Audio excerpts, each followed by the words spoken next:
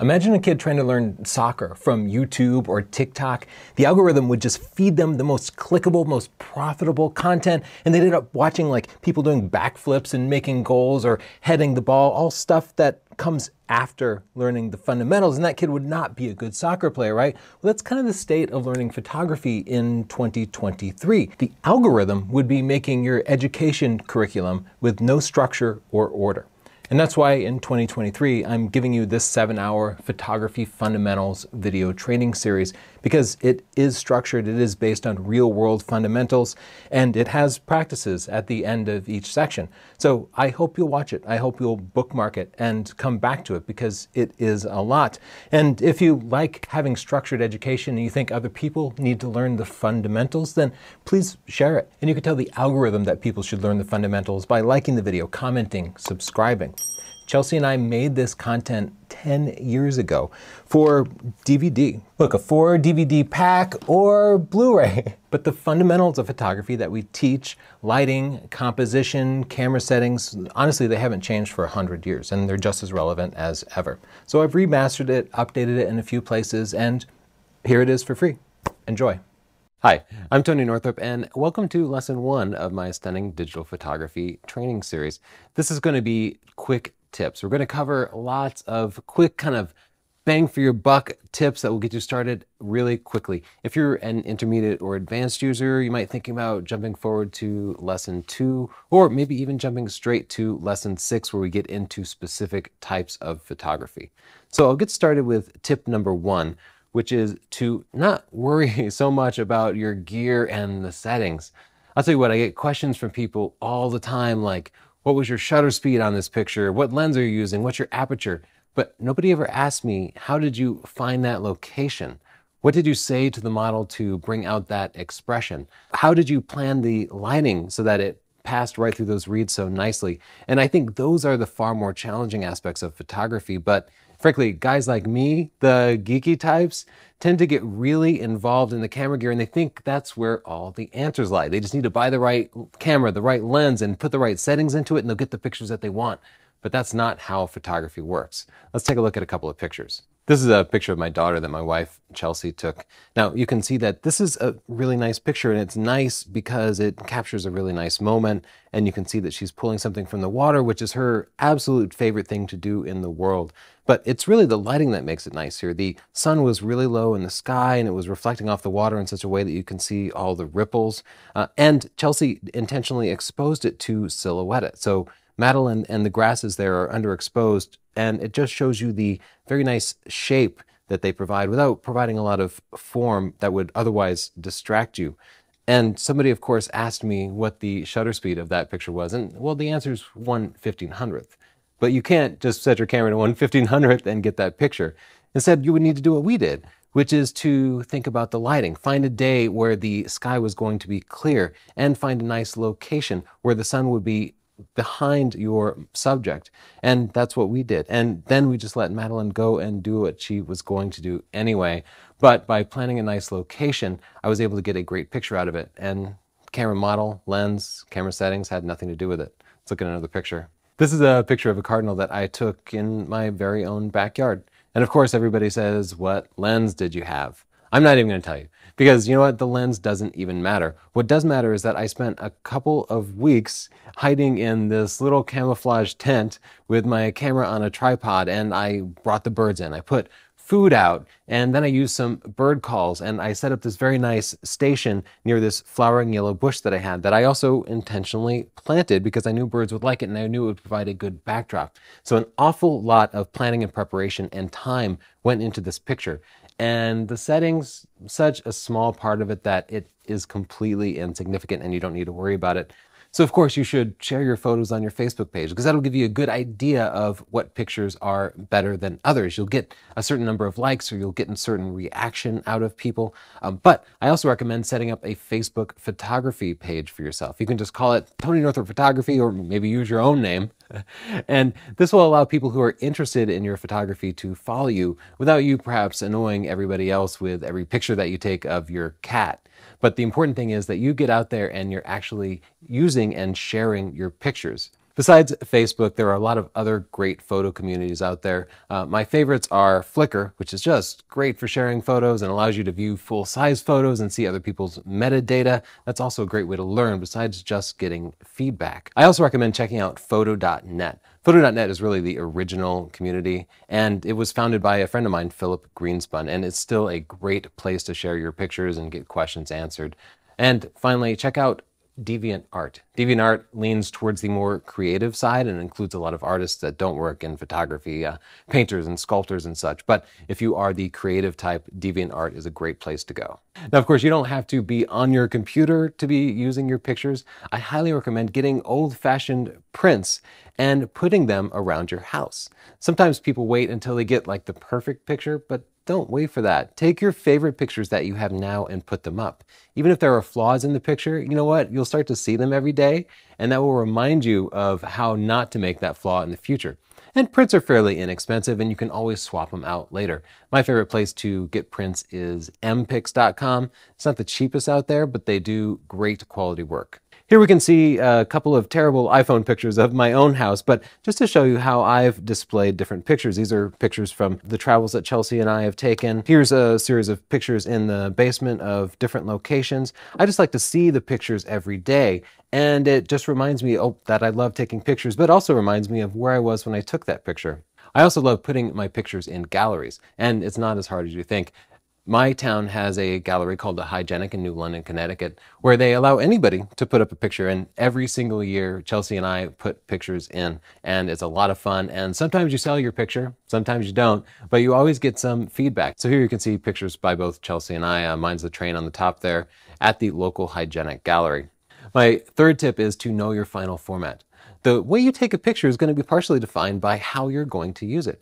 For example, if you're going to make an 8x10 print, you need to remember to leave some room on both sides because 8x10 prints are cropped from the shape of a standard camera sensor. Another factor to consider is how the picture is going to be viewed.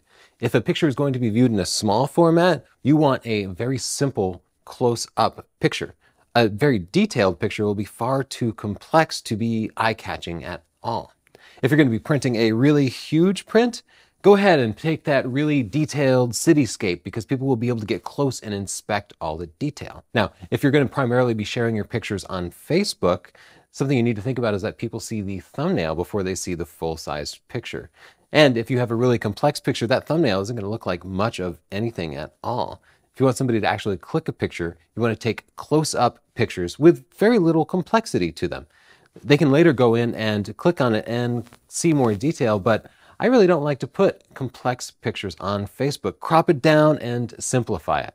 Another factor to consider is horizontal shots versus vertical shots. Now, most people take horizontal shots because that's just the way the camera fits in your hand most comfortably. And this is the case for me too. Probably 95% of the shots I take are horizontal. That's also the best way to take pictures for viewing on the web or in video like this. However, there are a lot of great uses for vertical shots too. Maybe you're decorating your house and your room just happens to have a space where vertical shots would look perfect. Or maybe you're a commercial photographer and you need to take a picture for a magazine or a book cover. You need vertical shots for that. Anytime you're taking a picture of something and you think that shot might be a winner, go back and take horizontal shots and vertical shots. And zoom in tight and shoot wide because you can't take too many shots. Here we see a beautiful sunset in Stockholm, Sweden, where the sunsets literally last all night long in the summer. However, this picture would not be good on the web, and in fact, I never really shared it because if you see this at thumbnail size, it just looks like a little mush of blue and red, and to really appreciate this picture, you need to see it in a large format. So if I were making a wall-size print, I would definitely consider this picture, but it's not a good picture for the web. This picture is actually quite a bit better because you can see we're closer to the subject, and even shrunken down to a thumbnail, you'll be able to see that it's got colorful buildings and an intense sky, and you'll have an idea of what it is, and maybe you'll want to explore it a little bit further. Here's another picture that is not great for thumbnail or small format viewing either. This is Shibuya Station in Tokyo, Japan, the busiest intersection in the world, and it's a really great place, and I was happy with the way that I captured that hustle and bustle. When you view this on the web in a small format, you can't tell what's going on, and in fact, it doesn't have any really bright or intense colors, so it doesn't draw the eye at all. But in person, in a large format, especially in a metallic print, this really shines. Here's a picture that is great for the web. You can see it basically just has three elements: a palm tree, a sun, and the horizon. In a thumbnail, you can see exactly what this is going to be, and when you click on it to view it full screen, you get satisfied when you see it. The thumbnail here is really appealing, and a picture like this gets a lot of views and love on the web. My next tip is to get a second opinion on your pictures. We all develop some unnatural affection for the pictures that we take because maybe we love the subject, maybe it's our pet or our child, or maybe we're just proud of the effort that we put into the picture, but it doesn't mean that other people are going to like it. If you want to know if a picture is really good or not, you need to ask someone else. Here's an example. This is a picture that I love because I spent about 4 hours in the woods holding up a telephoto lens. All my arms ached when I was done, but I finally got the picture that I wanted, which was this mother robin feeding her two babies a bunch of worms. And everybody hates this picture. I love this picture to death, but I love it because, well, for one, I'm not turned off by the sight of a bird with worms, and it turns out nobody else really likes to see worms being eaten. But two, I also remember being in the woods and the experience of hanging out with the birds, and it was a really pleasant experience for me, and those feelings go into the picture when I see it, but other people don't have that same experience, so they just see what they see as kind of a gross picture. Here's a picture that other people like much better than I like it. For a long time, this was my top-selling stock photography picture, and I just took this at a zoo. It's a coyote, and it's completely boring to me, but it's a popular stock photography picture because it's so simple. It was also really popular on the web because the composition is really simple, and you can see exactly what it is in the thumbnail. This is actually a better picture than the previous one. Even though I have absolutely no feelings for this picture at all, but I really love the other picture, you'll experience the same thing with your own pictures. Just ask somebody else and monitor how many likes you get on photos, how many comments you get, and that'll steer you more objectively towards which of your pictures were successful and which weren't as successful. Tip number 5 is make pictures, don't take them. What I'm saying here is I don't want to see snapshots from you. Don't just grab your camera and just kind of hold it up and take a picture of what you see. I just want you to put a little bit of thought into it. You don't have to put hours and hours into a project like I did with that robin picture. You just need to think about the lighting and the setting, and sometimes the difference between a picture that you take and a picture that you make is 10 seconds. Sometimes it might be hours or days, but that extra effort always pays off. Let's look at a couple of pictures. Here's a picture that I took of Chelsea at the park, and you can see it's just a snapshot. She's centered in the frame, the lighting is kind of blinding her a little bit, her hat's falling off, and here's another picture that I made just a few minutes later. I saw this nice brick wall and I just had her open up her jacket and lean against it. She put on a nice expression. You can see she went from being in the blinding sun to in the shade, which gave much more pleasing lighting and allowed her to open her eyes a little more naturally. So this is the difference between taking a picture and making a picture. It can be drastic. Here's another picture that I simply took of Chelsea.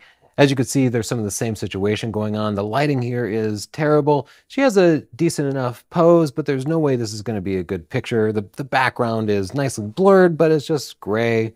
Here's a picture that we took just minutes later. I put her in front of a more pleasant background. I moved her into the shade where she got a nice reflection of the sky but didn't have the direct light on her face.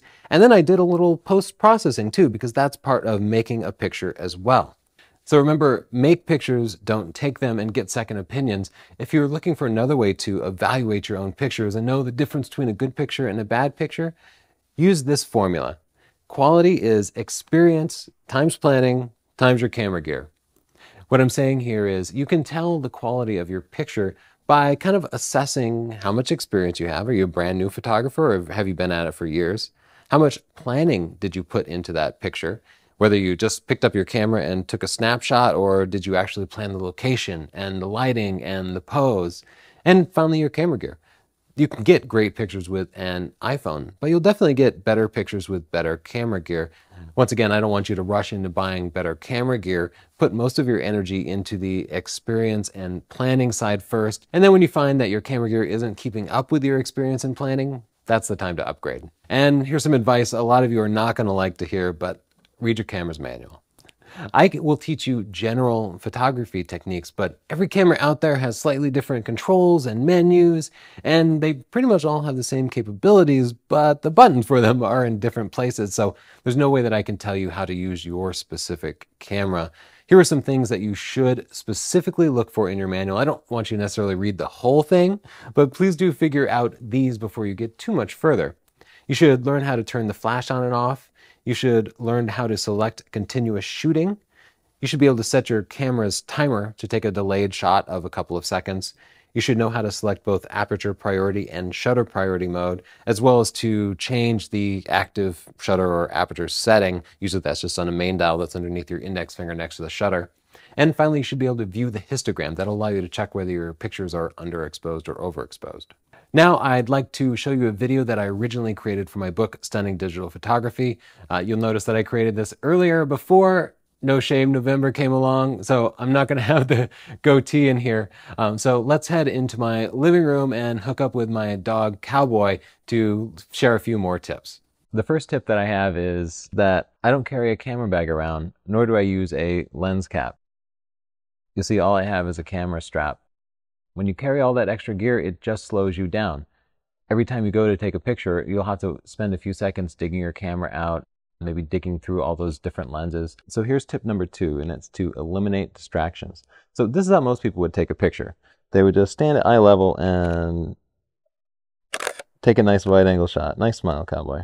And what happens there is you don't really know what the subject of the picture is. It looks fine when you're seeing it with your eye, but when you look at the actual photo, you see a lot of things in the picture besides the subject. To eliminate distractions, the easiest thing to do is to get closer and to zoom in. So I'll do that now. Cowboy, look up here. Good boy. Getting closer also reduces the depth of field. It blurs the background a little bit, which I cover in depth in chapter 4. The next thing to do, tip number 3, is to try different viewpoints. So I just shot Cowboy from eye level, and it's not that flattering. For smaller subjects like dogs, you really want to crouch down and get to the eye level. Same thing applies for kids.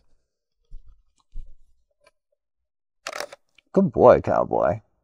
If you're taking pictures of something like the Eiffel Tower, you can move to many different sides of it, get high and get low, get close, zoom in, zoom out. That leads me to tip number 4, which is take lots of pictures, but delete most of them. You can't take too many pictures with digital. It doesn't cost you a thing. But please don't put 150 pictures of the same thing on Facebook. Just pick one. For tip number 5, I'd like to talk about flash. Now, by default, your camera just points the flash directly at your subject, which provides a very flat lighting. I'll take a sample shot now. A better way to do it is to use bounce flash. Many cameras allow you to attach an external flash to the hot shoe. With the bounce flash, you can angle the flash up. Many bounce flashes even have a diffuser built in that will spread the light a little bit more evenly. Now, as I take a second picture of Cowboy, you'll notice that the lighting is very different. The background has more even shadows. The lighting overall looks more natural.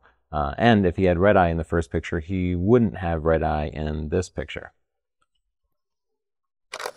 For my last tip, I want to suggest that you edit your photos. All you need to do is to download a free application like Picasa and just give it a little crop, maybe adjust the colors and the white balance until it looks good. Often the application can edit those settings automatically. I hope those quick tips helped. From here on out, we're going to get a lot more intense, so hang in there, and I hope to see you in the future videos. Thanks. Hi, I'm Tony Northrup, and in this video lesson, we're going to learn about photographic composition. This is the art of placing the subject in the scene compositionally to make for an appealing picture and to communicate whatever it is that you want to convey with your picture. This is a non-technical topic, so you don't have to worry about f-stops or shutter speed or anything like that. And composition applies for just about any type of camera you have, whether it's an iPhone or an expensive DSLR. In fact, most of these compositional techniques have their roots in art and painting. So you don't need high tech to understand all of this, but it is really important. And in fact, the photographers that I know who decide to focus on the more technical aspects and skip the study of composition end up taking sharp, but not artistically pleasing pictures. So this is an important topic for everybody. My first tip is to have a focal point in all of your pictures. Whenever you're taking a picture of a scene, ask yourself very specifically, what it is that you're taking a picture of. If you take a look at a picture and you find that your eye just kind of wanders over the view, well, that picture doesn't have a focal point, and that's one of the biggest problems that I see with people's photography. So let's take a look at a couple sample pictures. This is a lovely picture of a sunset, but where does your eye rest when it looks at it? There's nothing in particular to focus on. I waited until this egret flew through and put it in the upper left corner, and now suddenly you have a focal point and your eye goes right to it. Now the sunset, the scene, still counts and it still makes the picture more beautiful, but that egret makes all the difference. This picture of Lake Lucerne in Lucerne, Switzerland is nice. The scene is gorgeous with the Alps in the background and the swans in the foreground, but again, your eye just kind of wanders over it and doesn't rest anywhere in particular. It needs a focal point. A few minutes later, this ferry went through and it made a perfect focal point. And as you can see, that's a much better picture. Now I'd like to talk about simplifying your photography. Often I find people take pictures and it simply has too much in it. There can be a lot of distractions and the focus of the picture isn't clear. I might not know exactly what it is you're taking a picture of. So let's look at some examples.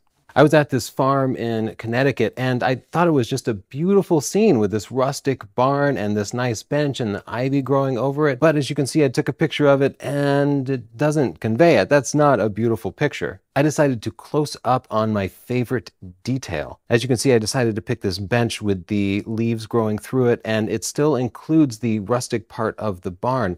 And that's a much stronger picture because I simplified and I picked a single element to show in my photo. I think everybody recognizes the Colosseum in Rome, and it's an extremely difficult subject to photograph because there are so many tourists there, and there are always fences and construction around. Well, what I decided to do was to pick a specific detail that I felt closely conveyed the interesting part of the Colosseum, which is the architecture. In particular, the Romans were known for these arches. So I picked a telephoto lens and zoomed in tight, and as you can see, that conveys the Colosseum much better than the wider angle did. Now, that doesn't mean you should take only the tight shot. Definitely take both, but be sure to include detail shots that simplify the composition and eliminate any distractions. This is a lovely sunset scene, but it could be even better if you simplified it. So look what happened when I zoomed in even tighter.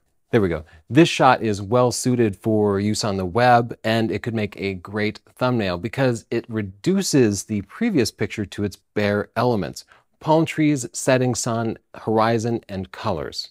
Here's a picture of a former Nazi headquarters in Berlin, Germany. It's been turned into a lovely library now, and it's an absolutely beautiful scene with this fountain. But there's a lot going on in this picture between the building and the fountain and the sky. Picking a specific detail can lead to a lot more interesting picture. So I zoomed in on the fountain and made this very abstract picture because I thought that was the most beautiful part of the scene. So do take those wide-angle detail shots, but also zoom in and pick the part of the scene that you think is the most interesting. Here's a very ordinary picture of a flower, and I see people take flower pictures all the time. They think their flowers are beautiful, and in fact, this one's fairly tight. A lot of people stand much farther back, but this can get much better if you really decide what the key elements of the flower are and you zoom in tight. So looking at this tight crop, it still conveys everything that the flower is, but it shows it in a much more interesting way. You can see the composition is more interesting. It also allows you to see more detail, and your brain automatically fills in the rest of the flower. You don't imagine that the rest of the flower has been cut off or is on fire or has the face of a dog or anything. No, you know that the rest of the flower is circular from just this cross section, but it's a much stronger composition because it's simpler. I threw this picture of my favorite bird, an osprey, in because it's an interesting crop. A lot of people try really hard to avoid cutting off the edges of anything, but I went ahead and cropped right into the wing because the interesting part of the picture here isn't the overall shape of the wing or the bird's wing tips. We know the bird has a wing tip, so it's okay to cut it off. That allows you to zoom in tighter and show more detail, focusing the viewer's attention on the more interesting parts of the shot: the eye of the osprey and the fish that it's holding. Now let's head into the Irish countryside, and I'll show you some tips about taking pictures when you're traveling. This is a beautiful location that I'm at, and when you visit a place like this, you want to be able to capture it so you can show what it was really like to your friends. And unfortunately, standing back and just taking a snapshot of what you see isn't going to convey it.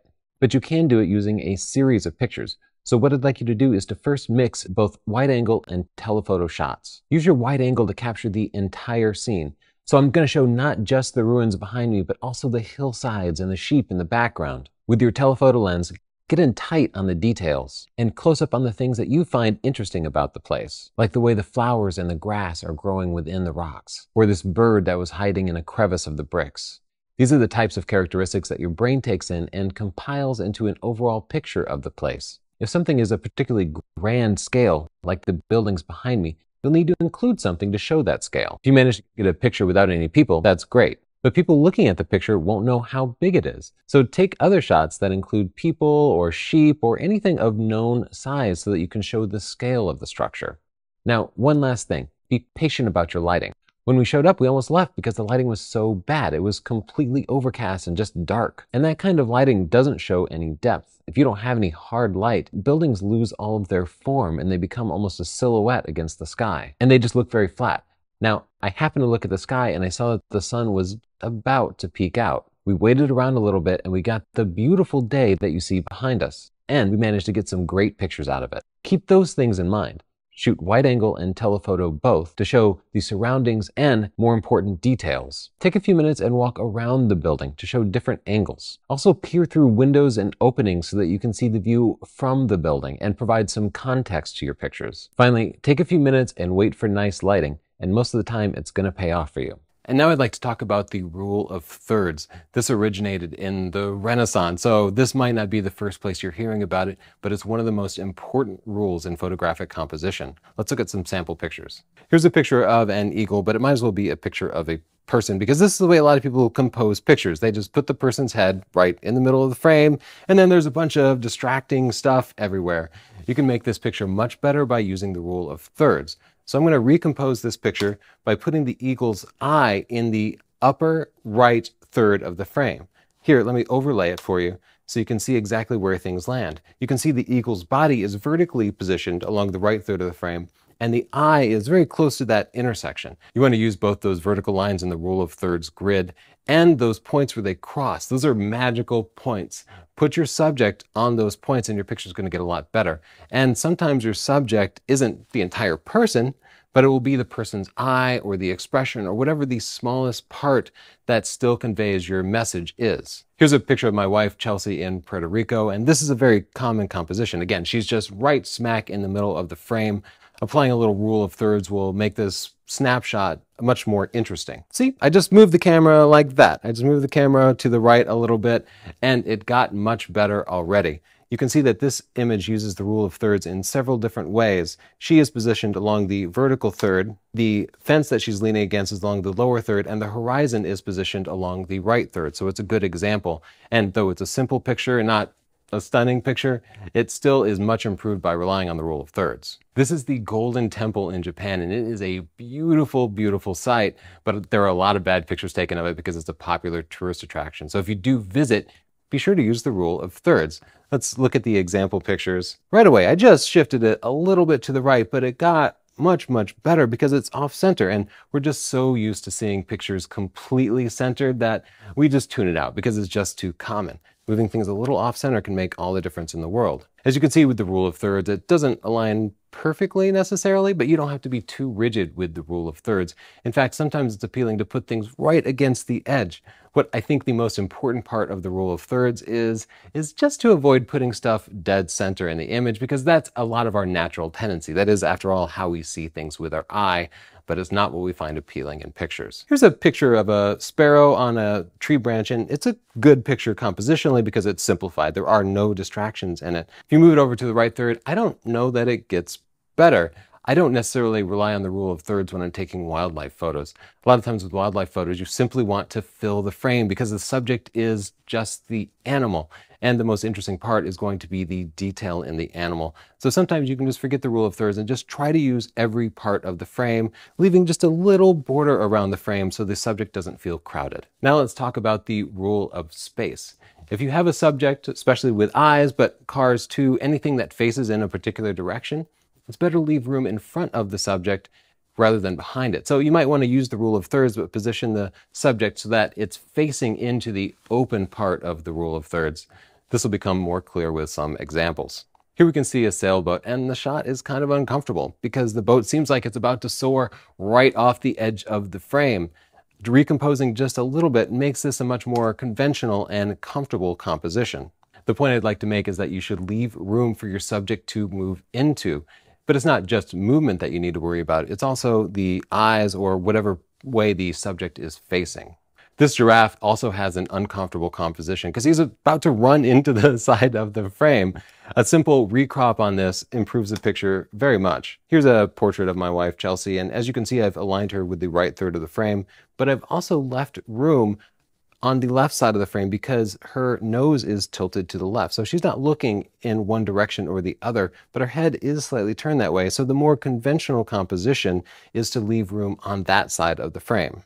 Likewise with this picture, you can see her body is facing to the left, so I positioned her on the right side of the frame, leaving room in front of her. There are also times to break the rule of thirds, and the rule of thirds is so commonly used that sometimes you can use that discomfort a little bit, add a little tension to the picture and make it interesting. I'm fine with that, but I do want you to always be abusing these rules deliberately. Don't do it accidentally. Make a conscious choice to break the rule of thirds. I've done that with this portrait of Chelsea here.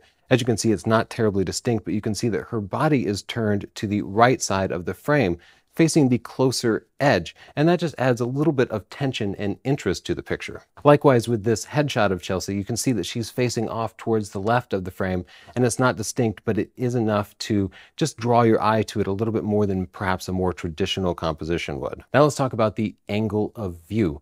Every lens has a distinct angle of view that's defined by the lens's focal length. So a wide-angle lens, such as a 24mm lens, shows a pretty wide angle of view. And that includes a lot of the background. If you want to fill the frame with a 24mm lens, well, you're going to have to get pretty close to your subject, maybe even uncomfortably close. And no matter what, it's going to show way more of the background than the subject does. If you zoom in and use a telephoto lens, such as a 200mm lens, you're going to show much less of the background. And this is a really important concept to master because mastering it will allow you to control both the subject and the background and how big they are in proportion to each other. Using a telephoto lens can allow you to greatly simplify the background, reducing the complexity of your composition and improving your pictures drastically. So let's look at some examples. This awful diagram shows a wide-angle lens being used to photograph a subject in front of some buildings. And as you can see by the diagram, the subject is in the picture, as are all four of the buildings. Now, if the photographer steps back and zooms in a little bit, their perspective changes. This picture shows the subject the same size in the frame, but the photographer zoomed in. So he took a step back and zoomed in a little bit. The subject is still the same size in the picture, but there are fewer buildings in the background. Let's zoom in a little tighter. Here we can see again the subject the same size, but we see even less of the background. So let's make this real by taking a look at some photos. There's my wife Chelsea again standing in front of the Boston skyline. I shot this with a super wide-angle lens, and as you can see there's a sweeping cityscape behind her. You can see a whole lot of buildings. So I want you to make note of how many buildings you can see and how tall those buildings are in the frame. Also note just how much of the sky that you can see. Now I took a step back and zoomed in, and as you can see Chelsea's size didn't change in the picture, but the size of the buildings did. You can use perspective and a zoom lens to control the size of the background. You can also control it by using prime lenses. You just have to take the lens off and put on a more telephoto lens. So as you can see here, zooming in shows less of the background, but it doesn't necessarily change the size of the subject if you're willing to move your feet a little bit. Let's zoom in even further. Now those buildings are really big. Chelsea hasn't changed much, but the background is getting more and more simple. Now those buildings are going off the frame. We can't see the sky at all. That's the power of a zoom lens and switching from wide angle to telephoto. So the next time somebody tells you you just need a single lens, like a 50mm lens, don't believe them. You can do that, but you won't ever be able to control the background. Now let's head to Harkness Park in my hometown of Waterford, Connecticut, to learn how to control the portrait background using zoom lenses and several other techniques. The background is one of the most critical parts of composition. People often focus on a subject and find a good focal point, but then have a background that's cluttered or distracting. For this exercise, I'm going to have Chelsea stand in this spot and not move from it. I am then going to show you all the different backgrounds that I can choose from. So first I'll do what many people do, which is to take a shot as I'm standing here. As you can see, it's not a bad shot, but the background is fairly uninteresting. So what I'm going to do is I'm going to move in 360 degrees around Chelsea. She'll rotate to face me, but she won't move from that spot. Wherever you are, you always have 360 degrees of background to choose from if you can move.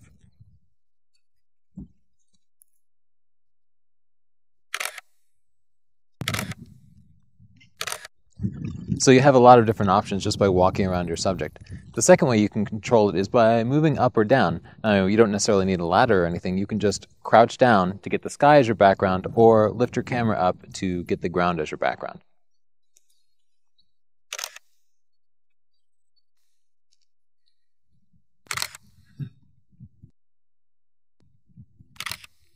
Just by raising the camera up and down, I was able to pick between a completely blue sky background, the green grass, or a background that shows the horizon.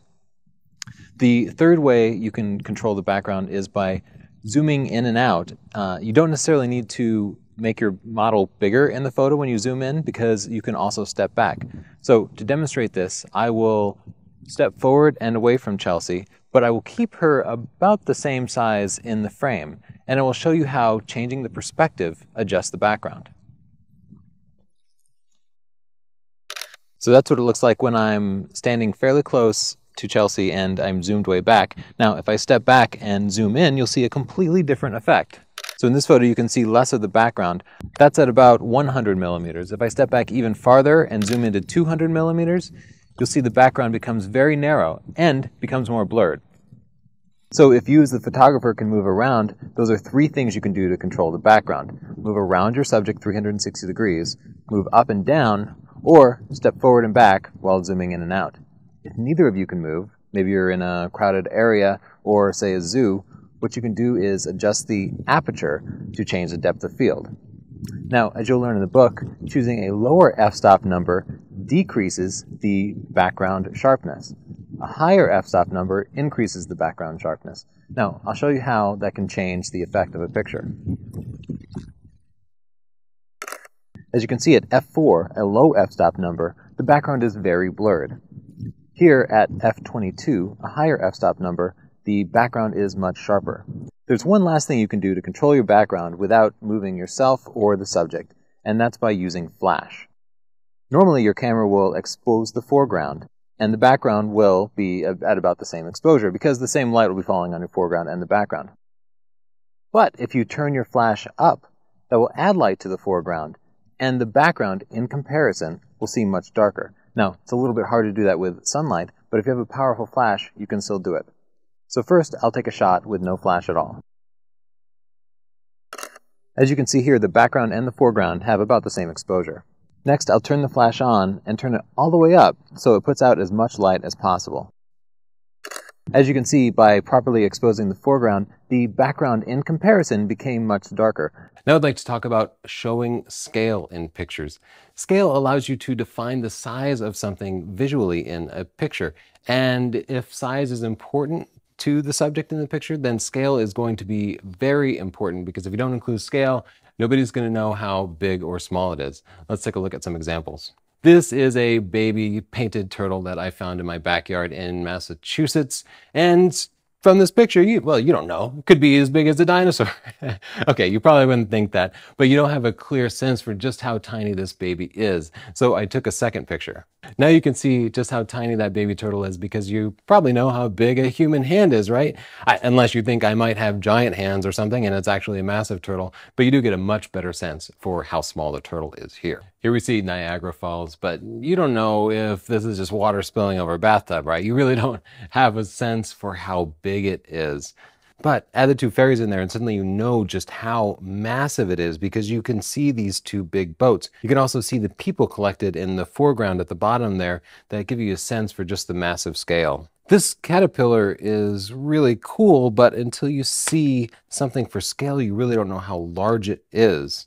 You can see the original photo with no particular context didn't show you that this was a huge, huge caterpillar. So what I did was I just had my daughter hold the stick in front of her face, and her face provided some scale, and it also provided a point of interest and perspective. Now I'd like to talk about using lines in photos. Lines are a really powerful compositional element, and lines are everywhere.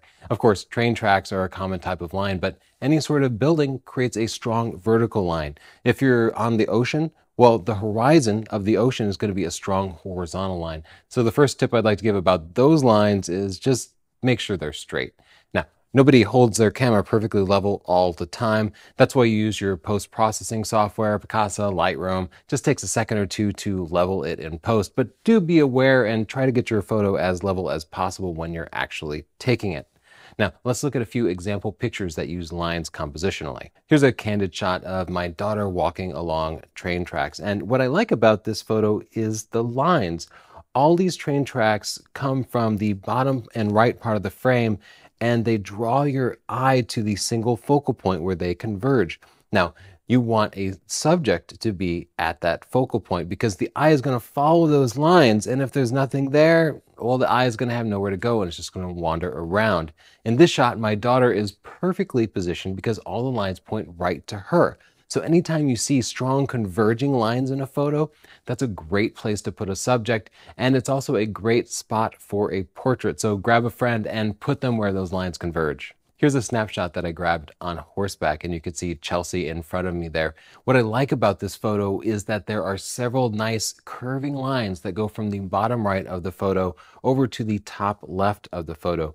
The horses themselves form a line, but the beach also forms a nice curving arc that complements the horse line really nicely. This photo is also a good example of using the rule of thirds. This isn't a particularly stellar example, but I do want to point out that with night photography and traffic, the headlights and brake lights of cars are always going to form lines, and you can use this to your advantage as a really powerful compositional element. It can be hard to see because until you take a few night shots, you won't be able to imagine that the cars that you see moving are actually forming long, long lines. There's a whole lesson dedicated to night photography, so do check that out. This photo of the New York City skyline at night from Dumbo Park in Brooklyn is all about the lines. These buildings on the skyline form strong vertical lines that draw your eye up from the water. But the most interesting line here is actually a diagonal line. That's the line of the Brooklyn Bridge. The diagonal line contrasts with the powerful vertical lines and makes the photo more interesting and dynamic. It also helps to bring your eye from the left side to the lower right. As you can see, once again, I'm using railroad tracks as lines, and all the lines from the bottom of the frame converge and draw your eye right to the focal point of the picture, which is that beautiful building and the steeple. And then the steeple itself forms a line that draws your eye up into the sky. So you can see there are a lot of lines here at work. Now, to get this picture, it wasn't obvious. I had to go out of my way to get into a position where I was reasonably close to the train tracks. The closer I move to the train tracks, the more exaggerated the convergence is going to be.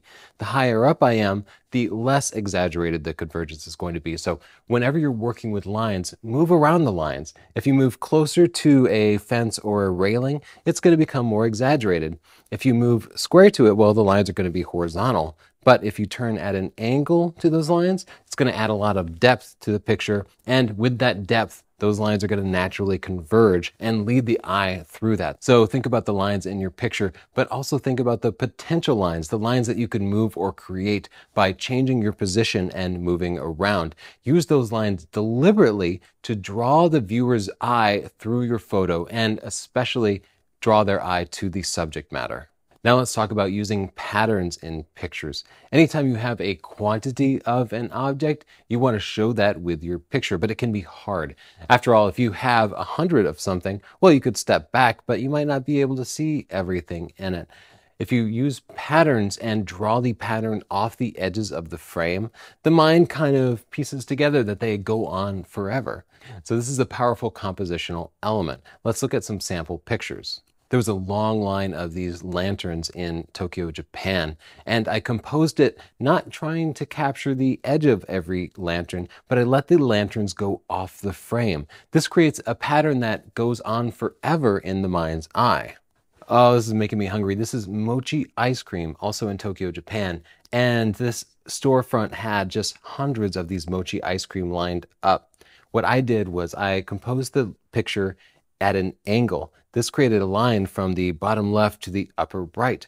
and I let the pattern go off the edges of the frame. This gives you a sense that there are a large number of these mochi ice cream, and it also fills the frame with the subject. By not shooting the mochi square, I created a much more interesting diagonal composition. Square compositions, as we'll learn later, are a very stately way to compose something. It's very traditional and powerful. But if you move your lines diagonally, as I have here, you end up with a much more dynamic, happy, friendly composition. And certainly with ice cream, I didn't want to convey stately. I wanted to convey fun. Let's look at another picture. This building is in a little island off of Tokyo, and it's just a massive, massive apartment building. And I wanted to capture that there seemed to be an unlimited number of balconies. It was easy. I just zoomed in and let the patterns go off the edges of the frame. Now, there's a lot of potential with this type of picture by simply including one element that doesn't quite fit in. Unfortunately, I didn't have that opportunity this day, but if there had been somebody leaning over one of the balconies or a scarf that had been thrown over it, would have been just perfect. I'm keeping my eye open. I'll get that shot eventually. Believe it or not, these are millions of tiny little origami swans. This is a Japanese prayer ritual, and it was just a beautiful scene. The way I captured it was to zoom in tight so that they went off the edges of the frame. And I just created a picture that's filled with color and texture and lines. And as you can see, it would have been very easy for me to rotate the camera so that the lines would be completely vertical or horizontal in the frame. But instead, I decided to go for a slight but deliberate diagonal line. One thing you want to be careful of when using lines is to make sure that the angle is intentional. You don't want to be just slightly off horizontal or slightly off vertical. You want to be deliberately off horizontal or vertical. So think between 30 degrees and 45 degrees off to make it look nice. The electronic district in Japan is just a nerd's dream come true. They had parts for everything there. Literally billions of tiny little parts in vendor after vendor after vendor. It seemed to go on forever. I thought the best way to capture that would be to zoom in and let the parts go off the edges of the frame. As you can see, I once again threw in about a 30-degree angle there, which makes it a much more compelling composition than if I had shot it completely straight. I could have shot wider, certainly, but I wanted to zoom in tight enough that the viewer could easily see what the subject matter was, tiny little electronic parts. These are torii gates in Kyoto, Japan. They have thousands of these torii gates on a particular mountain, and just the massive quantity of them is amazing. It's really a remarkable sight, and I recommend anybody visit it. But capturing them is almost impossible because they're winding through these mountains, and there's no way that you can simply take a picture of all of them. So what I decided to do was to find a framing where I could show the torii gates going off into the distance. So here, the pattern doesn't go off the frame. Instead, because it's curving, it actually goes off into the distance in the center of the frame, leading the eye from the outside to the center of the frame. Now, this would have been an even better composition if I'd put a person in the frame. And in fact, I did do that. Unfortunately, because I didn't have a model release from them, there was a serious language barrier. I can't show you that picture, but keep that in mind. You can use patterns and then throw something that's not part of the pattern into the picture to make it even more compelling. Now let's talk about framing a picture. And I'm not talking about making a print and then sticking it in a frame. I'm talking about using framing as a compositional element. Let's look at some examples. Here's a picture that Chelsea took of me in Boston. Now, this was a very deliberate picture. We were taking pictures of the skyline, but we felt like it needed some extra element. And one of my favorite things to do in that situation is to grab a person, whoever I'm with, and put them in the frame as a model. So you can see my job was pretty easy. I just had to sit on the bench and look at the skyline. But the nice thing about Chelsea's composition is that I'm probably the first thing that you see in the picture, but then your eyes automatically follow the subject's eyes. So because I'm looking off into the distance, your eye then goes and looks at the skyline. But the reason I'm showing this picture here is the use of framing. You can see that Chelsea framed me with that light that it goes behind me and over me. I'm further framed by the fencing around me. This helps to tie the entire composition together and provide a sense of perspective. Let's look at another example. Flower boxes are everywhere, but I like this picture because of the rusted frame. It's also really nice that the flower is poking through the frame because that adds some depth to it. Without the frame, this simply wouldn't be as interesting a picture. Here's an example of using a window frame to show perspective. Now, these bushes and the light were pretty, and I could have gone outside and taken the same picture, but by including the frame and the bars in the photo, it gives the viewer a sense of both what's outside and what's inside. They almost feel like they're inside this kind of spiderweb covered barn. So keep that in mind when taking pictures through windows. Sometimes you just want to take a picture through the window, but sometimes you might want to include the window frame in there too. Now let's talk about using symmetry in a picture. Anytime there's something reflected or some subject that is almost perfectly mirrored from one side to the other, you can use symmetry. Now, when using symmetry, it's really important to be very precise about it. If you're going for something mirrored horizontally, you want to make sure that that center line is perfectly in your frame and that you're not a little bit off to the left or a little bit off to the right. You want to be really level with it too. This picture is Oak Alley Plantation in Louisiana, and it's just a beautiful sight. And I really spent a lot of time finding the right composition for this picture. Now, one of the nice things about Oak Alley is that it's a very powerful plantation. It's very stately with lots of vertical lines in those pillars. And I thought the best way to convey that was by composing a square composition. So rather than showing some depth, which I'll discuss later, I centered myself on the building and made it look very square.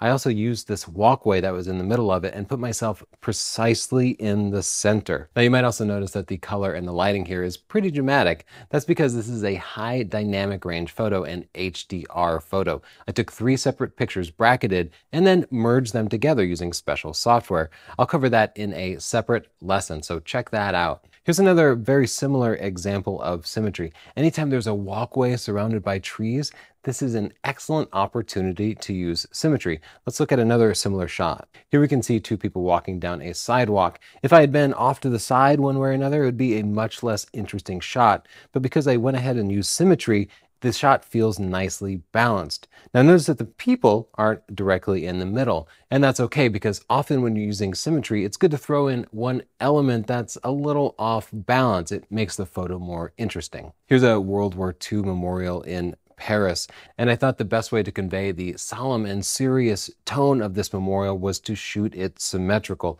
and allow all those lines to converge on the center point. Those flowers are the only thing that breaks up the symmetry, which draws the eye right to them. This is the lighthouse in New London, Connecticut, very close to my hometown. And I composed this shot several different ways. I tried it with the rule of thirds. I even tried it with some depth. But what I thought worked best was shooting it square and using symmetry. Now, I actually used this shot in 2 different ways. I have a horizontal shot that I'm showing you here because I'm showing a video. But my favorite composition is actually a more vertical shot. But symmetry worked equally well in both the horizontal and the vertical position of the camera.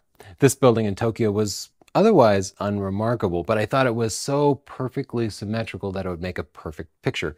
So what I had to do was to move myself at the exact center line of the building and then angle my camera up a little bit. If I'd been off to one side or another, the composition simply wouldn't have worked. So again, whenever you're using symmetry, be sure to align yourself really carefully so that that symmetry is perfect. Anytime you see a reflection, and particularly around water, you want to think about using symmetry. Here, this bird is taking a drink of water, and I decided to compose the picture to include the bird's reflection because this allowed me to use symmetry as a compositional element.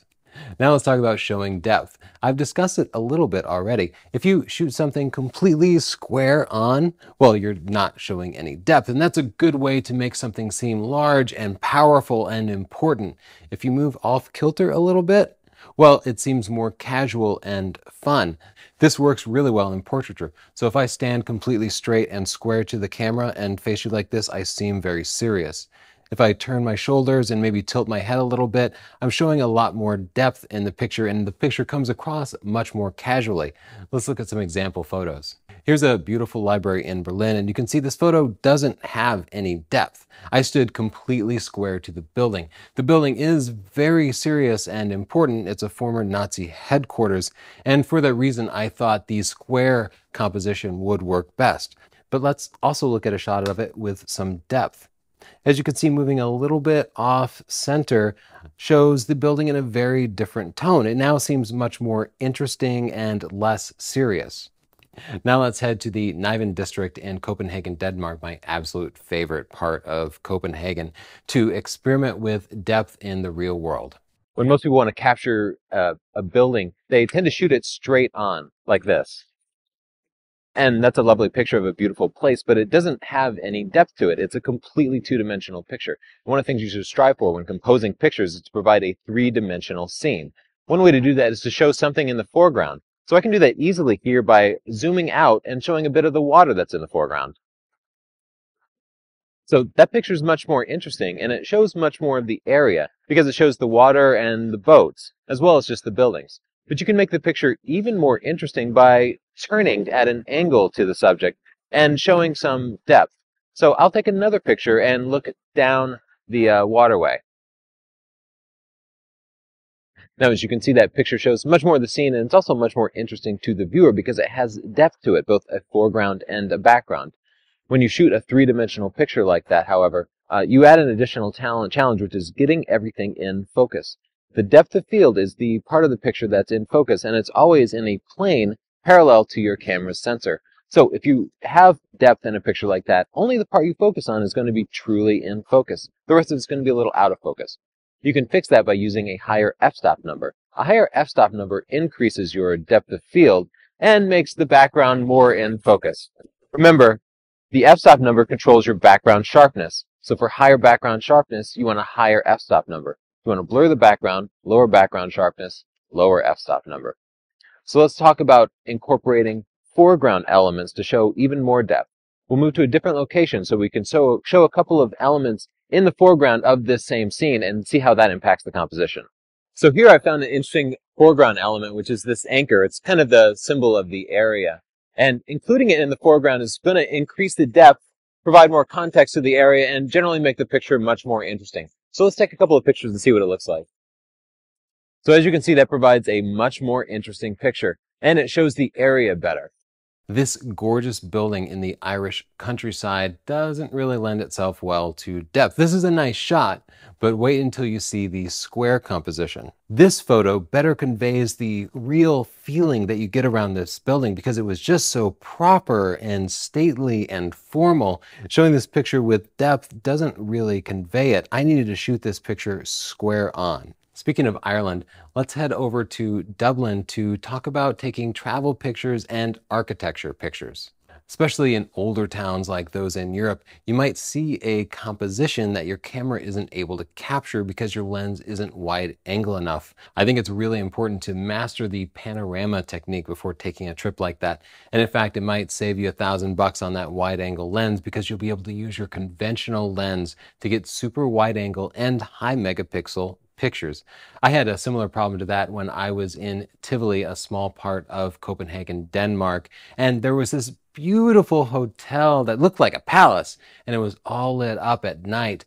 And I really desperately wanted a picture of it, but there was a massive crowd behind me, and I simply couldn't take another step back, and I didn't have a wide enough angle lens with me. So you know what I did? I took 3 shots of the building and then blended them together. So let's look at those 3 shots. Here's a shot of the left side of the building, the middle of the building, and then the right side of the building. All I had to do was to bring those 3 pictures into the software I use for panoramas, Microsoft Ice, and it blended them together for me automatically. It really only took a few seconds. I'll demonstrate how to use that in just a moment. Here's what the final result looked like. Now that's certainly much better than either of the first 3 pictures, right? And looking back at those 3 pictures once again, you can see that I didn't use a special head. I didn't even manage to keep the camera level between my 3 shots. Panoramas are really pretty easy to do. You don't have to be as precise as some people say because the software, modern software, automatically accommodates for all those little twists and turns of the camera. So now let's head to Berlin, Germany to combine 3 of my favorite types of photography: panoramas, night photography, and HDR. The first thing you need is a nice sturdy tripod. The tripod is required only for the night photography part. You can do HDR and panoramas handheld, but because it's night, the shutter speed is going to be really long, and hand holding it would mean the camera would end up really, really shaky. I have the camera set to aperture priority and f8. That's a high enough aperture that'll allow me to get the subject behind me here in focus. I'm using ISO 100.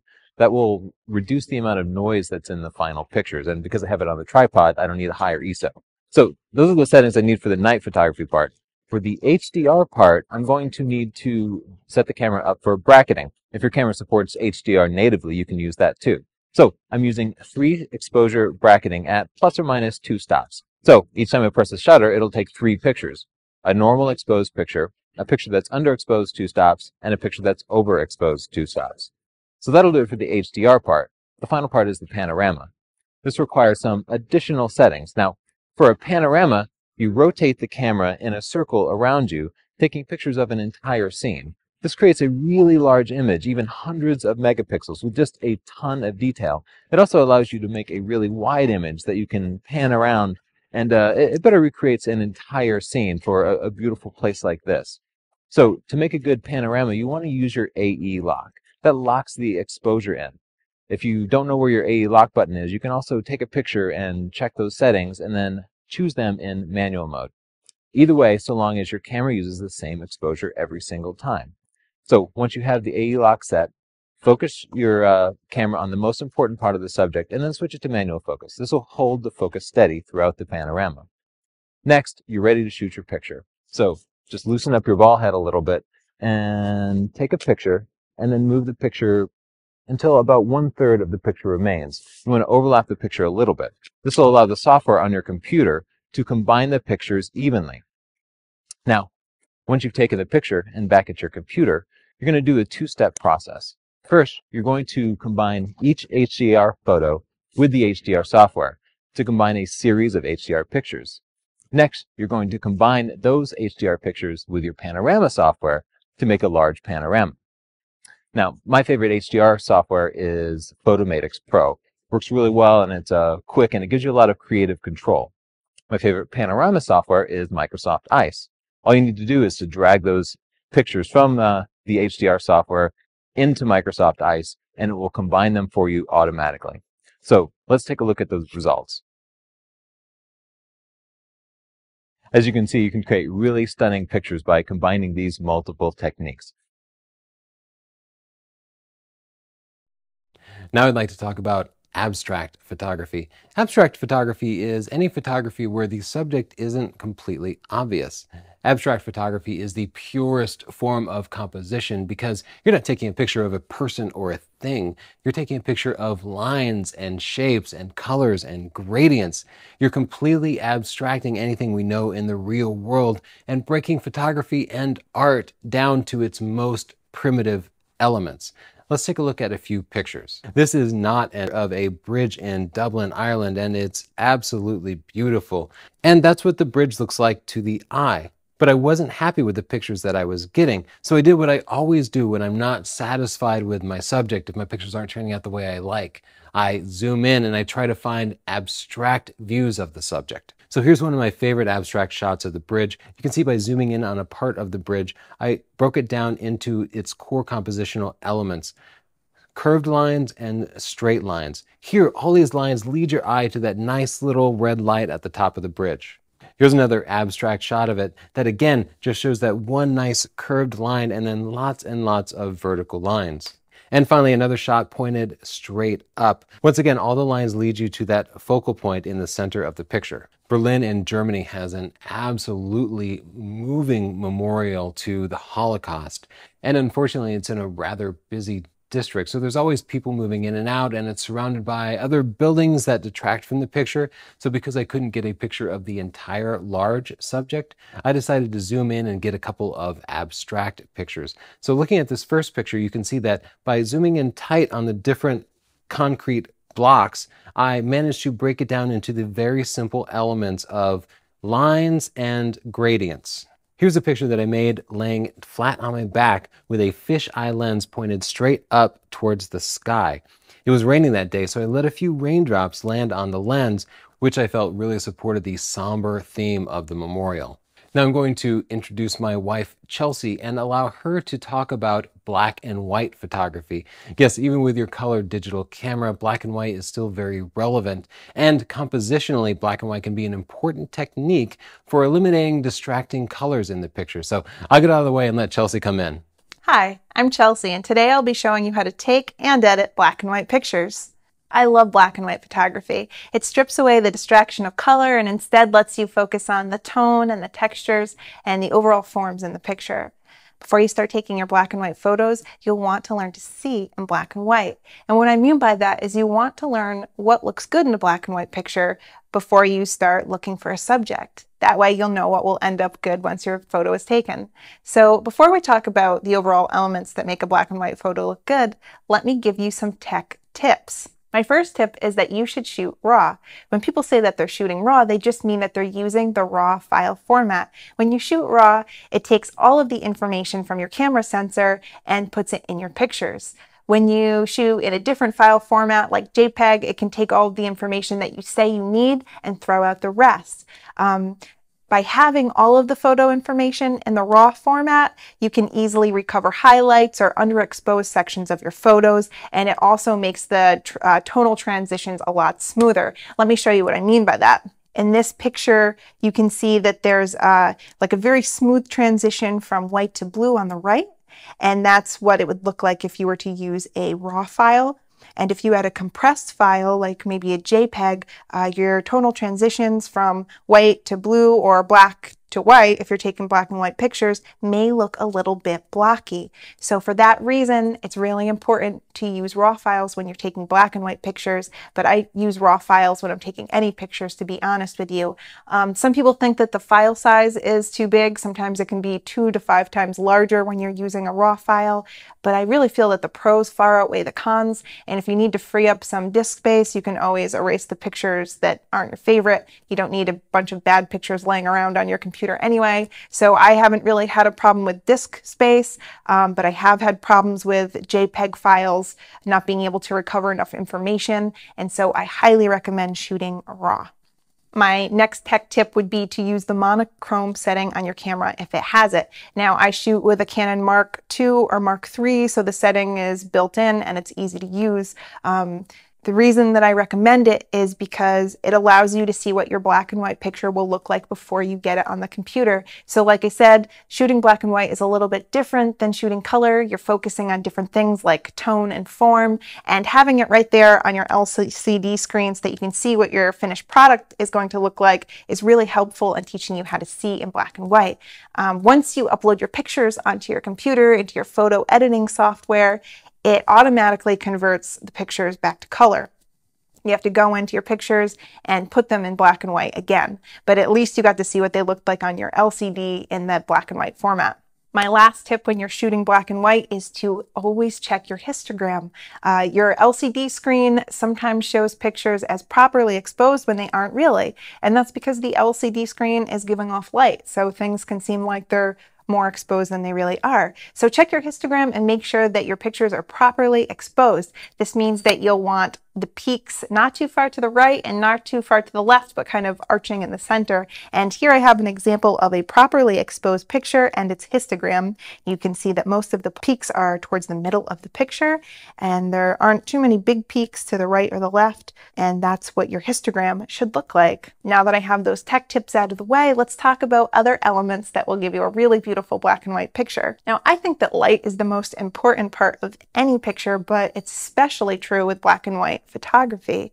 There are all different kinds of light. You have soft light, hard light, directional light. So let's start by talking about soft light. Soft light is usually most flattering for portraits because it kind of diminishes details like lines and wrinkles and spots.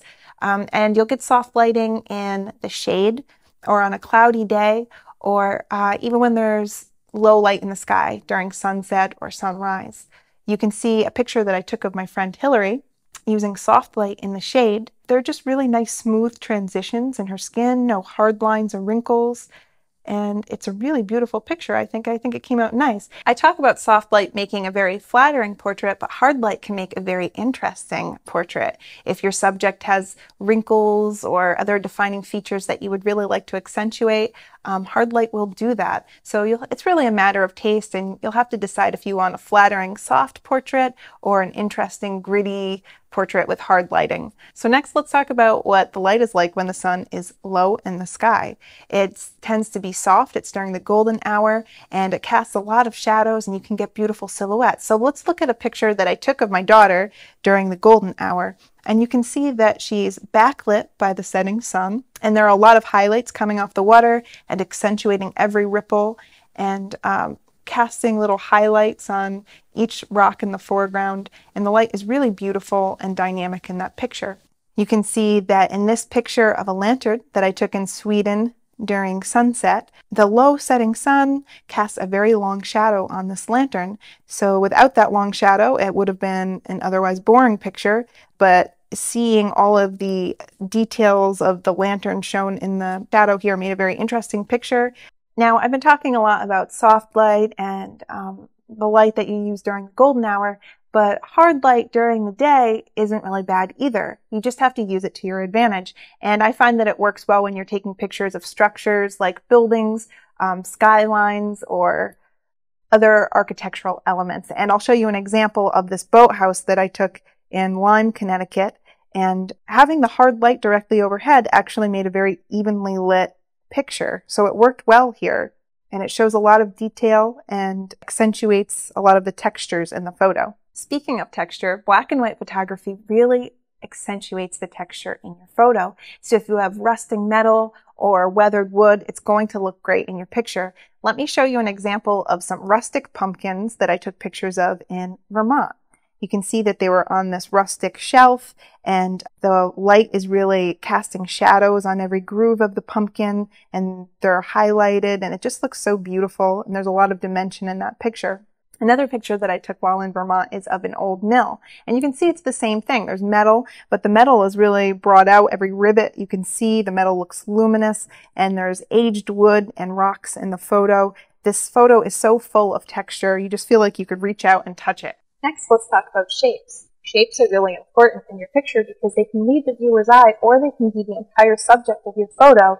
They can be the squirrel and a fiddlehead, or even the silhouette of a person. So when you're taking your pictures, think a lot about the shapes in your photo.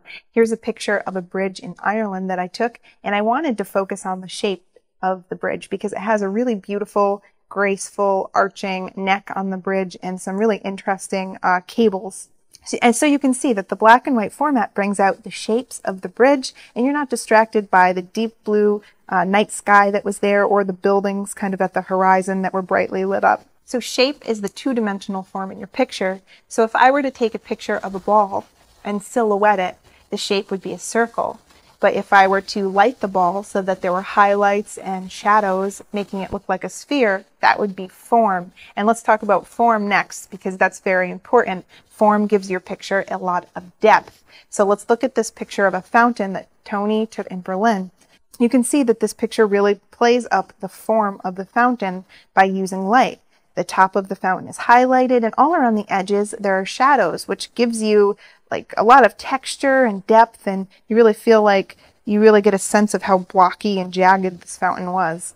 Another way to add depth to your picture other than form is by using layers. So you can add a foreground, a middle ground, a background, and it gives your picture a three-dimensional feel, even though photos are really taking place in 2 dimensions. So let's look at this picture of Tony that I took in Edinburgh. You can see that his silhouetted shape is in the foreground. There is an archway in the midground, and then there is a background that consists of buildings. There's a lot of depth in this photo, and it makes it feel more three-dimensional. One difficult element of black and white photography that you'll have to get used to is the difference between color contrast and tonal contrast. Now, you're used to seeing color contrast every day. That would be the difference between my green shirt and my blue skirt, or sometimes you'll see pictures of a field of yellow tulips with one red tulip popping out, and that's a color contrast. If you were to take that same picture of the tulips and convert it to black and white, you'd have to rely on tonal contrast. So the difference between the red and the yellow tulip might not be so jarring at this point. Let me show you a picture of my cousin Lane here so that you can better see what I'm talking about with the difference between color and tone.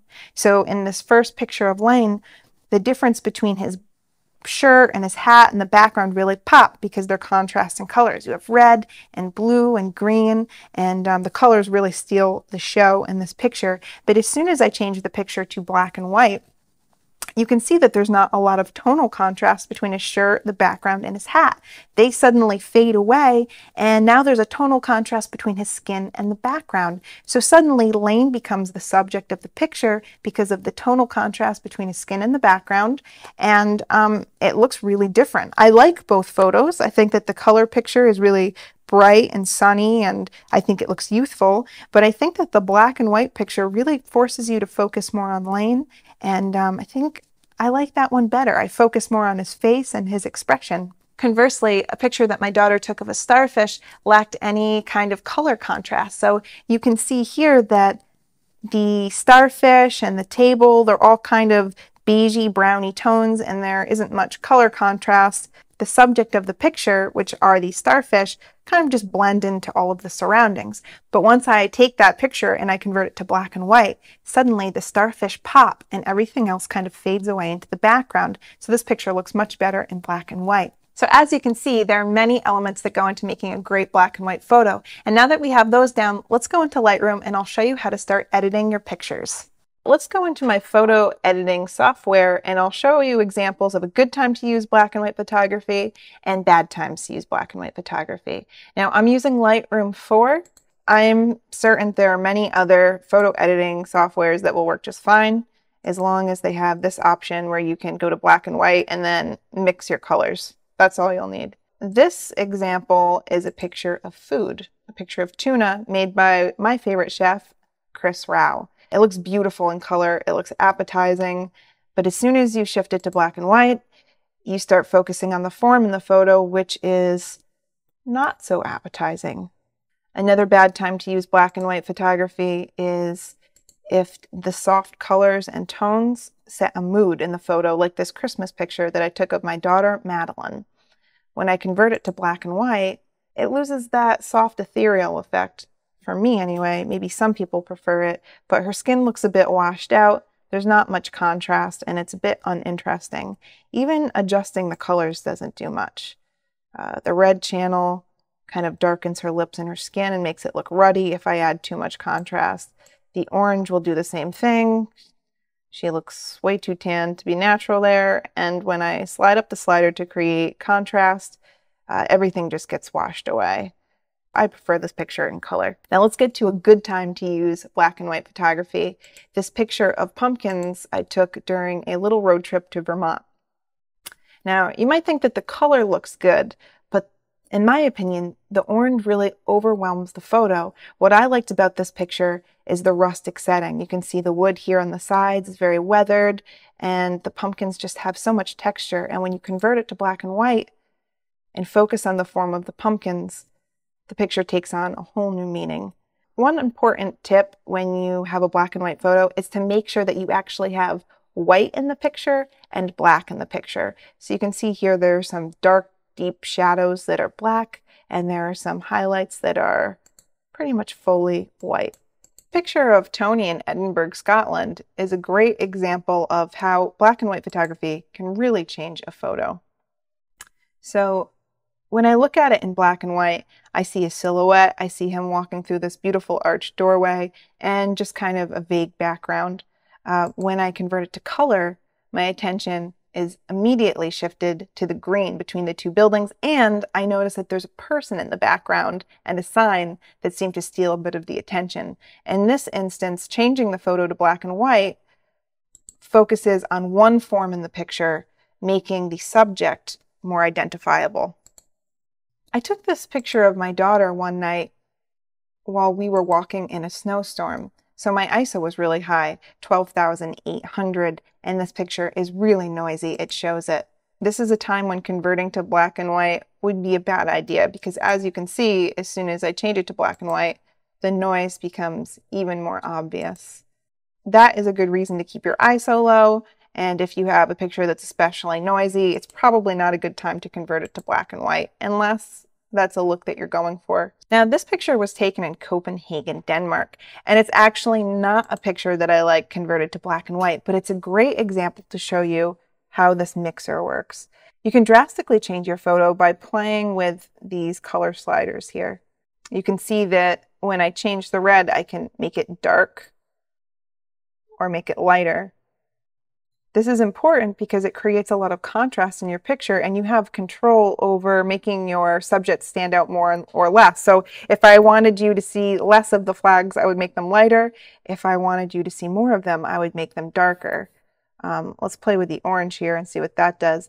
The orange channel is bringing out the roof or making it dark. Against the light sky, I would probably go with the roof being a little bit darker. It brings it out a bit more, and it brings out the structure of the buildings. So you can see just by playing with the colors in your black and white photo, or the color channels rather, since they're not color anymore, you can drastically change what your picture looks like. This picture that I took of a boathouse in lime is a great example of how black and white photography brings out form and composition. When this picture is in color, I feel like my eyes are fighting with it a bit. There's a bit too much going on. We've got this tuft of grass here, the boathouse, the background, the sky. There's a lot going on. My eye doesn't really want to rest on anything. I already converted the photo to black and white, and you can see that it anchors your eye a little bit. You've got these two subjects. You're not distracted by the color of the boathouse. The red was a bit bright, and you can really focus on the form, the reflections, and just the peacefulness of the scene. So I thought this was a great photo in black and white. So that's pretty much it. Now you know how to take and edit some black and white photos. Let's hand it off to Tony and see what he's up to. Thanks, Chelsea. Now I'd like to show you a few practices that you can do on your own to help reinforce these techniques, because after all, just listening to me isn't going to make you a great photographer. You got to get out there with your camera and get it done. So let's look at some compositional practices. Up first, I'd like you to visit an art museum, and it doesn't even have to be photography. It can be paintings and sculptures. As you look at the art, I'd like you to note which of these compositional techniques your favorite pieces use. You can also simply go through your own photo library and see which pictures you have that use these compositional techniques, even if it wasn't deliberately. Anytime you're out taking pictures, I'd like you to make a point of following at least one of these compositional techniques. I use at least one compositional technique in every single picture I take. I bet the rule of thirds is probably the most popular. Filling the frame is probably the second most popular. That's important for wildlife. And symmetry is probably the third most popular technique. But it's also great to combine multiple techniques together. So you could use symmetry and the rule of thirds. If you haven't used one of these techniques, then I'd like you to seek it out. Find a subject where the technique will work and take a picture of it. Because once you actually use it to take a picture, that's when it's actually going to get burned in your brain, not when you hear me talking about it. Up next, I'd like you to find a subject. It could be a house, a person, or a car, and take both square and off-square pictures of it so you can get a sense for how it changes your feelings about the subject. So use depth in pictures and see if that changes the tone in the picture. Lastly, I'd like you to get out there and take a panorama. Follow the instructions that I provided in Berlin, and just make sure that you know exactly what you're doing and that you have the software ready. Because you never know when you'll need to take a panorama. You could be anywhere and need to take a wide-angle shot and not have a wide-angle lens with you. With panorama techniques, you're always ready to go as wide-angle as you need. Thanks so much for watching my composition video, and I hope to see you in the next one. Hi, I'm Tony Northrup, and for my stunning digital photography video training series, I'm going to talk about lighting. Lighting is one of the most important elements in photography. There's an old saying that goes, no matter what you're taking a picture of, the subject is the same, light. And you can treat that philosophically, or you can treat it completely literally and scientifically. Philosophically, light makes your subject come alive. And light is the difference between a boring and flat picture and a dynamic and exciting picture. And if you think of it literally, the camera is just capturing photons that are bouncing off of subjects just like our eyes do. You're literally just capturing the light that's bouncing off of things. That is what we see, and that's how our brains process it, and our cameras work exactly the same way. So it's really critical to understand light. Even though it's not as technical as some things like aperture and f-stop and megapixels, light is the difference between good and great and stunning photos. So let's talk about the difference between hard and soft light. Hard light comes from small light sources that are far away. like the sun. Well, the sun's not small, the sun is huge, but it's so very far away that it's kind of small to us, especially compared to, say, a big softbox that might be here, or even a flash on the camera. Now, the qualities of hard light are really distinct shadows. And if you think about it, a shadow isn't necessarily a black or white thing. There's always a little bit of a transition from the bright areas that are illuminated directly by the light source and the dark areas that don't get illuminated. These areas are called midtones. And the characteristic of hard light is that these midtones are very short. It goes from bright to completely dark very, very quickly. Soft light, on the other hand, is made by light sources that are fairly big and relatively close to you. That means that instead of getting all the light coming from one little point and striking you from this one specific direction, you might get light that's coming from over here and hitting your face here, and coming from over here, and then coming from this part here and this part here. We see soft light on days when it's bright out, but there's an overcast sky.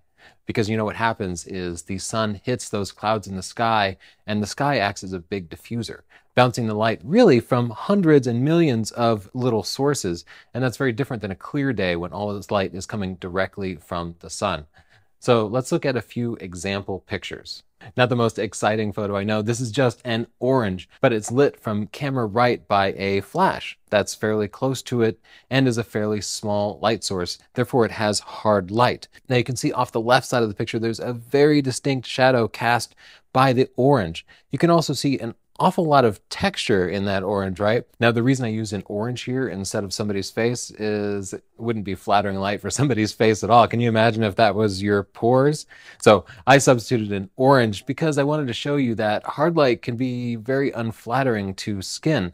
On the other hand, for still life subjects, it helps to really show the texture of it. Here's another example of a photo with hard light. I captured this fly on a leaf, and you can tell that the sun was out and there was not a cloud in the sky because the shadow for that fly is very, very distinct. That's a quality of hard light, nice sharp shadows. And shadows can be a great subject or a great compositional element in your pictures, but you're going to need hard light to do it.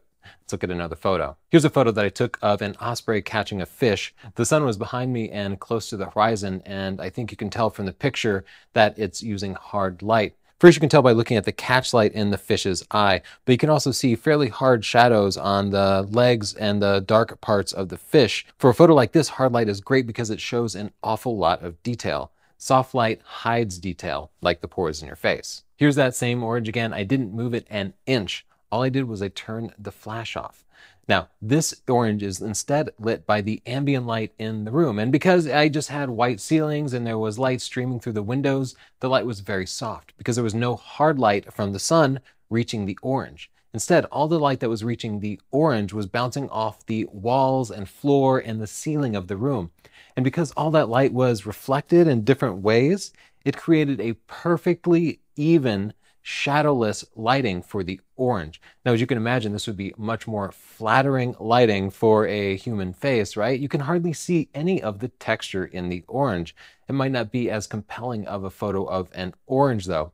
Now, looking at this photo, you can see that your eyes are drawn to the circular shape of the orange. If you look at the photo of the hard lit orange, you'll notice more of the three-dimensional form. That's because the hard light was coming from the side and casting a shadow on the far end of the orange. Without that shadow there, you can't pick up the texture nor the three-dimensional form of the orange. So what the soft light gave us was this very formless shape, but for skin it would be very flattering. For an orange, well, you're not capturing the spherical shape of it, so you might have missed the mark a little bit. Here's a soft lit picture of a fly. Now, looking at this picture, you can see it's very different from the hard lit one. There's absolutely no shadow. There's also not quite as much detail there. However, the lighting itself might be a little more pleasing overall. And here's a soft lit picture of an osprey. Again, even though they were taken at about the same distance, you don't see nearly as much detail in this picture, and that's because it's soft light. If you want to capture detail, you need to get that hard light. If you want flattering light, you might want to go with soft light. Here's a picture of my daughter. Do you think that's hard light or soft light? Here she is. I just had her step forward a few feet. Now you can see that this one is the soft light, and it's therefore much more flattering. Looking back at that hard lit photo, you can see that she has really distinct shadows on her face, as we call them raccoon eyes. They're cast by the light hitting the brow and then casting a shadow on the eyes, and that's not at all what you want. It does show a lot of the form, the 3D shape of the face, but overall it's not especially flattering for portraits. For portraits, you're almost always going to want to try to move your subject into soft lighting. Now, I mentioned earlier that no matter what your subject is, you're always taking a picture of light. And Madeline, even though she's in the shade, she's still being lit by something, right? Or else my camera wouldn't be able to expose her and she would be completely black. In this case, she's being lit by light that's being reflected off of everything. Some of the light is being reflected from the humidity in the sky. That's a big part of the reason there's still light and shadows and it's not just pitch black. She's also being lit by light that's reflecting off of the grasses and the surrounding buildings that are in the direct sunlight. So this gets to be pretty complicated because she's actually got hundreds of little light sources around her. And each one of those light sources can change the light a little bit, and that makes it a little more unpredictable than just simple hard light. For example, the light that's coming off of the grass is going to have a green color to it. And if you look at pictures of people that were taken maybe laying on the grass or near leaves, you're going to see a green cast to them. That actually happens, and I get a lot of questions from readers and viewers of my video series asking, like, why is my subject green? And often the answer is simply they're standing next to something green. If they're standing next to a red car, they're going to have a bit of red to them. Anytime you're not in direct light, when you're indoors or you're in the shade, your light is actually coming from a million different places, and each one of those things that it's bouncing off of is changing the quality of light a little bit. So take a minute, pause the video, and look around the room and see where your different light sources are. Maybe you have the sun streaming through the window, and that's a good example of hard and direct light. Or maybe it's completely dark outside and you have the interior lights on. That would mean that you might have multiple different direct light sources. But I bet most of your light is going to be indirect since you're probably indoors right now. And I want you to think about where the light is bouncing off of and how that might impact your pictures. For example, right now I have a couple of lights that are pointed at me, and if you look closely at the reflections in my eye, you can guess where those lights are. But that's not the only light that I have. For example, these lights are also striking this white table, and that's reflecting light back under me, and that's helping to reduce the amount of shadows that I have and add fill. So figuring out your light can be really complicated, but once you get the hang of it, you'll be able to diagnose problems in your pictures and even move your subjects into different locations to get more flattering light. So let's look at some more sample pictures. Here's a picture of a cardinal. What do you think? Is it soft light or hard light? Well, let's look at another picture of a cardinal. You can see here that this guy is in hard, direct light from the setting sun. And if you aren't sure about it, just look at the shadow that's cast by that stick that he's holding. It cuts right into him and is very sharp and distinct, and that would only be caused by a very hard light source. Looking back at that cardinal in the snow again, it's interesting to study the effects of light in snow, because when snow is on the ground, well, the whole earth becomes a huge softbox. And the light is so soft and even because you have this massive amount of fill. In fact, there are times when I take pictures of people in the snow when I notice that the light from the snow is actually brighter than the light from the sky, because the snow is just pure white and is a perfect diffuser, and it always provides the most even and soft lighting. Let's look at some more pictures. Here's a picture of Chelsea. So what do you think, hard or soft light? Here's a picture of Chelsea taken indoors, but near a big window. And you can see this is not the softest of light and it's not the hardest of light, but it's much softer than it was in the previous picture where she was outdoors near the setting sun. And as a result, it's also much more flattering for her. Besides being hard or soft, light is also directional. It can come from the front, or the top, or the sides, or the back. And learning how to control directional light, either by moving your subject and using natural light, or by adding light using flash, is really critical to becoming a good photographer. Anytime it's a sunny day and the sun is high in the sky, you're going to be dealing with top lighting, and top lighting is probably the most challenging type of lighting to deal with. It doesn't tend to be the most flattering. Here's an example picture taken in top lighting. You can tell from the distinct shadows in the photo that it's also an example of hard and direct lighting. That's because the sun was very high in the sky. In this case, it's okay. I used that lighting and the light is reflecting off of the water and adding interest to it. It's also reflecting off of all the water drops and adding a lot of shape to them.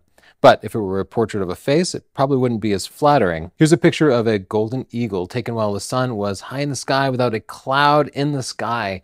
And we're looking at hard, direct top lighting, casting a deep shadow over the bird's eyes. Now, the exposure here is very difficult because I needed to expose for the eye. That required me to overexpose the feathers a little bit, and there's not really any one exposure that's going to be right for this situation. And that's one of the telltale signs of working with hard light, is the exposure can be very difficult because the difference in lighting between the highlights and the shadows is going to be really extreme. And the best you can do is expose the most important part of your subject correctly, and then hope that the rest of it isn't too under or overexposed. Here are some people in hard top lighting, and as you can see, they have those shadows under the eyes, and that's not flattering at all.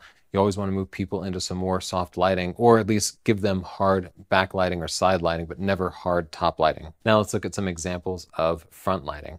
There are those same cute kids again, my nieces and nephew, and here I just moved them into the shadows and added a little bit of flash, so you can see the light is much softer. Now, front lighting tends to fill in pores in a portrait because it's coming right in through this direction. So your shadow, it's going to be behind you. Now, if the light is coming in from the side or the top, all of your little pores and your nose and the brow of your eye are going to be casting shadows down or to the side where they'll be visible on your face. Front lighting will still cast shadows, but because it's going behind you, you won't notice it. Working with shadows is critical to portraying texture and form and shape in images. So pay attention to the pictures as we go through them. Here's a picture of a duck in the rising sun, and the sun was to my back, which creates nice front lighting when it's low to the sky. This is one of the reasons I'm going to be pushing you to get out there early or late during the golden hours. That's a topic I'll talk about more. But as you can see, the hard front lighting shows a tremendous amount of detail in the duck, and the shadows that are there, for example, off of his wings, are very distinct and hard. Those are telltale signs that there was no clouds or other type of diffuser between the duck and the light. Here's a picture of a really sweet baby front lit. Now here, the front lighting is very, very soft. So the shadows are also very soft, and the midtones are very smooth and gradual. You don't see any hard or distinct shadows in this photo because the light is so soft.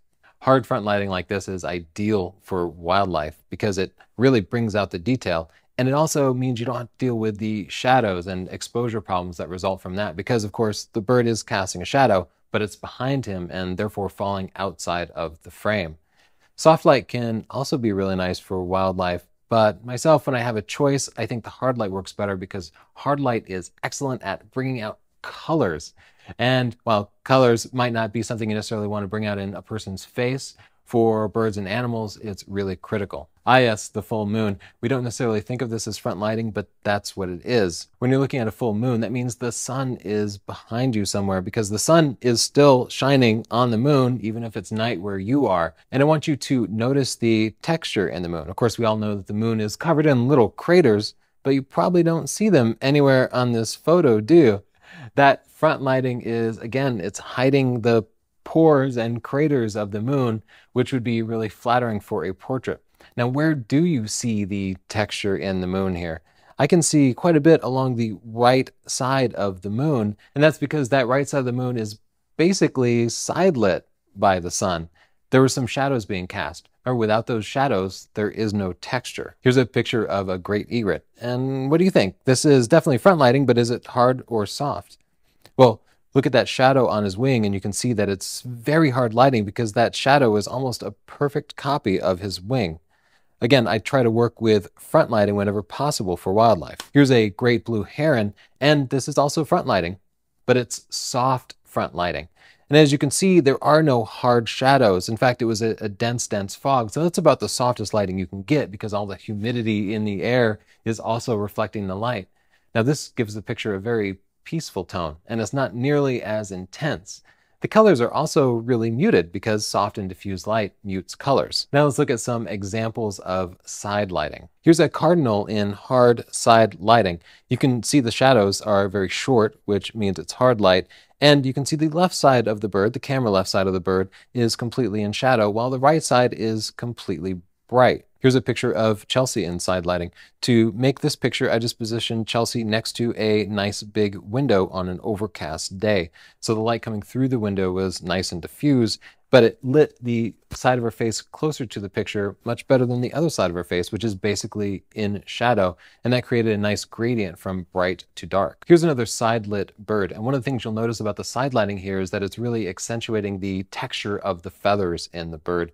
One problem with front lighting, again, is that it's eliminating any texture because it's hiding any shadows that would give you that visible evidence of texture. Well, side lighting doesn't do that. If you want to show texture, there's no better way than side lighting to do it. So if you look at the feathers in that bird's belly, you can just see much more detail than you could in the pictures that were front lit. And here's that moon again. Look at how much more detail you can see in the individual craters. You couldn't see any of those craters, but they were still there. This is, of course, the same side of the moon. We always see the same side of the moon. But this is side lighting because now the sun is somewhere off to the lower right corner of the frame. And even though it's night out and I'm not seeing the light, the moon is still catching it and reflecting that sunlight back to me. The side lighting allows shadows to form in the individual craters. So look closely at those craters and you can see that the shadows form on the nearer side and the highlights form on the far side of the craters because they're dented in a little bit. And that's what gives us the sense of texture and three-dimensional form to the moon. With that front lighting that you get from the full moon, there's none of that. No texture, no three-dimensional form. Now here this bird is side lit, and even though the lighting is coming from behind the bird, it's still side lighting because you'll refer to it in relation to yourself and really the camera. And again, you can see an awful lot more texture in the bird's feathers, especially in the transition from highlight to shadow there.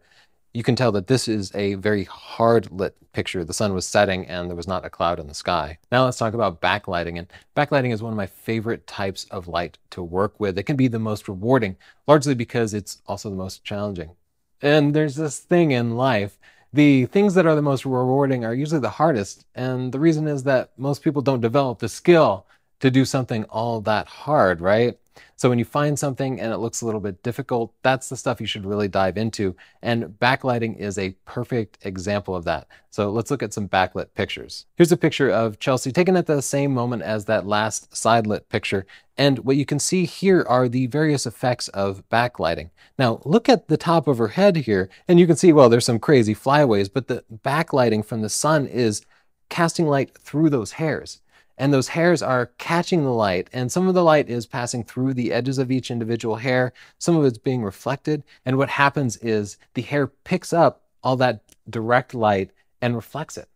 And it creates what we call rim lighting, which accentuates the two-dimensional shape of a subject. You can see that same rim lighting on the sides of her face and shoulders, and it creates a really dramatic light. Here I'm shooting directly into the sun, which is always an example of backlighting. And the reason I like this picture is because it shows the quality of light that passes through subjects. Now there's no direct light for the leaves here. All the light is passing through them and picking up the green color of the leaf and then hitting my sensor because these leaves are actually partially translucent. Another thing I like about this picture is that the leaves are casting shadows on each other. So you can see that the leaves are absorbing some of the light. That is, after all, their biological job, but some of the light is still passing through. Here's a backlit photo of Chelsea on the Boston skyline. We can see some of those backlit properties. You can see that the backlighting is passing through her sweater, making it appear almost completely white, even though it's definitely there. You can see it also has somewhat of a thinning effect on her legs because it kind of creeps around them. I'd also like to make a point about proper exposure with this photo. The hard backlighting meant that the background was much brighter than Chelsea because she's actually in shade. So her face is mostly lit with diffused light. I had to expose it properly for Chelsea though because she's the subject, and my camera would have exposed for the background because of all that just hard light coming in. So I actually had to switch my camera to manual mode. I also put a flash on my camera and used that to add some front lighting. That additional front lighting from the flash helped offset this extreme dynamic range that the picture had previously because I was shooting directly into the sun. So that's a lot to take in. I'm going to discuss flash later in this lesson, and I will discuss camera settings and manual mode and exposure compensation in an upcoming lesson. I just love this picture, and it's a great example of backlighting. Here the sun is setting in front of the camera somewhere and behind the bird, and the light is filtering through these reeds, giving them this like bright and glowing color. I also want you to note the rim lighting around the bird. You can see the edges of the bird are just perfectly detailed. And because it's all backlighting and there is no front lighting, the bird is completely in shadow. So the bird itself is dark. It's actually in its own shadow. And the picture of Chelsea was the same way, except that for the picture of Chelsea, I added flash and front lighting, and that helped illuminate Chelsea a little bit better. For this shot, I didn't think it was necessary. Let's look at another picture. There's Chelsea again, and this is a good example of creating a silhouette. With a silhouette, you have most of the light in the background, and the subject itself is just in complete shadow. You can create a silhouette by exposing the picture for the background and allowing the foreground subject to become dark and perhaps even completely black. You'll learn more about that when we study exposure compensation in another lesson. Here's another picture of a great blue heron, and you can see here that it's backlit because the water behind him is so much brighter than he is. The sun here is in front of the camera and behind the subject, and therefore he's in his own shadow, meaning that he's going to be much darker than the surrounding water. Another backlit photo of Chelsea, and this illustrates a lot of the same points. You'll see that in her dress near her legs there, the light is passing through it. That's one of the nice qualities of backlighting. It shows subjects that are translucent and highlights their physical properties like that. I also want you to note the nice rim lighting around her forehead, nose, lips, and chin that really helps offset her from the background. And we had to carefully position her arm to allow you to see that rim lighting, because if her arm weren't there, she would have just been against a very bright background. But what I want you to remember is that with backlighting, it gives you a nice rim lighting, and that helps to define a two-dimensional shape. This photo is very nearly a silhouette, and as a result, it doesn't have much of a sense of three-dimensional form. Chelsea in this photo is almost completely two-dimensional. Some of you might recognize this photo. This is an underwater photo that I took of Chelsea, and she is backlit. She's on the surface of the water pointing down, and I have an underwater camera laying on my back underneath the water pointing up at her, and the sun was high in the sky and positioned behind her. So here, because we're in the water and the water is reflecting some of that backlighting, you get what's commonly known as God rays. God rays occur because light is passing through a fairly dense subject that's reflecting the light, and it has a dark background, in this case her hair, that allows us to see it. That's another nice property of backlighting. It allows you to work with these God rays when the conditions are right. And again, those conditions are dense air or water that will allow the light to refract just a little bit as it passes through it, and then a dark background behind it that allows you to see that light. Time for a quick quiz. I'm going to show you some pictures, and I want you to think to yourself whether it's hard or soft light, top light, side lighting, backlighting, etc. Let's look at a picture. All right, what do you think this is? Now I want you to look at the shadows created by the bark, because there's an awful lot of texture in this picture, so it gives you a lot of opportunity to figure out where the light is coming from. So we can see some very thin shadows, and there's almost no midtones in it. It's almost all highlight and black shadows, which indicates that it's hard light. And because the shadows are so short, we can tell it's front lighting. Let's look at another picture of the same subject. Here, this is an example of side lighting. We can see so much more texture in this picture. Because the shadows, again, are so short and distinct, we can tell it's hard lighting rather than soft lighting. Now in this photo, the shadows are much more gradual, much longer. The lighting is still coming from the side, but this time it's soft lighting rather than hard lighting. Here's a picture of me, and where do you think the light is coming from in this picture? Well, there are actually two light sources. You can see behind me is completely white. That means there was definitely light coming from behind me, right? Light that's forming the background. But you can also tell that there's some front lighting from the shadows on my face. My face isn't completely in shadow. You can also tell by looking at my eyes where the light source is. So that's a secret. Look at the eyes in a picture, and you can often tell how many light sources they are and where they're positioned.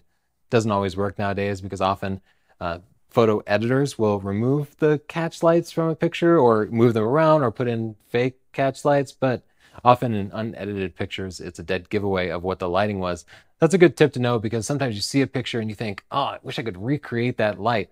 Well, you can kind of reverse engineer their setup just by looking at the eyes and the shadows and other elements of the picture. So all I did here was I just turned my head a little bit, and now you can see it's become more backlighting and side lighting than anything else, and it's creating a rim light on my nose. Here's a picture of Chelsea, and for these next few shots, I had the flash off camera and I was moving it around so I could really control the light. Now, first, hard or soft light on this picture? Well, I'll give you a hint. Look at that shadow underneath her chin, and you can see it's a nice sharp line. That means that it's hard light. That shadow also gives away that it's side lighting. And you can see from the shadows on her shirt there that the shadow is being cast to the side. Another good clue that it's side lighting. Now, what do you think here? Hard light or soft light?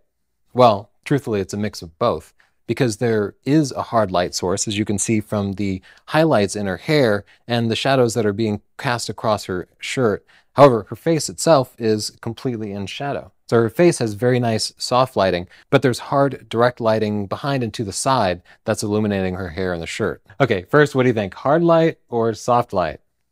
Well, I think we can tell it's hard light by looking at that hard, distinct shadow underneath her chin. Not exactly flattering, right? Soft light is definitely better for portraits. And can you tell whether it's coming from the side or behind or from the front? Well, it's definitely coming from the front. First, you can see the catch light from the flash in her eyes, but also the fact that she has a shadow underneath her chin and is not going to the side or anywhere else, and there's no room lighting from a backlight, just simply hard direct front light from a flash, and that's very typical of what you'd get from an on-camera flash at full power. Again, take a minute and think about whether this is hard or soft light, or maybe some combination of both. Is it front lighting, top lighting, back lighting, side lighting? Well, the answer is that it's hard side lighting. But because her face is in shadow, her face is being illuminated by just the ambient light in the shadow, light that's bouncing off that pillar next to her and the trees around her. So her face itself has nice soft light, but she's being lit from a direct, hard flash off to the side, and that's lighting up her hair. Here's a picture of a cedar waxwing in the winter. And I talked earlier about the snow and the effect that it has. So that will probably give away whether this is hard or soft light, right?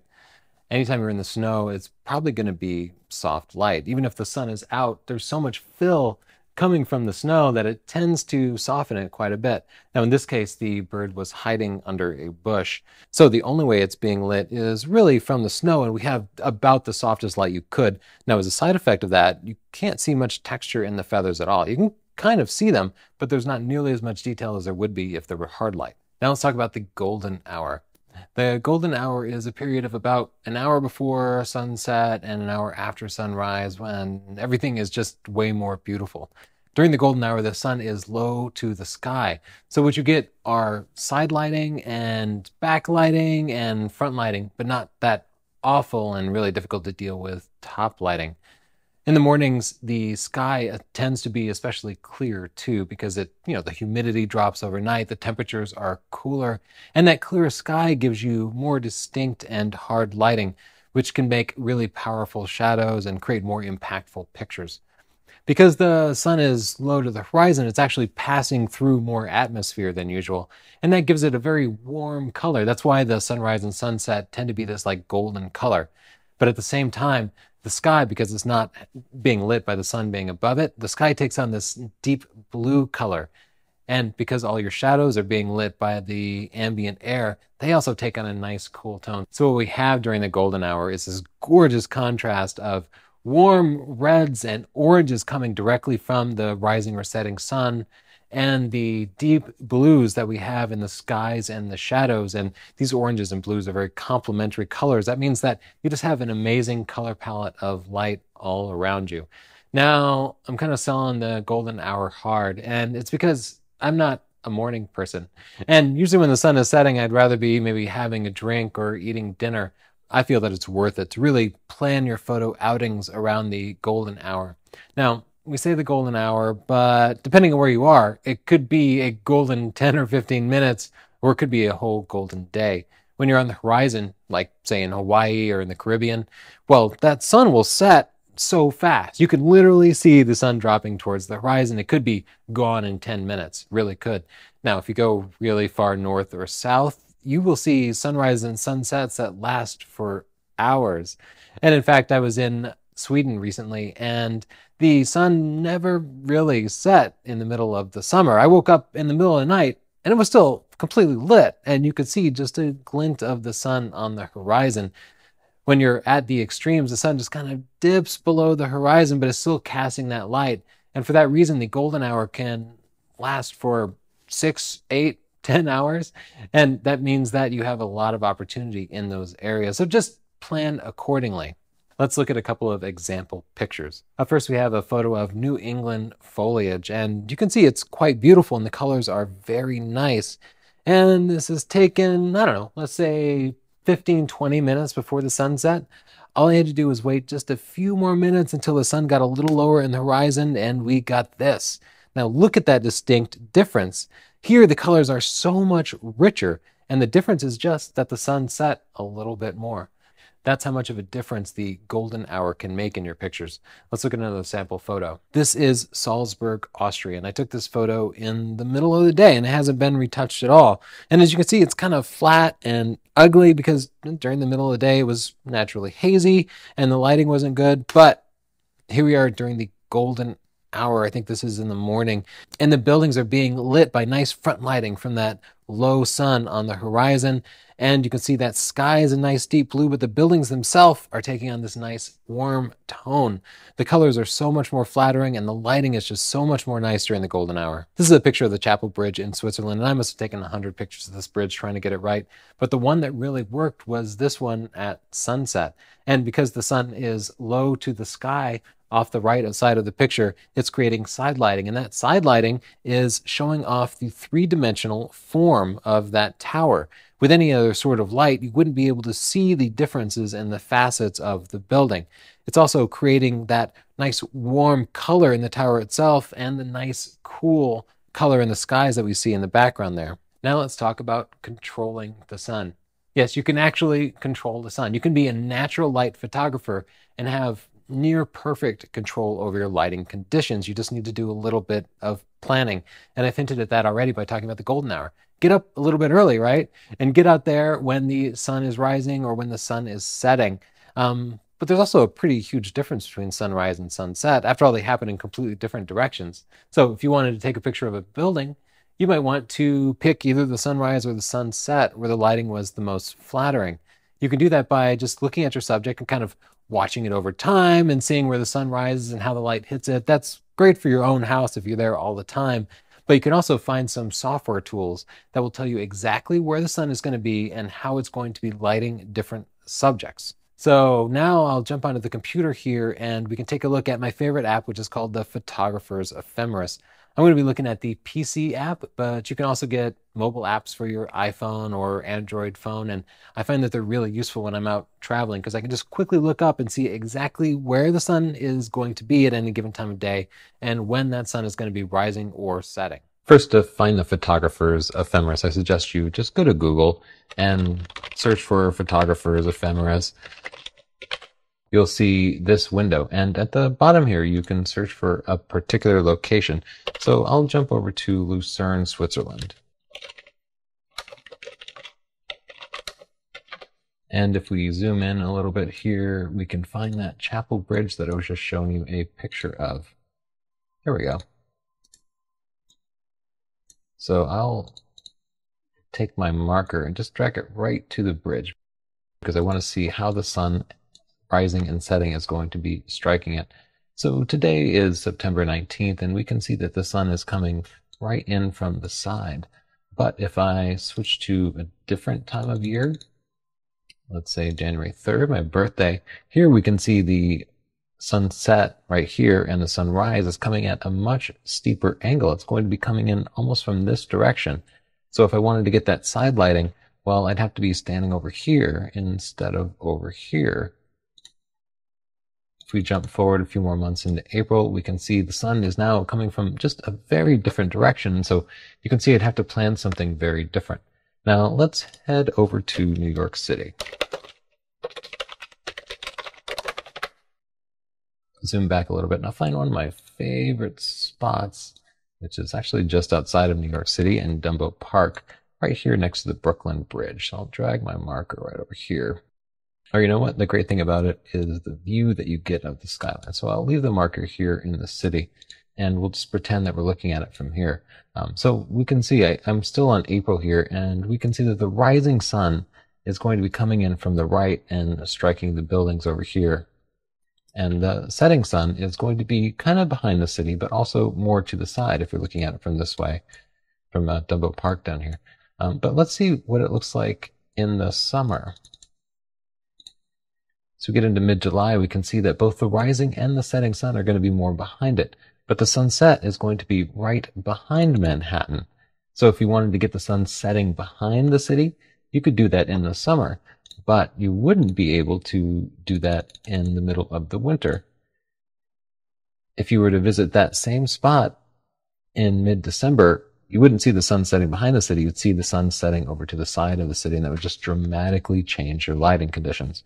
However, you could now get the front-lit city during sunrise. This is the sunrise here, and it would be to your back, and therefore just illuminating the buildings just beautifully in the middle of the winter. If you were to go during the summer, pick mid-June, the rising sun would not front-light the buildings. It would be side-lighting the buildings, so you get a completely different picture. I also want to show you that it's telling you exactly what time of day the sun is rising and setting.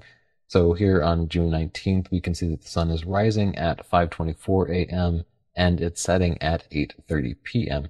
And if you're into night photography, you can check out the moonrise and set times. 0030 here means 12:30 at night, and the sun is setting at 12:54. So that's when the sun is going to be up. That's particularly important, of course, if you want to take a picture of the moon, you'll need to know what time it's rising and setting. But if you want to take a picture of the stars, you'll also want to know, because you'll want to choose a night when the moon is not up or when the moon is almost completely gone. So here we can see it's at the last quarter here. But if we jump forward just a few more days, we'll be able to see that there's the moon is almost completely gone down here, 1.8%. So even if the moon were up on June 26th here, even if it were out at night, you'd still be able to get some stars because it's almost completely gone. If you were to try to shoot the stars on a night with a full moon, well, the light from the moon would completely blow out your stars and you wouldn't be able to get a clear view. So being able to track both the moonrise and set times is important, as well as being able to check the moon phase. Now, of course, beyond that, you'll also want to be checking your weather because you can know that the sun is rising, but if you have a thick cloud cover, you're not going to get that golden hour light that you're looking for.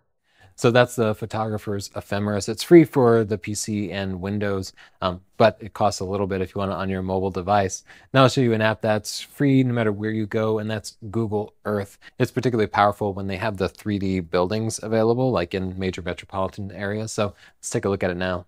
Here we are in Google Earth, and let me zoom back a little bit, and then I will jump over to one of my favorite spots in the world, which is Dumbo in Brooklyn, New York, Dumbo Park, basically. So it's pretty close, and as we can see, this is Manhattan here, and this is the Brooklyn Bridge, and that's the Manhattan Bridge, and this is Dumbo Park here, and you just get this amazing view of the city. So I'm going to hold down the Control key and kind of pan the whole map back. Now I'm holding down the Shift key to give myself a little tilt, and I'm just kind of maneuvering the map until I position myself right in Dumbo Park. Now, so this is a great way just to find a spot, but if you want to see where the sun is going to rise or set, you can click this little sun button here, and then it lets you adjust the time. So it's set to the current date, which is September 18th, and if you can see, I'll go back a little bit before sunrise, and so we can see the sun coming up about 6:16, and you can see that it's actually plotting out how the sun is going to shine on the three-dimensional buildings of New York, which gives you a good idea of what the lighting would look like. And that side lighting does look really nice. It gives a real nice depth. And so we can see by 6:40, we start to lose some of the beauty. Now the sun's, by 7:40 here, the sun is pretty high in the sky. So this would give you a good sense of when you actually needed to be there. And then as we can see, as the sun progresses throughout the day, it's pretty boring and flat and doesn't change too much. And I can tell from the lighting that the sun is going off to the right side of the sky as it does during the summer. And as the sun is setting, after about 3 o'clock here, we don't have any direct light on the buildings, which would mean they'd lose all their color and all their pop. They'd all be in just the shadow of the sun as it's approaching the horizon. Now, this is what New York is like in September. So let's jump to a completely different time of the year.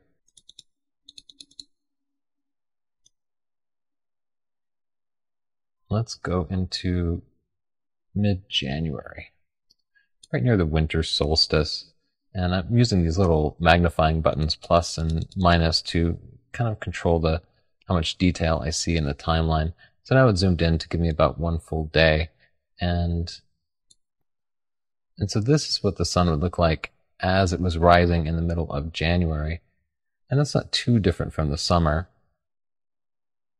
But as we get closer to the sunset, so now if you can see that clock, it's about 11 o'clock, and this is what it looks like midday. Now we're at about 1 o'clock, and then about 2 o'clock and 3 o'clock. And here we can see the sun casting everything in shadow once again.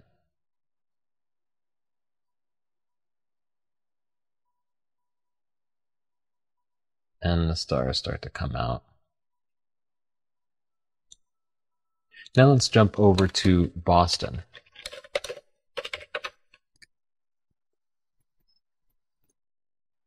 I need to adjust the time so that it's bright. Once again, I'll turn off the sun. And I'll show you my favorite spot to see the Boston skyline. There it is. This is a wonderful little park called Piers Park, and it's just beautiful. So now that I'm zoomed in there, I'll rotate the whole map around as if I were standing at Piers Park, looking at the skyline. And I'm using the Shift key now to pan down. And no, Boston hasn't melted. Google Earth is just trying frantically to download all this building data and render it on my poor underpowered computer. All right, so here I am right in Piers Park. And I'll turn on the lighting effects and just look at the current day. And as we can see, as the sun rose, from this view, we had really nice side lighting over here, illuminating these buildings as the sun rose around 6:40. And then as the sun got a little higher in the sky, the lighting got a little less interesting. And then we can see the sun moving through the top of the sky there. And then, we can see that, wow, really past noon, all these buildings are going to be completely in shadow. So, if you're going to go shoot at this spot on this particular day of the year, well, you better get there in the morning, because in the evening, it's completely gone. Oh. And we can also see exactly where the sun is going to set. You can see that it sets off to the right there. And indeed, this is the exact same experience I had when I shot there recently. That is where the sun set. Now, I shot there a little bit earlier in the year, so it was a little closer to the left. But let's zoom back on the timeline here. And we'll see what it looks like in the winter. All right, so let's get right there in the winter solstice. So we can see the sun rises a little bit later now. We don't see any light at all until about 7:50, and then those buildings really light up nicely. Now I wonder where the sun is going to set in the winter. I'm pretty confident it's not going to be in the same place. Oh, here comes the setting sun now. We can see about 4:20. It's right behind the building, so look at that. Now, in the summer, the sun sets way over here, but in the winter, you could get a shot of the Boston skyline from Piers Park with the sun right behind it, and that can make for a really interesting picture. So you can see if you're planning the perfect cityscape of Boston, then it's going to be really important not just to plan the time of day and, of course, the weather, but also to figure out what time of year you need to be at that spot, because, well, there might be a better spot than Piers Park, maybe something off to the left here if you were in the summer, but Piers Park would be just perfect for the setting sun in the winter. I really love Google Earth. It's such a powerful tool. Let's talk about another way that you can control light, and that's by using flash. Flash is a really convenient way to control lighting. A lot of cameras have a flash built right into them, and you can turn it on and get front lighting no matter where you are. Now, flash on camera is usually intended to just kind of fix lighting problems. If there's just not enough light to take a picture of somebody, you turn on the little pop-up flash and it illuminates your subject for you. However, you can also use flash in ways that aren't terrible. And that's by attaching an external flash to a camera and then controlling the head. So let's look at some examples. Here's a photo of Chelsea indoors with absolutely no flash. And you can see in this particular setting, she was completely backlit, which meant her face was in shadow and therefore underexposed. Here I just turned on the on-camera flash, and as you can see, it created some pretty awful red eye. Now you can fix that with software, and some cameras will even fix the red eye automatically, but either way it's never going to be flattering light because it's so close to the camera itself. It creates these like really hard shadows. Now I'll show you what an external flash looks like. As you can see, it's still hard and direct light. After all, it's just mounted to the top of a camera. However, these shadows are a little less distinct. They go down a little bit farther, and just moving it that extra inch or two off the camera made a big difference. Let me grab a couple of cameras from behind me and I'll show you what they do. So this Canon 7D has an on-camera flash, and I just turn it on by hitting the flash button here, and it will create pretty awful pictures. It's always going to create this really direct light, and I never ever use this. And in fact, when you look at the pro level cameras, you'll see that they don't even have a built-in flash. That's right. You pay way more for the camera and they give you less. They don't give you that pop-up flash. You know why? Because every single pro hates them. Now, this external flash has a lot of great features. Now, first and foremost, most importantly, it simply moves the light farther away from the lens. This extra just couple of inches here makes all the difference in the world. But it also adds a lot more powerful capabilities. For example, I can rotate the head up like this and then bounce the flash off the ceiling. I can also turn it to the side and bounce the flash off over here. I'm controlling the light. And when you learn to control the light, you'll never want to go back. This particular flash, and most higher end flashes, also has a built-in diffuser that spreads the light around more, creating a softer bounce flash and a little white card here that will reflect the light forward. Now let's talk about using fill flash. When you use fill flash, you're using your flash to just add light and fill in shadows. It's not becoming the main light. In any given picture, there's always a main light, and that is the brightest light source that's illuminating the subject. If you're outdoors, that's almost always the sun. And if you just turn on your flash in fully automatic mode, it's probably going to be your flash. Your flash is going to provide enough light to completely illuminate the subject. But if you put your camera in one of the creative modes, aperture priority mode, shutter priority mode, or manual mode, your camera will automatically expose the picture properly without using the flash. And then it will add just a touch of flash to create a flattering light on your subject and fill in some shadows. You can use flash exposure compensation to dial up or down the amount of flash that it adds. So what I suggest doing for portraits, especially outdoor portraits, is putting your camera into aperture priority mode, selecting the lowest f-stop number possible, and then turning on your external flash. If you're outdoors, you should have it pointed directly at the subject. If you're indoors, go ahead and point it at the ceiling and use bounce flash.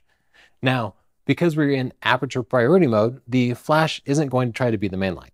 The main light is going to be whatever your ambient light is, the sunlight or anything else. Instead, the flash is just going to try to fill in the shadows a little bit. Now, just take a sample picture and look at it. Look at the histogram. How does it look? Is the flash too much? Is it overpowering? If so, then adjust the flash exposure compensation on your camera. Sometimes the flash exposure compensation is controllable by the buttons on the back of the camera, and other times you need to press a special button. Usually it looks like a little thunderbolt with like a plus and minus sign next to it, but check your camera's manual to learn how to control the flash exposure compensation. Unfortunately, I can't tell you specifically because it's different for every camera, but learning to use what they call the FEC makes you a much more powerful photographer. Now let's look at some examples of fill flash. Here's an outdoor portrait that I took on a completely overcast day. So you can see the lighting is soft, but it's top lighting, which means that their eyes are in shadow. They have a little bit of that raccoon eye, even though it's not too bad. Here's what it looks like with fill flash. And I think it looks much, much better. You can see that their faces now have that hard light that is required to show detail. Here's another snapshot of the same models. And again, you can see their faces are in shadow because even though it's a diffused light and the whole sky is lit up, well, their brows are casting a shadow on their faces. So I added a little bit of fill flash and you can see it changed the picture completely. Here's a heavily backlit picture of Chelsea in Boston, and you can see her whole body is in shadow, but turning on the fill flash changes the picture entirely. Now the fill flash balances the backlighting and really brings out the color and detail in the subject. Here's a tufted titmouse with no fill flash. As you can see, its face and eye are in shadow, and with wildlife shots, the eye and specifically a catch light is really, really important. So because I knew the bird wasn't ever going to move into the sunlight for me, I turned on a little fill flash, and there you can see it adds a nice and distinct catch light to the bird. I'll cover more of that in the lesson that covers wildlife photography. Now let's look at some examples of different flash directions. First is just direct flash, and of course this creates hard front lighting. As you can see from this photo, the model, my producer Tyler, has a very distinct line under his shadow and a very bright catch light in his eye. All I need to do is to move the flash head into the upward position, and I'll be bouncing the light off of the ceiling. Now you have to kind of check out the ceiling of the room that you're in. Ideally, you'd have low white ceilings. If you're in a room with really high ceilings, or if you're outdoors, it might not work at all. For example, if you had red ceilings, well, all the light bouncing back from your flash is going to be red. Then it's going to be causing an odd color cast on your subject. That wouldn't happen if you used direct flash. So these are things that you just need to think about and experiment with. Obviously, I can't give you one rule because it depends entirely on the room that you're in.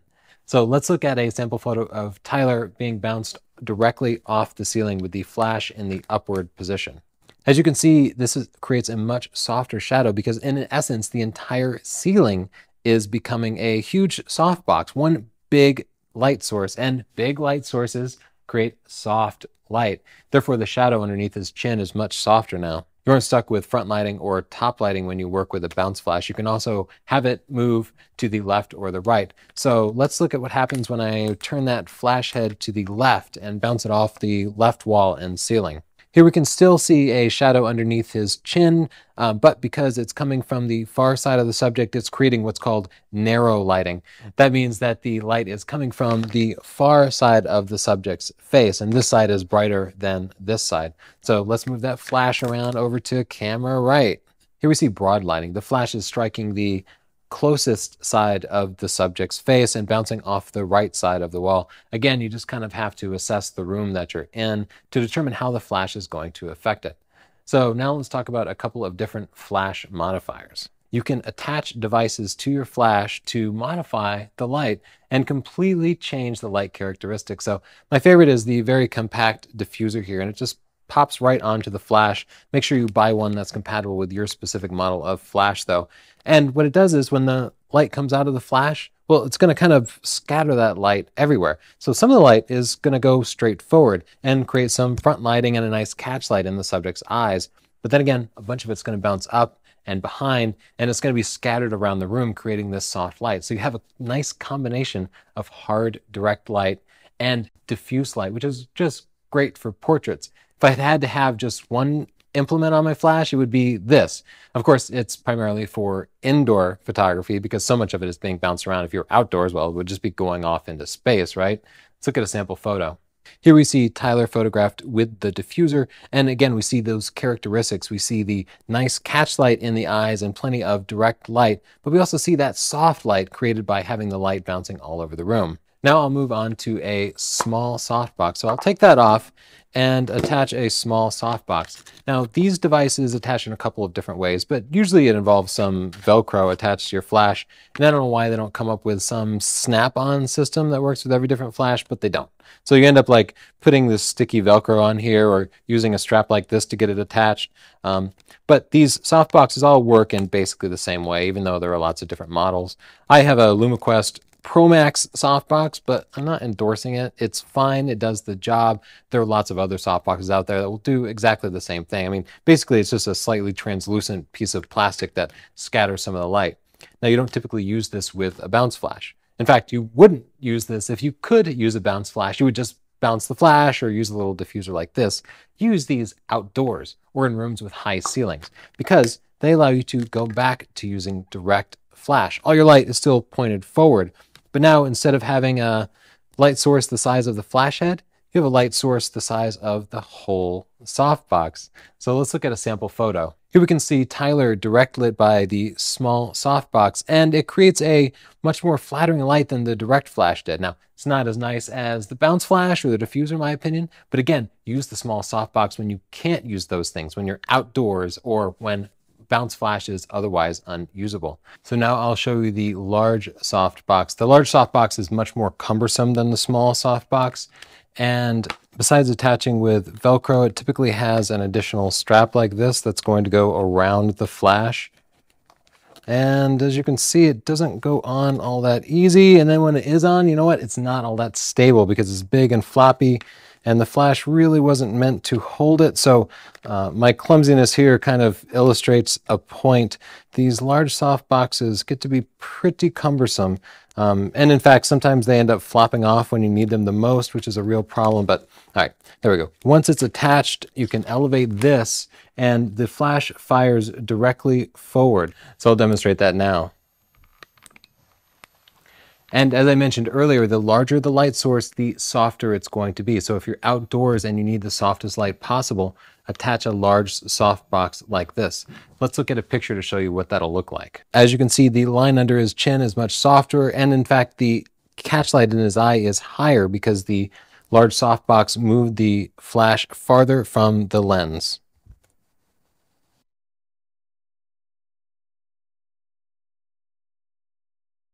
Now let's talk about using a high-speed sync. By default, a flash occurs over a period of about 1/200th of a second or 1/250th of a second. The flash seems to fire in an instant in your eye, but the flash actually ramps up a little bit. It starts out a little dim and it gets brighter, and then all the light falls off. And like I said, that happens over about 1/250th of a second. Now, what happens if your shutter speed is faster than 1/4 of a second? What if you're shooting sports outdoors, you need to take a picture at 1/1000th of a second? Well, you'll run into sync speed problems. Now, the 200 milliseconds, 250 milliseconds that I mentioned, that's known as the flash's sync speed. It has to match up with your camera, so you have a particular sync speed for the camera model that you have and the flash that you attach to it. And the faster it is, the better. But it's not a huge hurdle to overcome so long as you choose a flash that supports a high-speed sync, such as the Yongnuo YN568. Most cameras, if you try to use a faster shutter speed than your camera and flash's sync speed, well, it simply won't let you do it. It'll stop you from adjusting the shutter speed past 1/200th of a second or so. And depending on your camera mode, it'll behave kind of differently. So you might end up frustrated because you're trying to pick a faster shutter speed and the camera is just not cooperating. Well, what you need to do is either change your flash to one that supports high-speed sync or turn high-speed sync on your camera. Usually there's a switch on the back, though sometimes there's a mode. Now you might ask, why doesn't the flash automatically turn on high-speed sync whenever you need it? It seems like you could do that. The answer is that high-speed sync uses much more power. The way that high-speed sync works is instead of this kind of gradual ramp up and then a bright light and then it falling off really quickly, the way high-speed sync works is it pulses the light. So the light looks like this. It comes in very short waves that are very bright and then suddenly very dark. This allows the entire frame to be exposed more evenly. This happens because when you're using high-speed shutters, the camera shutter doesn't stay open the whole time. Here's the way it works. Your camera has both a top and a bottom shutter curtain. And when you take a picture, what happens is the bottom curtain opens up, shows the entire frame, and then the top curtain comes down after it, covering up the frame. Now, if you shoot at 1/60th of a second, the bottom frame opens up completely, the flash fires, illuminating the entire frame, and then the top shutter comes down to cover it.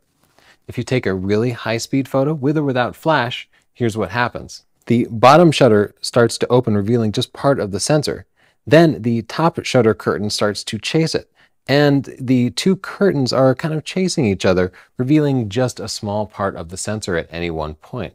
So as you can imagine, if you were to fire the flash when just a small part of that shutter curtain was open, just a small part of the sensor would be illuminated. And that's why your camera is limited to a particular sync speed.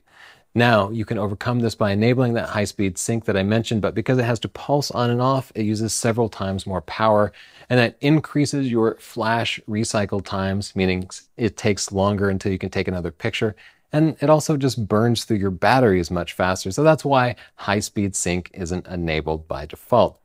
But high-speed sync is really useful for stopping motion. I'm going to take a look at a couple of pictures that illustrate this.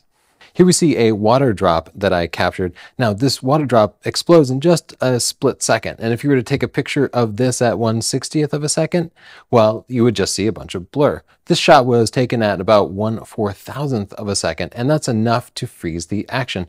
I don't have enough light to just freeze that water drop in my living room, so I had to use an external flash with high-speed sync enabled. Let's look at another picture. Here's a strawberry falling into a bowl of cream. And as you can see, that high-speed flash and high shutter speed allowed me to completely freeze the action. Here's another water drop. And as you can see, I added some color to the picture. If I didn't have any color in it, this would just be a clear water droplet, and you would see reflections of whatever was in the room around me. So what I did was I put a red gel over the flash, and then I set up a blue card to kind of reflect into the water and catch those highlights. This also kind of illustrates the way that light is always being reflected around the room. Something reflective like a water droplet or a car is going to be reflecting the surroundings, so you really need to think about that, especially if you want to do product photography. Let's say you're taking a picture of an iPhone. That front edge is going to capture a reflection of everything in the room. So you not only need to plan out the objects that are in the frame, but you need to plan out the objects in the surrounding area. For something like that, you might even set up just big cardboard cards that are reflected perfectly into it so you get the exact reflection that you want. Another really complex aspect of light is white balance. Now, when you're inside under halogen or incandescent lights, everything looks white to you. A white book looks white, the white trim in your house looks white, and if you were to open a window and let the sunlight come through, it would still all look white.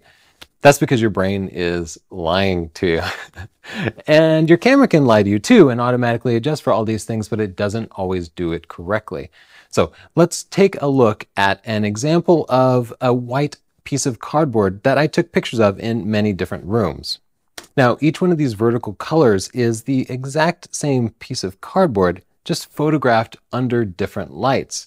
Some of these were natural light, and others were the incandescent lights in my house, or halogen lights, or fluorescent lights.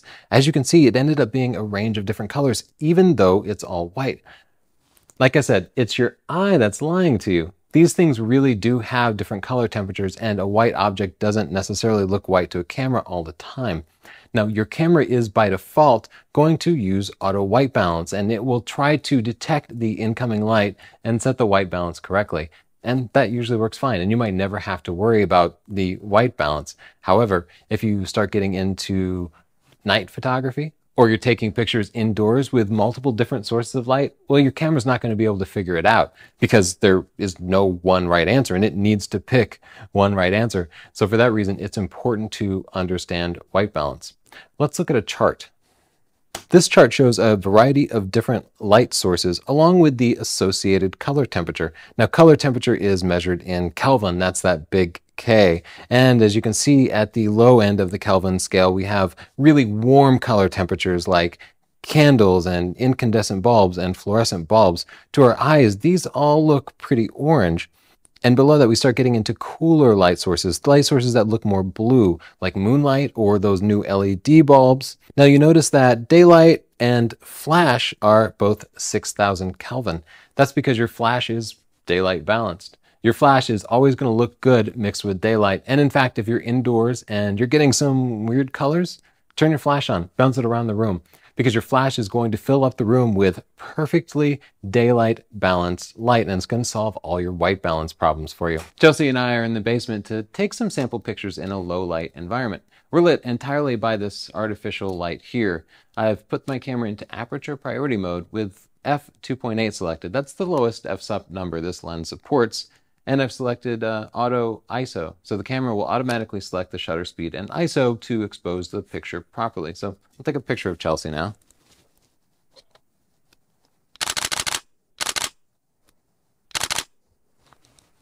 So that's not bad. The camera exposed it properly, but there's a bit of a problem. If you look closely, it's extremely noisy. That's because the camera had to select a very high ISO to properly expose in this dark environment, even though Chelsea's pretty close to the light. Also, you notice that the color temperature is completely wrong. I have the camera set to auto white balance, but it didn't do a great job of it because these lights are so extremely warm. Warm meaning very orange colored. So one way to rectify this is to add my own light, to add some flash. So I'll turn on the on-camera flash here and take another picture.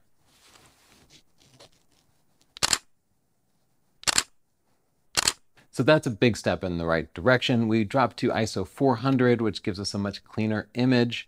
And the white balance is suddenly fixed because the flash here is always daylit balanced. But we can do better. Having the flash so close to the lens casts these really ugly shadows, both on her chin and against the wall, and it's pretty easy to fix with an external flash. Now, you don't need any kind of fancy flash for this, but I do recommend getting a flash with TTL support for your particular camera model. I recommend looking at the Yongnuo YN468-2. So with the external flash on, I'll take another picture of Chelsea so we can see the difference.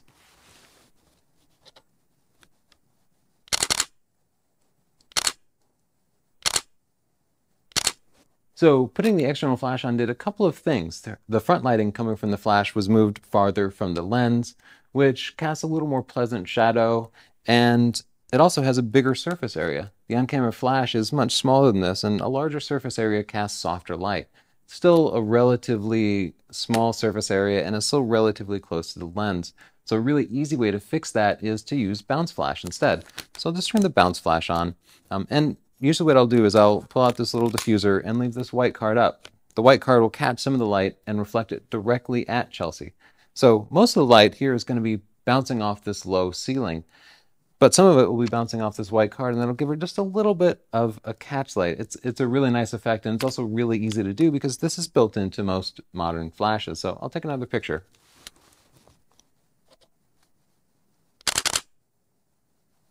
Compared to the other pictures, the picture with the bounce flash has the background much more evenly lit. Because when the flash is direct, when it's pointed directly at Chelsea, the light falls off behind her because she's so much closer to the flash. Therefore, the subject's always going to be much brighter than the background. However, by bouncing the flash straight off the ceiling, more of the light is reaching the background, and it's more evenly spread across the foreground subject. It's still a little darker, but the balance is much better. Now I'd like to talk about how changing your ISO can change the effect because it requires more or less light from your flash. So I've been shooting at ISO 400, which is a good compromise. ISO 400 provides a reasonable amount of noise while not requiring your flash to do too much work. ISO 100, though, provides a much cleaner picture. However, because it's 2 stops brighter, I'm going to need to turn my flash up by 2 stops. Now, because this flash supports TTL, it'll automatically compensate by putting out 2 stops more light, 4 times more light. So I'll put my camera into ISO 100 mode and take another shot.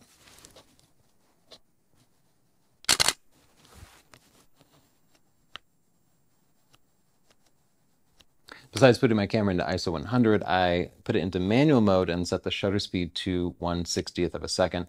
Otherwise, it would try to expose the ambient light properly, but because I'm using bounce flash, I don't even need to worry about the ambient light. I know the flash is going to overpower it. Well, looking at those pictures, they look pretty good, and ISO 100 looks okay, but listening to my flash, I noticed it was working a lot harder. It made a louder noise, and it took longer to recharge. You know, you kind of hear that like winding up sound that it makes. It took longer because at ISO 100, it needs to put out 4 times more light than ISO 400. So to compare it, I'll raise the ISO all the way to ISO 3200.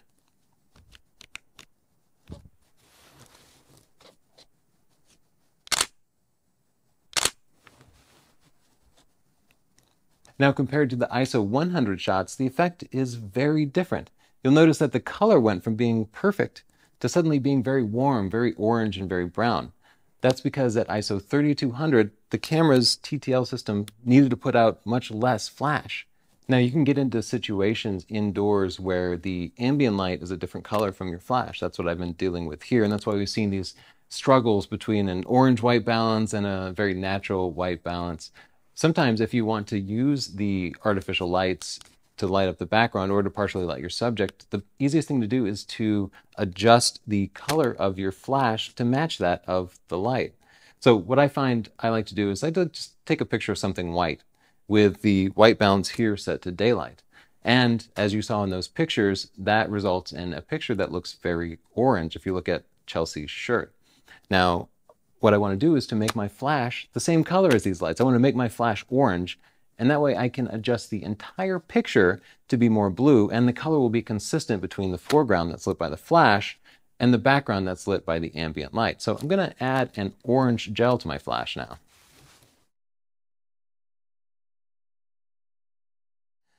So now that I have the orange gel attached to the flash, it will come out the same color as these lights here according to the camera. So I'll take another picture of Chelsea.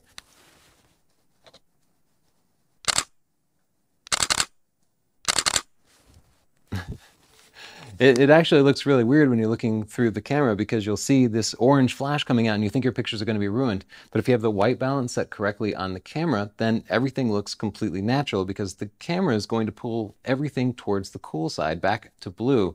So the color from the flash perfectly matches the color coming from your ambient lights. It's a good thing to do to carry around a bunch of gels like this if you're going to be shooting indoors and you think you might want to add a little bit of fill flash, because it's impossible to adjust the white balance when you have different colors of light in your pictures. You know, if you shoot raw, then you can adjust the entire picture towards blue or towards orange to fix any color problems. But when you have multiple light sources, like a fairly blue flash and a fairly orange light here, it's really difficult to fix that. So it's better to do it at the time you're shooting by adding a gel to your camera flash. Another way you can easily solve your white balance problems is by shooting RAW instead of JPEG. And we're going to go into this in more detail in another lesson. But my advice to you now, especially when you're still learning, is just enable RAW on your camera. If you still want that JPEG, you can shoot JPEG plus RAW. RAW captures just the raw data that's collected by your camera sensor, and it doesn't process it in any way. Normally your camera processes that raw data and turns it into a JPEG, and part of that processing is deciding on the white balance, figuring out what set of colors is going to make pure white on the image. So it's doing that in real time instead of allowing you to do it later.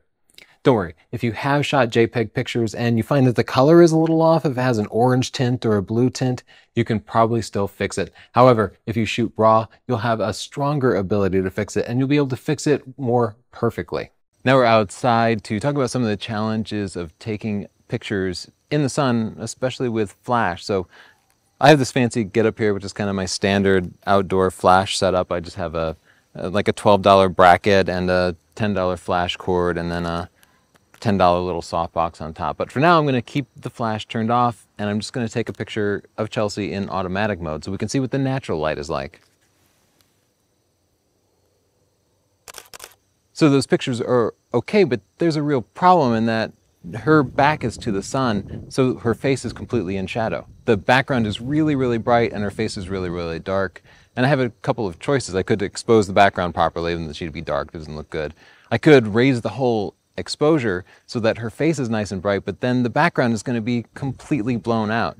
There's no great answer except for changing the light, and you can do that really easily with the flash. So I'll just turn my flash on in fully automatic mode and we'll take another picture.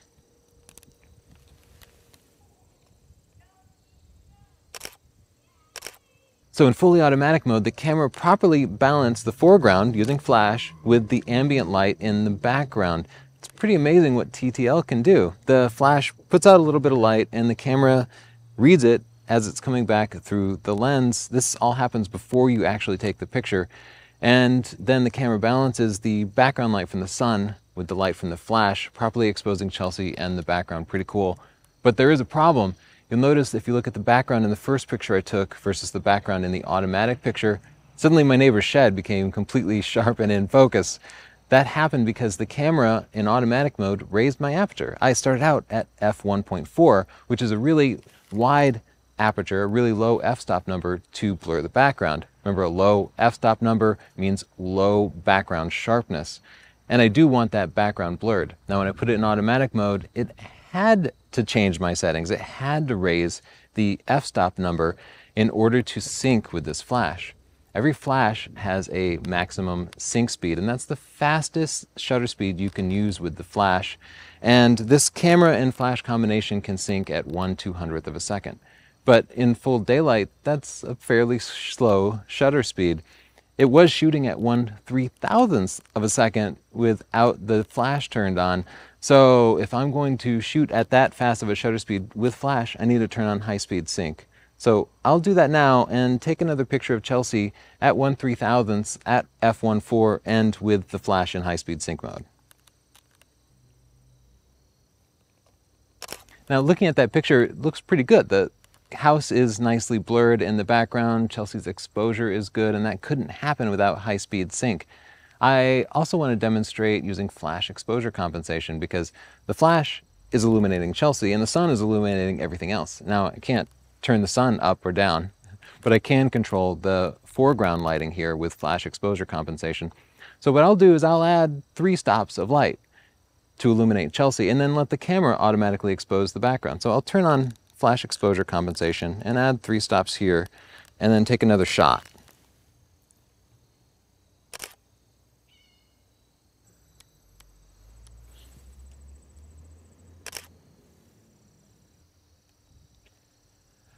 I switched my camera into manual mode and set it to 1/6000th of a second. This underexposed the background by a stop. I then added flash exposure compensation to the flash, so it was putting out more light. This properly exposed Chelsea despite having an overall lower exposure. The way it adds up is the background became darker and Chelsea's exposure stayed the same. So in this way you can use flash exposure compensation outdoors to control the relative brightness of your foreground subject to your background subject. Now I'm going to show you one more kind of fun trick that you can do using the same technique by adding colored gels to your flash. So I'm going to pull out these gels here and put a blue gel on the flash so you can see the effect.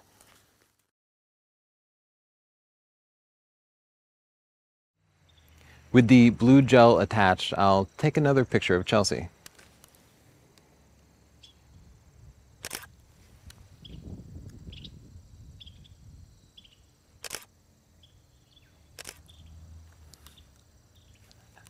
All right, so she looks suddenly very Smurfy, right? She's very blue, and that's ridiculous. Why would you want to do that? It can be a cool effect though, because I'm going to correct for that blue color in camera by changing my white balance.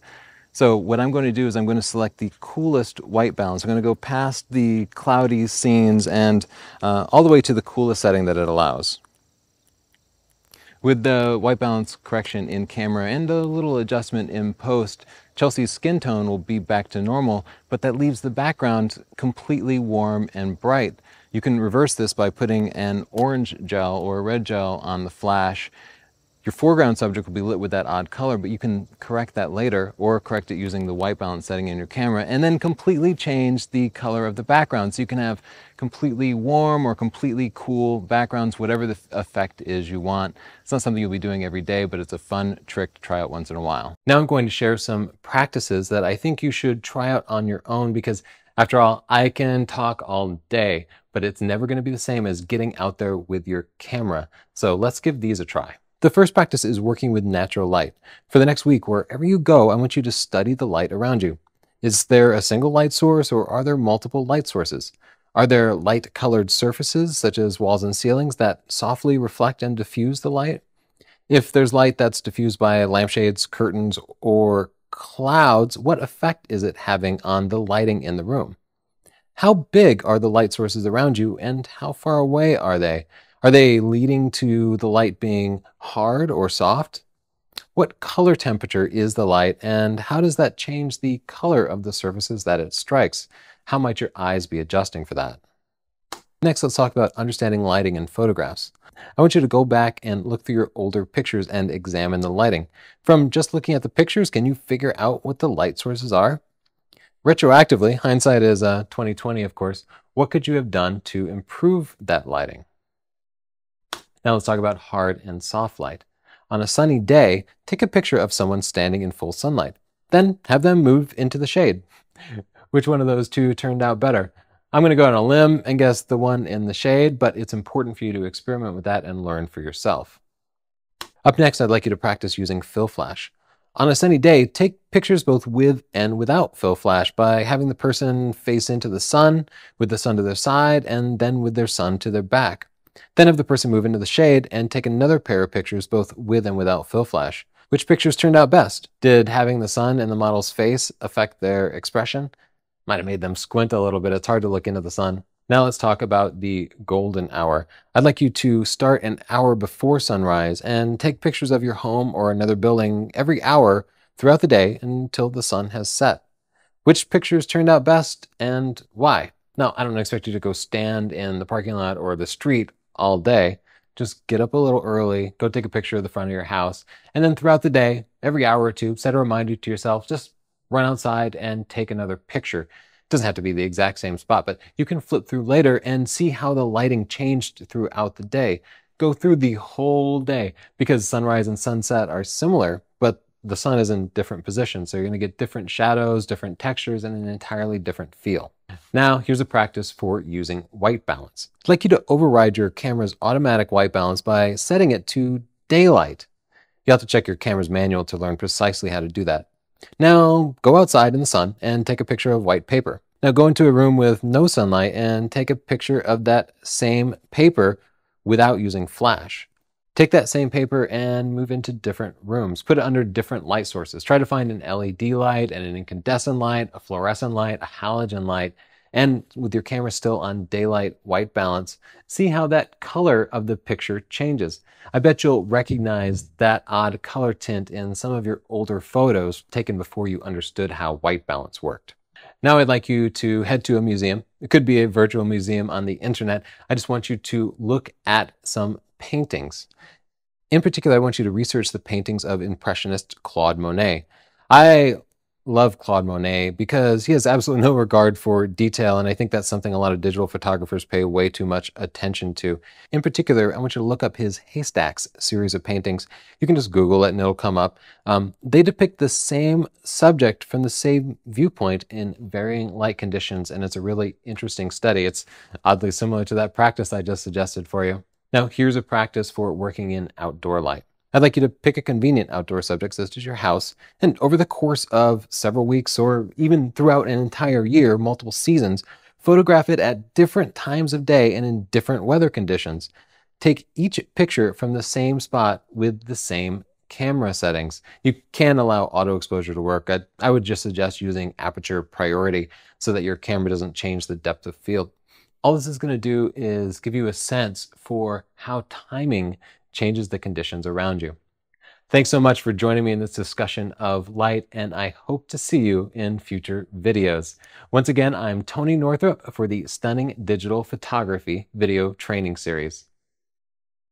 Hi, I'm Tony Northrup, and for the Stunning Digital Photography video training series, I'm going to talk about controlling your camera, and I'm going to start by going over the major parts of the camera and lens. So like with any interchangeable lens camera, SLRs have a removable lens, and this is one of the most powerful features because you can take off the kit lens that comes with your camera and put on a telephoto lens for wildlife or a portrait lens for taking pictures of your family. The possibilities are really endless. So I'm going to take off this lens and we can go over some of the individual features on the outside of the camera body. Up first, we have the mode dial here, and different cameras will have different modes available. This is the fairly high-end camera, Canon 7D. So you can see it doesn't have the little running guy that indicates a sports mode or the portrait phase that you're supposed to use for portraiture. No, it's limited to the creative modes, and these are the modes you're going to be spending all your time on now that you know how to use your camera. So the major modes are usually a green box of some kind, which indicates the camera is operating in fully automatic mode. And then there's usually a program mode, which allows you to take some control, but still allows the camera to make most of your decisions. Then you'll have shutter priority, which allows you to control the shutter speed by using the main dial here. The main dial is right next to the shutter button. Up next, you'll have aperture priority. On Canon cameras, this is AV, and on Nikons, it's simply A. Aperture priority gives you control over the aperture and lets the camera set the shutter speed automatically. Aperture priority lets you control the depth of field, and it's the mode that I use almost all the time. The last major mode is the manual mode, and this gives you complete control over the shutter speed and the aperture. Manual mode is this kind of like bougie mode that artistic people talk about using all the time, but realistically, pros use shutter priority or aperture priority depending on the conditions. One nice thing about modern cameras with manual mode is you can use them with auto ISO, which lets you auto exposure pictures even when you take complete control of both the shutter and the aperture. I'm giving you a lot right now, but don't worry, I'm going to demonstrate all this a little bit later on. The next major mode here is bulb mode, and bulb mode keeps the shutter open for as long as you hold the shutter button down. So you could take a 30-minute exposure if you wanted to. You'll usually use that in conjunction with a remote shutter release, but we'll cover that in the night photography lesson. This particular camera has controls for setting the metering mode, the white balance, the shutter speed, the ISO, the flash exposure compensation, and a few other things right on top as well as a display. But different cameras will have these settings in different places. There might be buttons for them, there might be dials, there might be a menu system that you have to navigate on the back of the camera to control those settings. So I can't tell you what your camera looks like because there are too many cameras out there. So do check your camera's manual for the specifics of it, but rest assured, all major cameras, both mirrorless and DSLR cameras, have these same capabilities that I'm going to be covering in this lesson. Another feature that I want to point out is the lens mount here. We're starting to look at the inside of the camera, but there's always a button on the side of the camera that releases the lens. So you hold that down and then twist the lens. The lens mount is made of plastic on the less expensive cameras and metal on the more expensive cameras, and it holds the lens firmly in place. You'll notice that it has markings to allow you to properly line up the lens. So the red dot here will line up with the red dot on the lens, allowing me to fit them together with a twist. Another feature on the outside of the camera is the tripod mount. Just about every modern camera has the tripod mount, and they're threaded exactly the same. It's one of the few things that they've all managed to agree upon. So if you have a Canon or a Nikon or a Sony or Olympus or whatever, you can use the exact same tripod. Thank God, I wish they could do that with like lenses and flashes and stuff, but really it's just the tripod that fits universally. Even the camera straps here can vary in width a little bit, though there are a lot of universal camera straps that you can buy that work just fine. The back of the camera tends to have quite a few different controls that you can use too, but again, this varies largely based on the camera model that you have. Less expensive cameras will probably have fewer controls, and they'll require you to do more things by navigating the menu system. This is one of the big differences between the higher end cameras and the lower end cameras. The higher end cameras will just give you more buttons because they know that you'll want to adjust your exposure compensation by just moving this dial here. If you get a base model camera, you can still control your exposure compensation, but you'll need to press a couple of buttons and navigate a couple of menus to do it properly. So these higher end cameras, they simply allow you to get the settings that you need quicker, and they do it by providing more buttons. Before we go to the inside of the camera, I'll just point out that every camera has a slot that stores the memory card, and some cameras will have multiple memory cards. There are different types of memory cards that you might use. This particular camera uses a CF card, which is a larger and faster card. It's a little more powerful, a little more durable. The lower end cameras will have SD cards or even micro SD cards, but truthfully, it doesn't matter that much. The point is that you can take out the memory card and put it directly into your computer or a dedicated memory card reader to unload your pictures. Another way to unload the pictures from the camera is to connect a USB cable directly to it. This USB port is often covered under some sort of plastic cover like this, and that just prevents the rain and water from getting in case you take it out in the rain. So you can see the USB port here, and it could plug a USB cable in here to unload the pictures or remotely control the camera. Now, the unique feature about SLRs and DSLRs like this is the mirror in there. And so what you'll see here is this angled piece, and I'll move it up now when I press the shutter button. That piece that's moving is the mirror, and the mirror is the best and worst part of an SLR. It's such a big deal that they created a whole line of cameras called mirrorless cameras that are exactly like SLRs, except they lack that mirror. I love that mirror, but you can see just how much space it takes in there, and that makes the whole camera get bigger because you have to wedge this mirror in. What the mirror is doing is it's taking light that's coming in from your lens, and it's bouncing it up into the viewfinder here. Now, as I angle this down, you'll see what's called the prism here, and the prism bounces the light up into this piece and then towards your eye. This is the unique feature about DSLRs. You see what's coming right through the lens. You see exactly what your camera's sensor is seeing. Now I'm going to move the mirror out of the way and show you what's hiding underneath, and that's a couple of different things, the shutter and the sensor. As I pop this up, you'll be able to see the camera's sensor, and this little guy is quite an expensive part, and it is responsible for capturing all the light that comes through your lens and recording it. So light comes in the form of lots of little tiny photons, and this has little cells that capture that photon and basically records how many of different colors of photons that it captures. And, you know, with 2 million of these, 20 million of these, it can put together a decent picture for you. But there's something in between the mirror and that sensor, and that's the shutter. The shutter is this two-piece component that slides down to reveal your digital sensor and allow the light from the lens to hit the sensor. And then there's another piece that comes down and covers it up, the second curtain. Now, this moves really, really fast. A camera like this can take 6 to 8 frames per second. So as you can imagine, the shutter is getting out of the way in just a fraction of a second. And so I can't easily show it to you in action, but I happen to have this really old camera here that will allow you to see the shutter and the aperture in action. So let's take a look at it. So the first thing I'll do is I'll open the shutter just by pulling this down, and we can see that it just opens up like your eyelid. And so I'll close it back up, and you can see it just opens and closes just like it does in a modern camera. Now I'll adjust the aperture down. As I pull this dial here, you can see the iris closing. There it is at the smallest possible aperture, and then as I slide it back, it gets wider and wider. Works exactly that way for modern lenses too. The difference is that modern lenses are typically controlled electronically by the camera, and it might not be as easy to see. So now let's talk about the parts of a lens. At the back of the lens, we have the camera mount, and this obviously attaches to the lens mount on the back of the camera. And then inside there, you have a bunch of optics. There's very carefully formed glass, many different pieces of it that take incoming light and focus it perfectly so that it's nice and sharp when it hits the sensor. These optics are also shaped to minimize distortions and chromatic aberration and all this technical stuff. Nobody except the lens designers really understands. I guess the point I'm trying to make is the insides of lenses are really complex, and some people, including myself, get kind of gung-ho and they want to like clean the inside of their lens or repair it or something. Don't do that.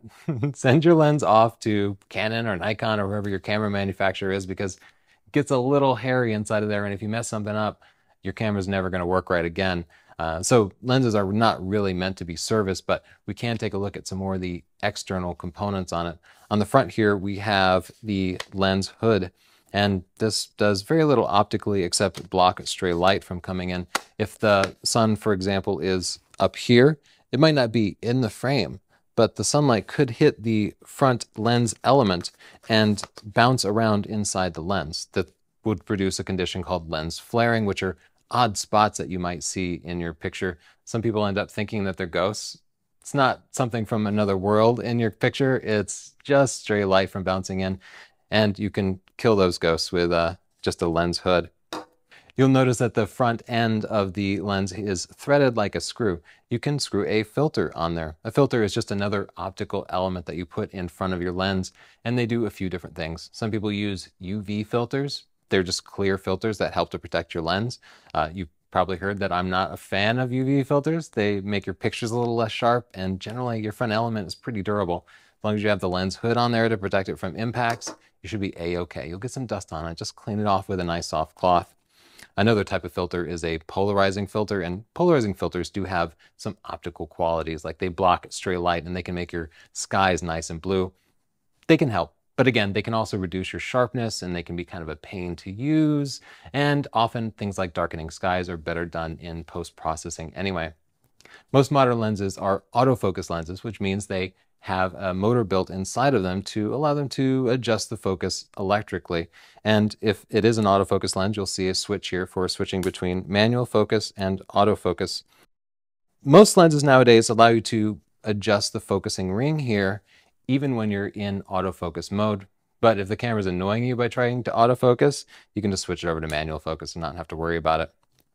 If your lens is not a prime lens, if it's a zoom lens that allows you to change the focal length and zoom in optically closer, it'll have a zoom ring on it. This lens allows me to zoom from 24 to 105 millimeters. You'll notice as it does, it also changes the physical length of the barrel. So it tends to be shortest at the shortest focal length when you're zoomed all the way back. A couple other features on some lenses. Many lenses have some useful information written on the front of them. This is helpful if you pick up somebody else's camera or another lens, or if you're just not sure which of your lenses is which. They'll usually have the focal length written right on the front here. So you can see this one says 24 to 105, 1 to 4. The 24 to 105 is the focal length. That's 35 millimeters. So 24 is pretty wide, and 105 is fairly telephoto. The 1 to 4 is the maximum magnification.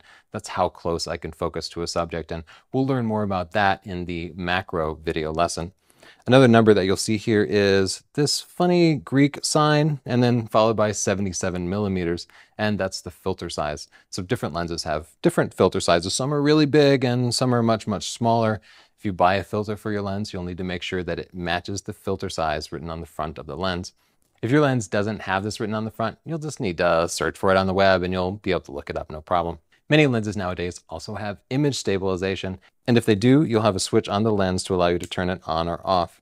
There might also be a second switch to allow you to adjust the image stabilization mode from standing still to panning to being on a tripod.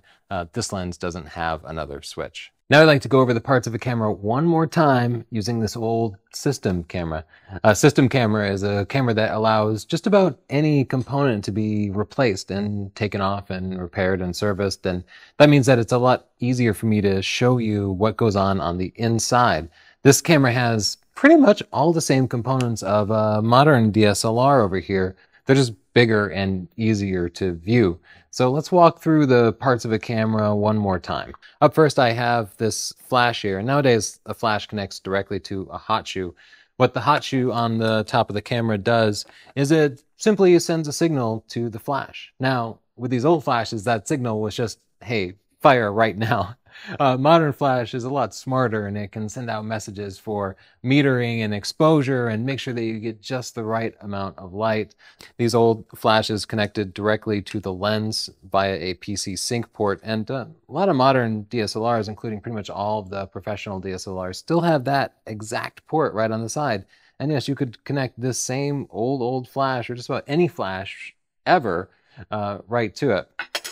So the next component I'm going to take off is the grip, just because it kind of gets in the way here. Modern DSLRs have the grip integrated into the body, and that's convenient. That makes it a lot more compact, but it also means that you can't easily exchange it for something else. Like, what if you were left-handed?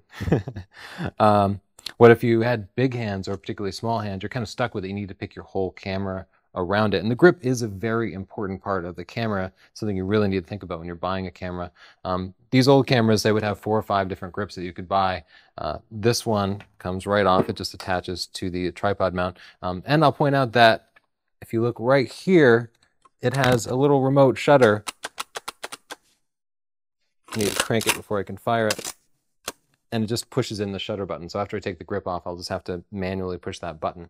Up next, let's take off the back of this camera. Now, at the back of your digital camera is a digital sensor, and it's probably hidden pretty well within the camera. That digital sensor just captures light and transfers it into the memory on your camera.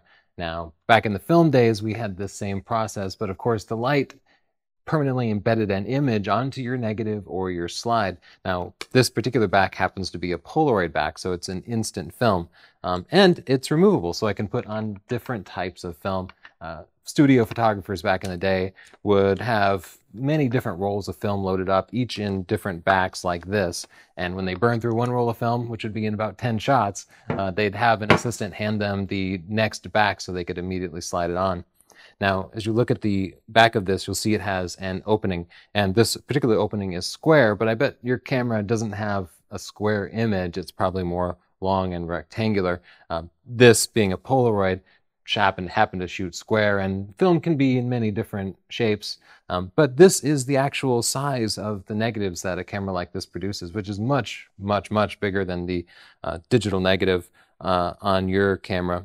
This is about 5 times bigger than a full-frame 35mm digital camera, or probably about 8 or 9 times bigger than most compact DSLR. So that was actually capturing a whole lot more light, and that's part of why this whole gear is so much bigger. So this is basically the digital sensor on an old film camera. Right now this lens is set to f4.5, but as I push this slide down, the aperture is going to go all the way to f32. So as we look through the lens from the viewpoint of the digital sensor on the camera, we can see light coming in, and right now the aperture is completely open at f4.5. So I'm going to select a higher and higher f-stop number here, and what we'll see is the aperture getting smaller and smaller and smaller. Here it is at f32, and as you can imagine, this means less light is getting in, just like you were closing off a hose. So I'll go back to f4.5 here, and then all the way down to f32.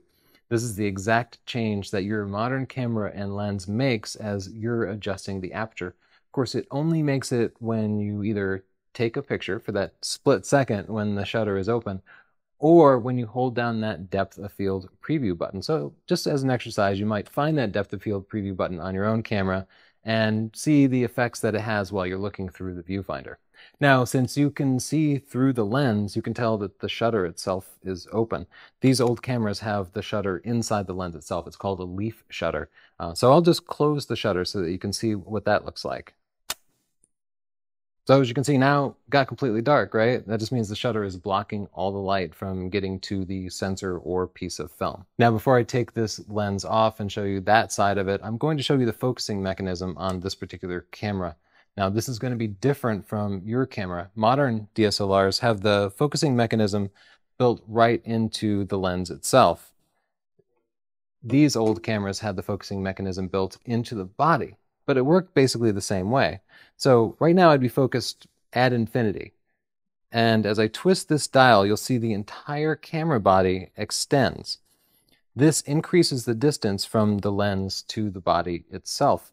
And this makes it focus closer and closer to the lens. This works exactly like adding extension tubes to your lens. So basically, the farther I move the lens away from the digital sensor or film, the closer it's going to focus. And these same adjustments happen in every modern camera, but the adjustments might be made by optics that are hidden inside your lens, so they're not quite as visible.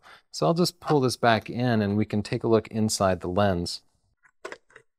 And here we can see a couple of common elements. You have the lens mount on the body, and then you have the body mount on the lens, and these aren't too much different than you have on any interchangeable lens camera, including modern DSLRs and mirrorless cameras. You'll notice in this particular model, there are a couple of ways for the camera to communicate to the lens. Specifically, there are these two knobs. And your modern camera will have some electrical connectors that allow the camera to communicate to the lens, so it can basically set the aperture and focus closer and farther away. These simply allow the camera to tell it when to fire, because the aperture and shutter speed are set on the lens itself using these dials here. So now as we look in, I will flip that mirror up by firing the shutter, and we can see completely through the back of the camera. There's nothing in there, nothing to hide. And this is the position that the camera would be in when you were taking a picture. This is not, however, the way the camera would be configured if you were looking through the viewfinder, because I couldn't see anything through the viewfinder now because all the light is passing straight through back to where the digital sensor would be. If I wanted to be able to look through the viewfinder up here, I'd need to redirect the light some way, right? So the way you do that is with a mirror. Now, if you've heard the term mirrorless camera, they're talking about a camera that doesn't have this particular design element. The DSLRs, the digital single lens reflex cameras, or anything in the SLR family, has this mirror, which typically comes down at a 45-degree angle. It's just like this right now, and redirects the light upward. So I'll flip that back up and then kind of crank it down slowly so we can see the mirror coming down into place. Oh, there it is. And you can see it's kind of mirrored. So what that's doing is it's bouncing all the light that's coming in through the lens up into the prism here through the viewfinder and allowing me to see it when I hold it up. The mirror is in the down position like it is now on this camera every time you're looking through the viewfinder. If you have live view on, if you're recording a video, or if you're taking a picture, well, the mirror has to flip up to allow the light to bypass the mirror and hit the digital sensor. If you see dust when you're looking through the viewfinder, but it doesn't show up in your pictures, it's probably on that mirror. It's okay just to take a fine brush to it and very gently clean it off.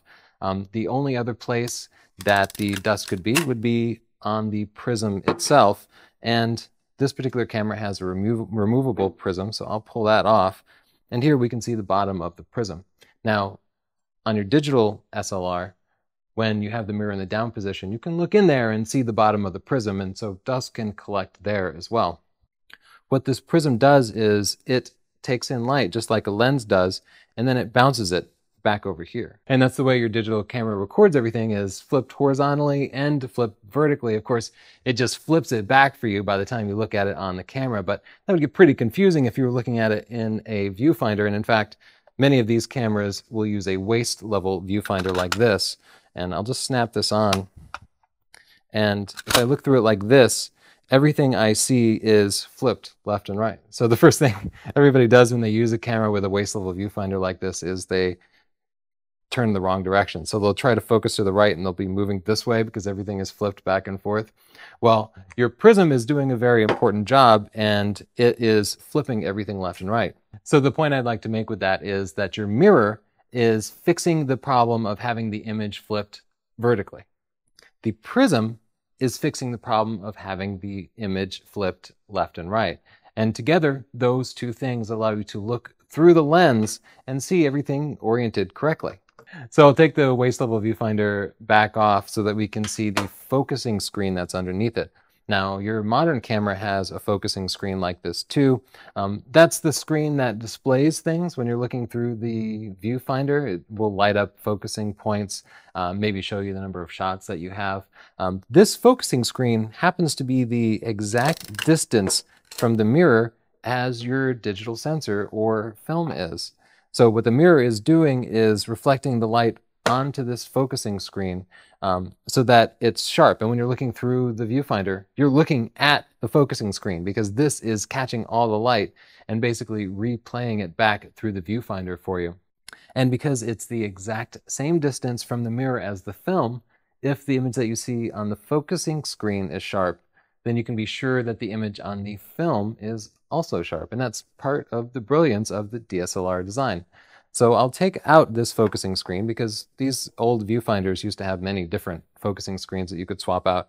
And I'd just like to show you that it has a special area in the center there. And that helps with manual focusing.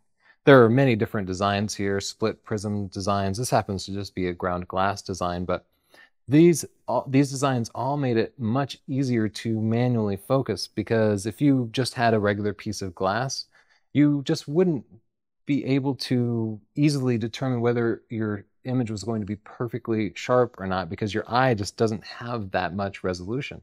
So I know a lot of people who try to manually focus with their modern DSLRs and it just isn't very precise.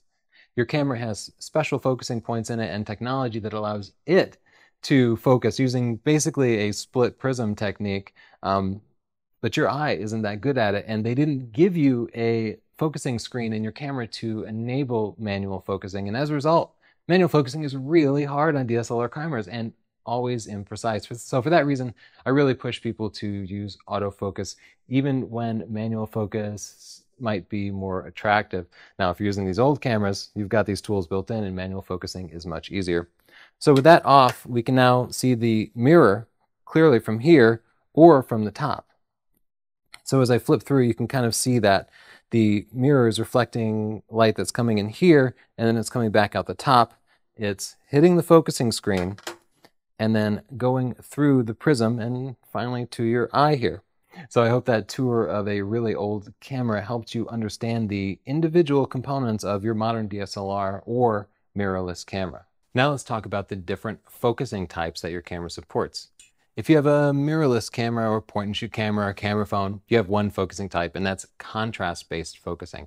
The way contrast-based focusing works is it focuses the motor in or out until it sees things getting sharper, and then when it stops getting sharper and it starts getting blurrier again, it backs up a little bit and it knows the part of the scene is in focus. Contrast-based focusing can be a little slow, especially in older cameras, but some of the most recent cameras coming out in 2013 and later have gotten really fast contrast-based focusing systems, so some of the disadvantages have disappeared.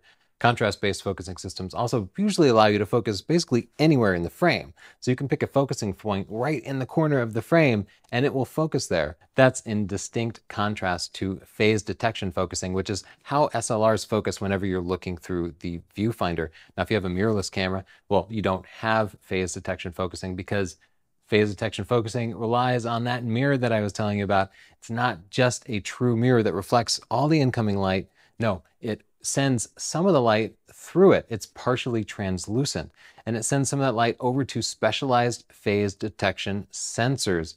And these sensors have the exact format that you see of the focusing points when you look through the viewfinder.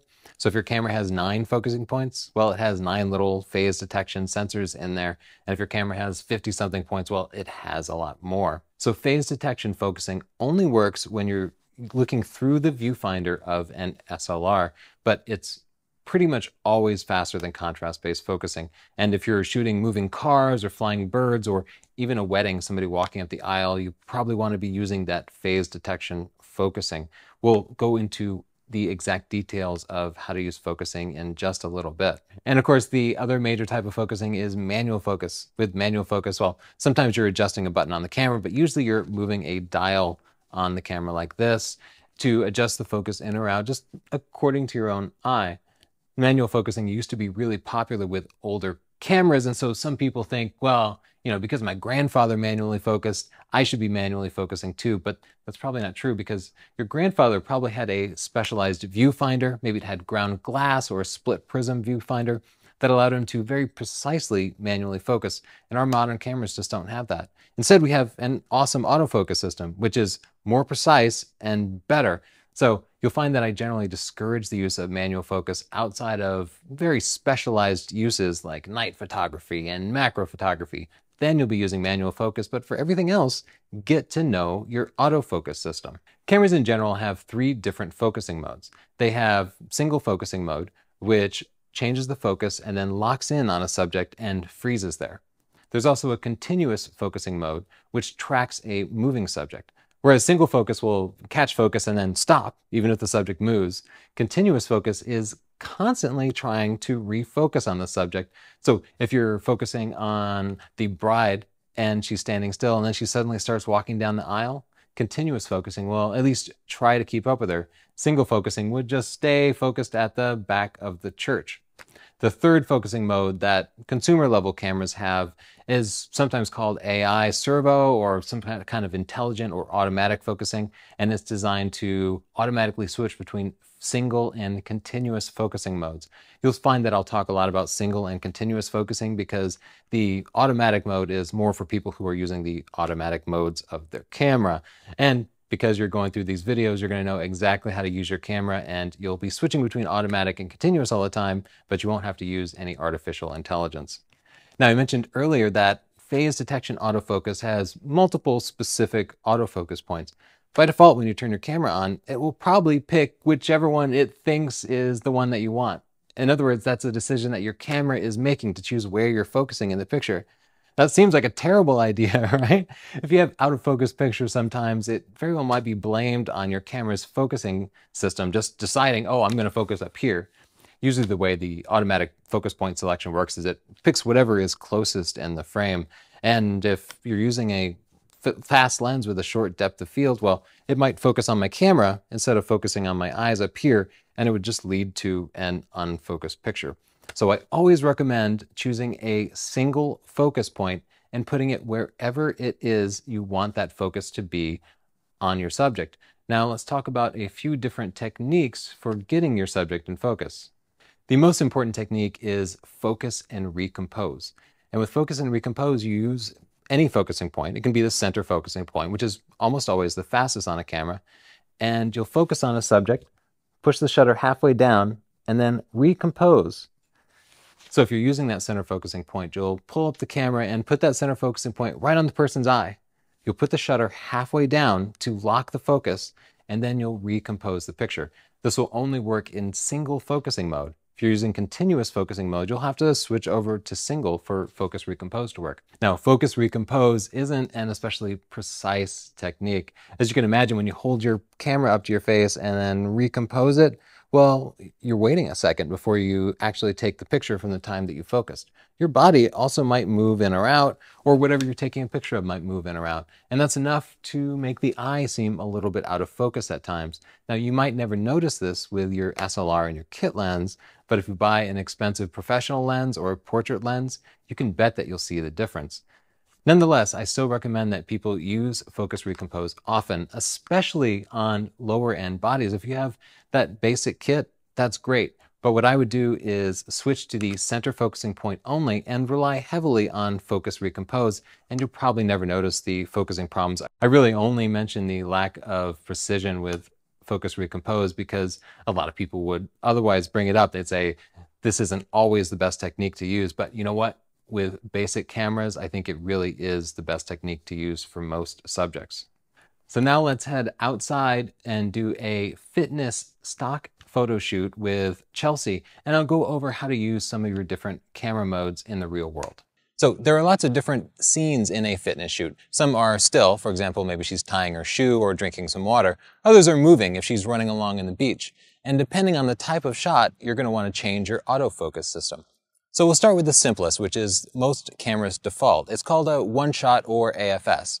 Now, when you have this focusing mode selected, you can push the shutter button halfway and the camera will grab focus for you.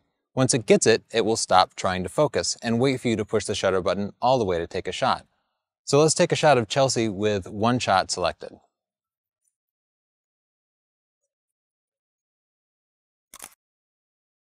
One shot is perfect anytime you're photographing a still subject. Now, usually the camera will have all autofocus points selected. That might not be exactly what you want. It might pick the wrong subject to focus on. So most of the time I select the single center focus point. However, if you read chapter 2, you learned that the rule of thirds is one of the most important compositional rules. When you use the rule of thirds, you want to place the subject off center. So what do you do if the camera always wants to focus in the center? I use a technique called focus recompose. I hold the shutter button down halfway until it focuses, and then I will shift my camera and frame the picture the way I want. Once I've got it framed, I can push the shutter button down all the way. So I'll try that again to place Chelsea in the right third of the frame.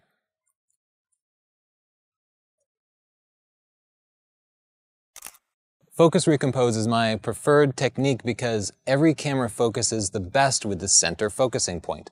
However, many cameras have multiple focusing points and they all might be very usable. Whether or not you can use these other points effectively depends upon the lighting, the contrast of the subject, the speed of your lens, and your camera body. So there are a lot of factors at play. However, if you want to try out the other focusing points and see how they work, you should do that. If you want the subject to be in the right third of the frame, for example, you can select a focus point that is over there.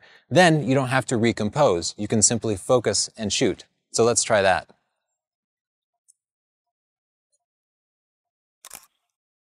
When you have a moving subject, you want to use continuous autofocus, which is called either AI focus or AFA. This will continue to focus while you have the shutter button pressed halfway. If the subject moves, your focusing system will try to keep up with it. When you push the shutter button all the way, it will take that shot. If you use your camera's automatic modes, you can select the sport mode and it will usually get it done. This allows you to keep track of a moving subject. However, it's not always perfect. Many automatic focusing systems aren't as good as others, and you'll find that you might only get 1 out of 3 or 1 out of 4 shots. It depends on the lighting, the camera body, and the lens, and many other factors. So put your shutter on continuous 2 and take lots of shots. If you find that your focusing system can't actually keep up with a moving subject, you can do something called a focus trap. With a focus trap, you set your lens to manual focus. Then you pick a point where the subject is going to be in the future, and you manually focus there. Then you simply wait.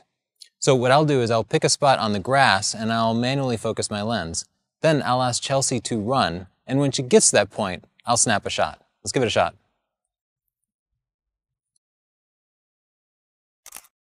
So to wrap that up, use one shot or AFS if you're photographing a still subject. If you want the focusing point to be somewhere other than the center of the picture, use your focus and recompose technique.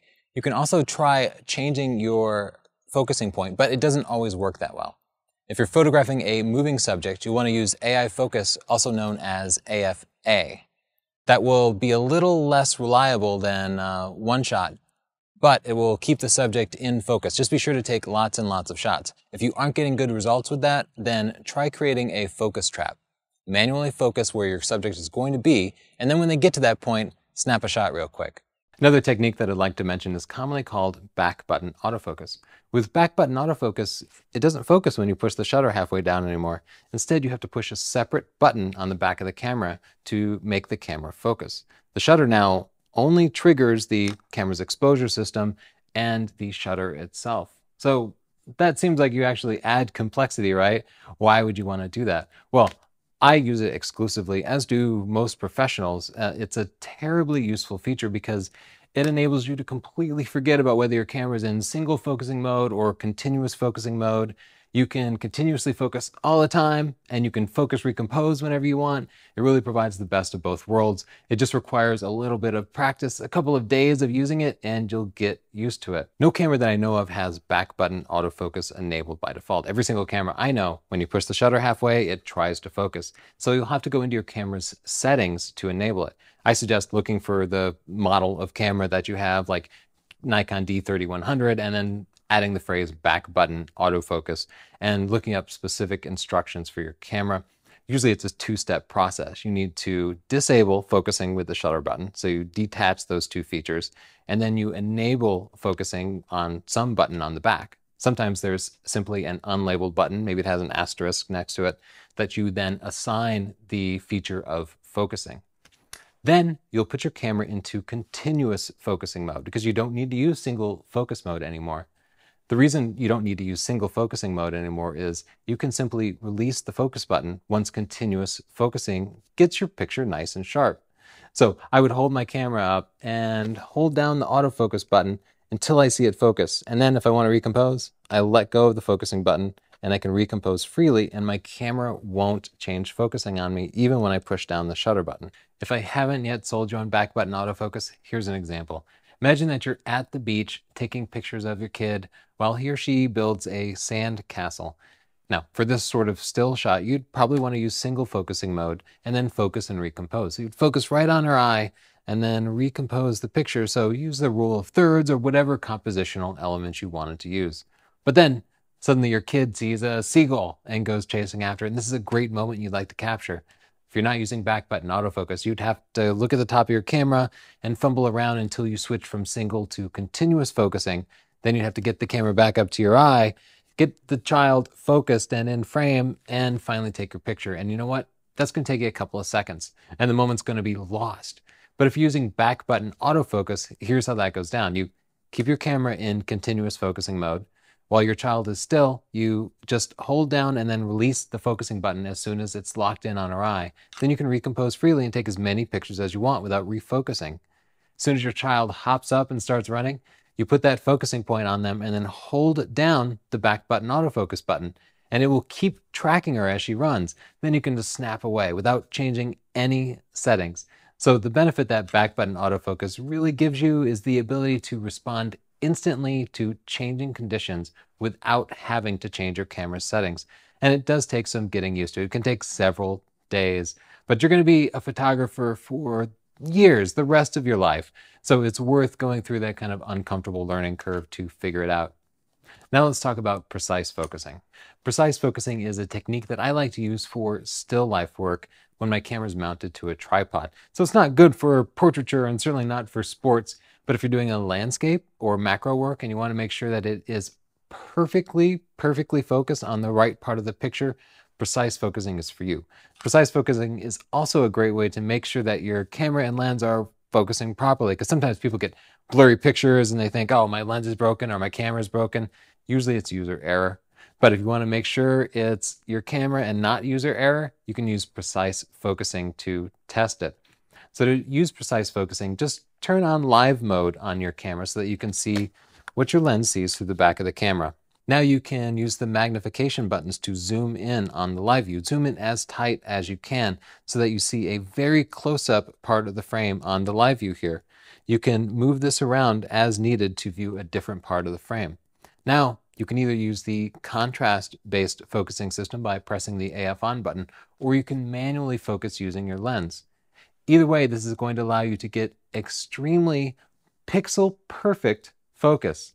And you're going to be confident that your picture is going to be completely sharp because you're seeing individual pixels on your live view. And that's far sharper than you'd be able to see if you're looking through the viewfinder itself. As I mentioned, some people think that their camera's not focusing properly, and I like to use precise focusing to test that. So what I'll do is I'll set up my camera on a tripod, and then I'll set up a book or something else a few feet away, and I'll have that perfectly still too. You don't want somebody holding it, so have it resting and still. Then I'll use the camera's autofocus system to focus on the book. and I'll just let it focus as it normally would. What I'll then do is turn on live view and zoom way in, and I'll see if it's actually sharp. If it doesn't seem sharp, then I'll manually adjust the focus on the lens until it is sharp. So what this tells you is if you use precise focusing and the focusing is more sharp than your camera's autofocus system, then you might indeed have a problem with your camera's autofocus system. If you focus and then zoom in with live view and it seems sharp, well, the focusing problems might be user error. Now, in the next lesson, we'll cover some of the common problems with focusing and how you can solve them without having to blame your gear. Now let's talk about your camera shutter and how you can control it. As I mentioned earlier, the shutter is the curtain that is normally blocking your digital sensor. And when you take a picture, well, it slides out of the way and lets the light come in and then covers it back up again when your exposure is complete. Your shutter can operate in several different modes, and when you turn your camera on when it's brand new, it's probably going to be in single shutter mode. That means when you press the shutter release button, it takes one picture. Even if you hold the button down, it just takes the one picture. You have to let your finger up and push it down again if you want to take another picture. The mode that I use for almost everything is continuous shutter mode. So I'll switch this camera to continuous shutter by pushing the drive button here and then adjusting the main dial. Your camera is going to operate a little bit differently. But when you have your camera in continuous shutter mode, it'll sound something like this. It'll be taking lots of pictures continuously. Some cameras are faster than others, so yours might not make quite such a racket. Now, the reason I like to use continuous shutter as often as possible is that it's good to take extra pictures. As I mentioned in the quick tips video, take lots of pictures and delete most of them. So even if it's a portrait of a posed person, well, their expression changes a little bit from moment to moment. Maybe they close their eyes when the flash goes off and then they open it up.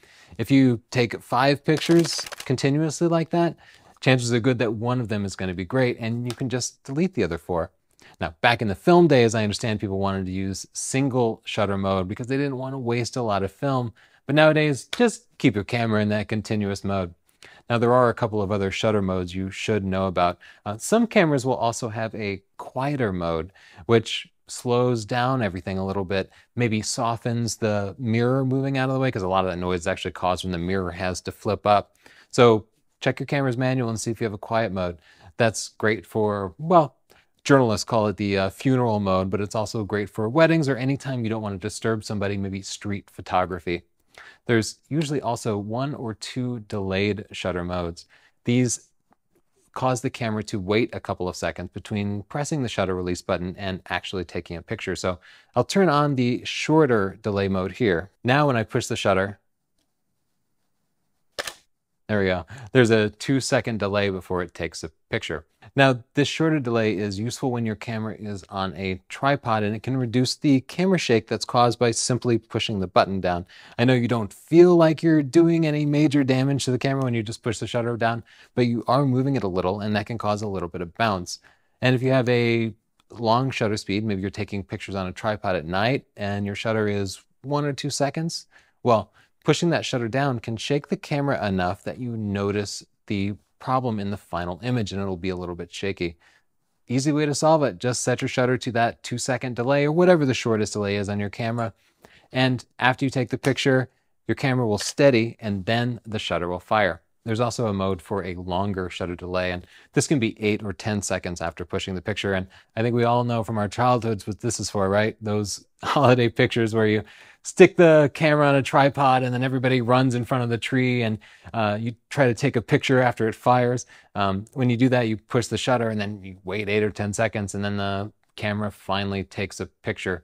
That's useful for what it is. I'll say that instead of using that 10-second delay, I tend to just put a remote shutter release on the camera. That way I can fire it from wherever it is. Those are available pretty inexpensively, so it might be something you should look into. When you have your camera in shutter priority mode, that's TV on Canon cameras and S on every other make of camera in the world, well, you can adjust the main dial to control the actual shutter speed. So you'll see a number on either the back or the top of your camera that displays that shutter speed.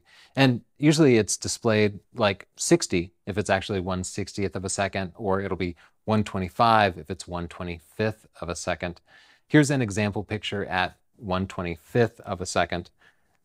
Believe it or not, this is a moving picture. I'm on one of those merry-go-rounds and my daughter and I are facing each other and it's spinning at a good pace.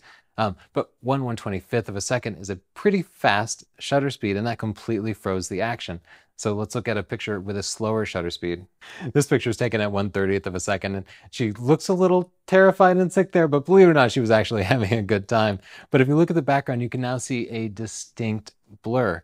She's frozen because she's moving with me on the merry-go-round, but the background is spinning. And at 1/30th of a second, a slower speed, you can start to see the panning motion from the background. Let's go even slower. Here at 1/8, the background is very blurred. So this is an important lesson. The slower your shutter speed, the more movement gets shown on your camera. You often think that a picture happens in an instant, but it's not. It happens over a period of time no matter what the shutter speed is. If your shutter speed is 1/4000th, well, that means the shutter is open for 1/4000th of a second. But if it's 1/8, well, 1/8 is a fairly long period of time and stuff moves in 1/8 of a second, and your camera's going to capture light from all points of movement as the subject is inside the frame. So because we were spinning here in this picture, you can see that the background itself is also nicely blurred. And that's the benefit of using shutter priority. You can control the shutter speed and your camera will adjust all the other settings automatically. Certainly the aperture, but also often the camera's ISO. Those settings we'll discuss a little bit later.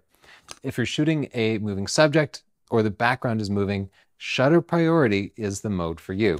Now let's head up into the photo studio and I'll just go through a slideshow of pictures taken at different shutter speeds so you can get a sense for what different shutter speeds are used for.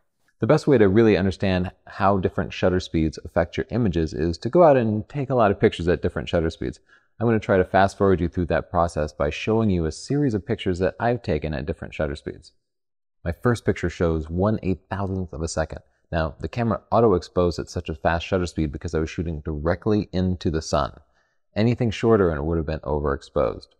Here's another shot directly into the sun. 1/4000th of a second was the right exposure to silhouette the reeds in the foreground. Another shot at 1/4000th of a second, this time taken in this studio using high-speed strobes. I use these high-speed strobes at a fast shutter speed to freeze the action. A slower shutter speed would have resulted in blurry drops. Here's a picture of a hummingbird at 1/1500th of a second. It's a very fast shutter speed, but it's not fast enough to completely freeze the wings of this bird. As you can see, just the tips of it are blurred. That's not an entirely bad effect because sometimes you want a little blur in there to show motion. This deer isn't quite as fast, but the 1/1000th shutter speed didn't completely freeze it. Most of the body looks good, but if you look closely at the hooves, you'll see just a bit of motion. As I was saying, there's always a little bit of motion in your pictures. The faster the shutter speed is, the less you'll notice it, but it's not always a bad thing. 1/500th of a second is really good for shooting birds. In this case, you'll notice that it didn't completely freeze the raindrops.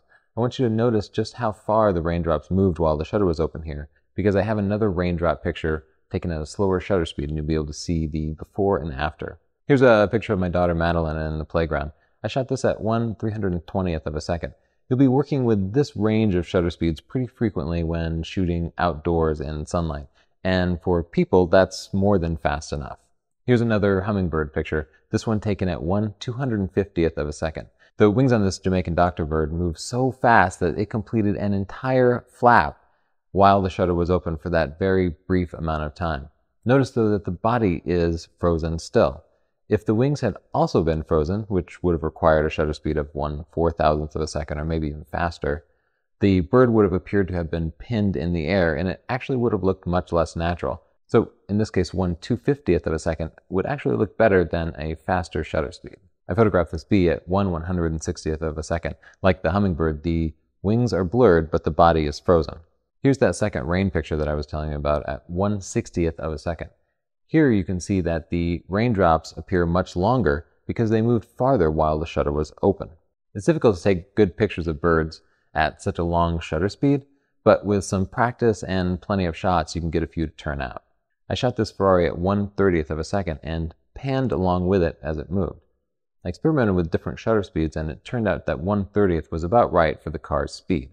This allowed the wheels to rotate about 1/8 of a revolution which completely blurred one spoke into the next. You'll often get pretty slow shutter speeds on dark and cloudy days. This shot was taken at 1/15th of a second at Lake Lucerne in Switzerland. This shot would have been difficult to handhold, except that I used image stabilization. My camera actually canceled out any camera shake that would have appeared. For this next shot, my co-photographer Chelsea photographed me in front of the Boston skyline. She did it at 1/4 of a second, which absolutely required a tripod. Now here's a shot at 1/2 a second of Shibuya Station at night. Shibuya Station in Tokyo is the busiest intersection in the world. You can see that the 1/2 second shutter speed was enough to completely blur people as they walked across the intersection. Those people who weren't moving appear more solid. Shutter speeds of more than a second are almost entirely reserved for night photography and waterfalls. So here's a waterfall at 1.5 seconds. Now, if you shot a waterfall at a faster shutter speed, you would see that individual droplets were frozen. I find the effect of a long shutter speed on waterfalls much more pleasing. It gives a very feathery effect. My favorite shutter speed for fireworks is 4 seconds. What I do is I set the shutter speed to 4 seconds and then take shots of individual explosions. I then blend them together into Photoshop as I did for this shot. This is about a dozen different pictures, all taken at 4 seconds, later combined on the computer. Here's another shot by my co-photographer. This one's at 8 seconds. You can see that the 8-second exposure nicely blurred the water. It also allowed some of the stars in the night sky to appear.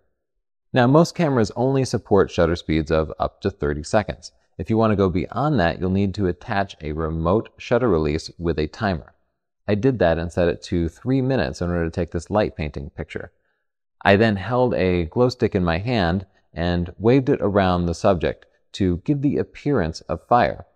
Because I was moving the glow stick, the light it gave off appeared in the final image. So wherever I held the glow stick during that entire period is where it appeared. It's a technique called light painting, and I go into great detail in my book. Here's a 3-minute night shot of fall colors.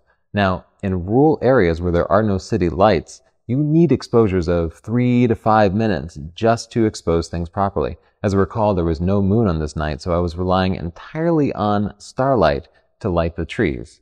If you look closely, you can see that the stars aren't dots, but rather lines. Because the Earth is constantly rotating, the stars seem to move around the North Star. This next picture, which is about a 45-minute exposure, illustrates that better. All of the stars are rotating around the North Star, which appears in the center of that radial point. It's difficult to get a good shot while keeping the shutter open for 45 minutes, so this uses a technique called image stacking. I took about 80 different pictures at 30 seconds each, and then combined them on the computer. It's the best way to get a really long exposure. One of the biggest challenges of photography is avoiding camera shake. Camera shake is a condition where the camera in your hands moves around while the shutter is open. And of course, if you're looking through the camera and you move it, well, the whole world is moving, right? Well, when you're taking a picture, the whole world is going to be moving inside your picture and everything is going to seem shaky. So let's take a look at this example picture of a crane. And here you can see that it's blurry. And the crane might have been moving, but I can tell that this is camera shake because if you look at the highlight in his eye, you can see that it looks like there's 2 copies of that highlight. That's because my camera must have moved up or down while the shutter was open. This happened because the shutter speed was too slow. So what shutter speed should you have while you're hand holding your camera? There's a guideline that photographers call the reciprocal rule. And basically the way it goes is if you're using a 100mm lens, you want to keep your shutter speed at 1/100th of a second or faster. So if you have a 100mm lens and you're hand holding it, you could have your shutter speed at 1/100th or 1/250th or 1/500th, as long as it's shorter than 1/100th. But if you started to go down into 1/60th of a second, 1/30th of a second, it would probably start to turn out shaky. If you're using a 24mm lens, you can go with a much slower shutter speed. You could shoot at 1/24th of a second and you'd probably be okay. If you shot at 1/30th, you'd be fine. 1/60th, you'd be fine. With wider angle lenses, therefore, you can get away with slower shutter speeds. Now, the reciprocal rule is just a general guideline. It's not actually a rule. Some people have shakier hands and they'll have to use a faster shutter speed at any given focal length. Some of us have very steady hands and we can get away with much slower shutter speeds. There's also a technology called image stabilization, which can make a big difference with camera shake. Nowadays, Many lenses, and in fact some camera bodies, have image stabilization built in. And image stabilization is this electrically complex system that involves some gyroscopes and little motors, and basically what it does is if your hands move the tiniest bit this way, they'll move the other way, and they'll counteract it, and they will keep the image perfectly centered in your camera even though your hands are moving around. As a general rule, image stabilization lets you use shutter speeds that are 4 to 8 times slower than you would normally be able to shoot with using the reciprocal rule. So if you're using a 100mm lens with the reciprocal rule, you'd want to have a shutter speed of 1/100th or faster. But if you had image stabilization, you might be able to get away with 1/30th of a second, maybe 1/15th of a second. You know what? You might even be able to get 1/8th of a second if your subject is still. Different image stabilization systems promise different levels of compensation for movement. They'll word it like the number of stops. And a stop is a doubling or a halving of the light or the shutter speed or the aperture. So if image stabilization offered 1 stop of improvement, you'd be able to shoot at 1/50th with your 100mm lens. If it offered 2 stops of improvement, you'd be able to technically go down to 1/25th. Let's look at a couple more example pictures. I photographed these 2 frogs at 200mm and 1/90th of a second. This lens did have image stabilization, so as we look at the frogs, they're nice and sharp. Now 1/90th would normally be too slow to use with a 200mm lens. I'd want to keep the shutter speed at 1/200th or faster, right? But the image stabilization allowed me to go below 1/200th of a second to 1/90th and still take sharp pictures. I love image stabilization. Now let's go to an even slower shutter speed. This picture was taken at 1/10th of a second, still at 200mm. So here we're several stops below the reciprocal rule. And if you look really closely, you'll see it's not quite as sharp. However, I think it's still acceptably sharp for most purposes. Let's try to go even slower and see just how slow I can handhold with that 200mm lens. This shot is taken at 1/4 of a second. So that's something like 8 stops below the reciprocal rule. And as you can see, the picture got shaky. I was not able to handhold that 200mm lens, image stabilization or no, and prevent camera shake. It is a telephoto lens, which means I generally need to keep a pretty fast shutter speed. And because of that, you'll find that image stabilization is very common in telephoto lenses and less common in wide-angle lenses. Canon and Nikon build the image stabilization into the lenses, by the way. If you happen to have a Sony camera, they build the image stabilization into the body. That means any lens that you attach to a Sony camera will have that image stabilization built in. I personally don't consider that to be a huge advantage. I kind of like it being in the lens, but I did want to make you aware of that difference. Here's a table that simply shows what your recommended shutter speed would be based on the reciprocal rule if you don't have image stabilization, and the kinds of shutter speeds that you could hand hold if you had image stabilization that offered either 2 stops of image stabilization improvement or 4 stops. By the way, different camera manufacturers use different terms for image stabilization. Some of them call it OS, like optical image stabilization. Some might call it VC, like vibration control. Nikon calls it vibration reduction, or VR. All these offer exactly the same capabilities. I think Canon was basically the first company to come out and they called it image stabilization. So that's why I tend to call it that. But IS, OS, VC, VR, it's all the same thing. Camera shake is probably the most common cause of shaky pictures, but another problem that slow shutter speeds can cause is motion blur. If you're taking a portrait and the subject is standing in front of you and they're pretty still, you can probably take a picture at 1/30th of a second and it'll seem sharp. But you know what? If it's a little kid and they're kind of jumpy and they're bouncing around like this, 1/30th of a second is going to cause them to be completely blurry. It doesn't have to be your shaky hands. It can be that shaky kid. So the way you solve motion blur is exactly the same way that you solve camera shake, and that's by using a faster shutter speed. You just need to crank that shutter up a little bit. So here's motion blur shown in a hummingbird's wings, and of course a hummingbird moves their wings really, really quickly, and you need to use a really fast shutter speed to freeze it. You'd probably want to be at about 1/4000th of a second. Here's a picture of my daughter blowing out her birthday candles, and because it was dark, I was required to use a long shutter speed, but she simply moved too much, and that caused the picture to be blurry. Generally, the way you solve motion blur is by checking your pictures regularly. And if you see motion blur, if you see the subject moving in the image, just adjust your main dial in shutter priority mode to use a faster shutter until you freeze the action.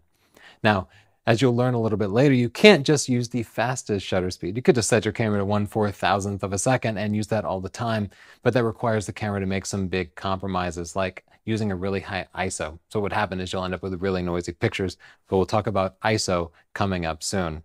So speaking of low light, let's head over into the billiards room and I'll show you some of the techniques I use for getting solid pictures in low light conditions. First, I'll take a picture of Chelsea here using my camera's default settings. Now, as you could hear, that was a slow shutter speed. That was about 1.5 seconds. And that gave me a shaky picture. That's a phenomenon known as camera shake. Anytime you take a picture that breaks the reciprocal rule, it's going to be shaky. To figure out whether you're breaking the reciprocal rule or not, look at your current focal length. I'm currently at 70. You can see it's marked on the lens. That means I need to shoot at 1/70th of a second or faster. 1.5 seconds is much slower than 1/70th of a second, so it ended up blurry. There are 4 things you can do to fix that without changing any camera settings at all. The first is just to put your camera on a tripod, but I personally don't like tripods, and if you were in a bar, you probably wouldn't have a tripod with you. The second is that you can use better hand-holding techniques. You can do things like bracing your elbow against your body or leaning against the wall. These help stabilize your body and the camera, reducing camera shake. The third thing you can do is to turn on your lens's image stabilization. So I'll turn on image stabilization, I'll brace my elbow against my body, and I'll lean against the wall. We'll see if the picture turns out any better. Well, the more pictures you take, the better they're going to turn out, but sometimes it's just too dark to do it without changing any camera settings. The exposure square shows you the types of camera settings that you can make to increase your shutter speed. As you can see from this diagram, when we pull the shutter speed in towards the center, we need to pull one of the other 3 corners out. That means we can do one of 3 things. We can use a lower f-stop number that opens up your aperture, allowing more light in. So my camera was at f5.6, I'll set it to f2.8. Not all lenses will support such a low f-stop number. The other 2 corners are light and ISO. You can add more light simply by turning on the lights in the room. You can also turn on your camera's flash. To up the ISO, you sacrifice noise a little bit. As you increase the ISO, the picture is going to get a little noisier. So I've dropped my aperture down to f2.8. I'll also bump my ISO up from 100 all the way to 800. And let's take another picture and see how that turns out. Decreasing my f-stop number and increasing my ISO gave me a much faster shutter speed. I was at 1/15th of a second, which, thanks to image stabilization, was fast enough to get a clear shot. Now, it's still not within the bounds of the reciprocal rule, which said I needed to be at 1/70th of a second or faster. This particular lens advertises that it helps out up to 4 stops with your hand holding, based on the reciprocal rule. So 1 stop off of 1/70th of a second would be 1/35th of a second. 2 stops would be about 1/15th of a second. If this lens works as advertised, I would actually be able to shoot at about 1/4 of a second handheld and get pretty clear shots. So now that we've shown how to take good shots in low light, let's move over to the pool table and we'll have Chelsea break the balls so that we can capture some motion even when we're handheld. So I want to capture Chelsea breaking these balls, and I actually want to be able to capture the movement of the cue ball and the balls breaking. That means I actually need to use a slow shutter speed. Flash would ruin it. Now, normally you'd want to use a tripod anytime you want to capture motion. If you're in a pool hall, you might not have that as an option though. So I will show you how you can stabilize the camera as much as possible and still capture motion in a dim environment. So as before, I'm going to use image stabilization. I'm going to crouch down. The lower you can get, the more stable you're going to be. I'm going to go ahead and use the pool table itself to stabilize myself. Getting the shutter speed just right always requires some trial and error. So now I'll demonstrate how to take a shot in low light if you can't brace against something. I'm going to use my body as much as possible. You can see I'm on the ground. Additionally, I'm going to put my elbow right against my chest and lean back against my heels. This makes my body as stable as it can possibly be. So the best shot was at 1/6 of a second. That's normally way too slow to handhold a shot at 70 millimeters. However, a combination of image stabilization and good hand-holding technique allowed me to get a nice clear picture that still captured the motion. Now let's talk about aperture. As I demonstrated earlier, aperture is the opening on the lens. Aperture is numbered in a really strange way though. With aperture, the lower f-stop numbers, such as f1.4, indicate a larger lens opening. Higher f-stop numbers, like f22, indicate a smaller lens opening.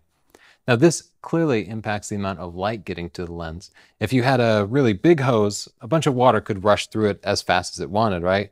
If you had a really small hose, well, not nearly as much water would get through it. And light works the same way. If you use a really high f-stop number, well, you're going to end up with a really slow shutter speed because that small aperture is blocking most of the light from getting to your camera. So aperture affects a couple of different things, and obviously it affects the shutter speed by simply blocking the incoming light and requiring your camera to use a longer shutter. But it also affects something called the depth of field. And the depth of field is how much of your scene is in focus. Let's take a look at some sample pictures. Here we see some fruit on a white background, and I've focused the camera on the apple. I was using a 150 millimeter lens set at f2.8.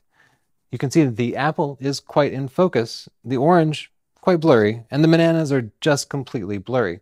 Now with my camera in aperture priority mode, I'll adjust the main dial and choose a higher f-stop number. This is f8, and as you can see, suddenly that orange seems to be sharp and the bananas are quite a bit sharper. By using a higher f-stop number, you increase the background sharpness. This is a really important concept, so I'll repeat it.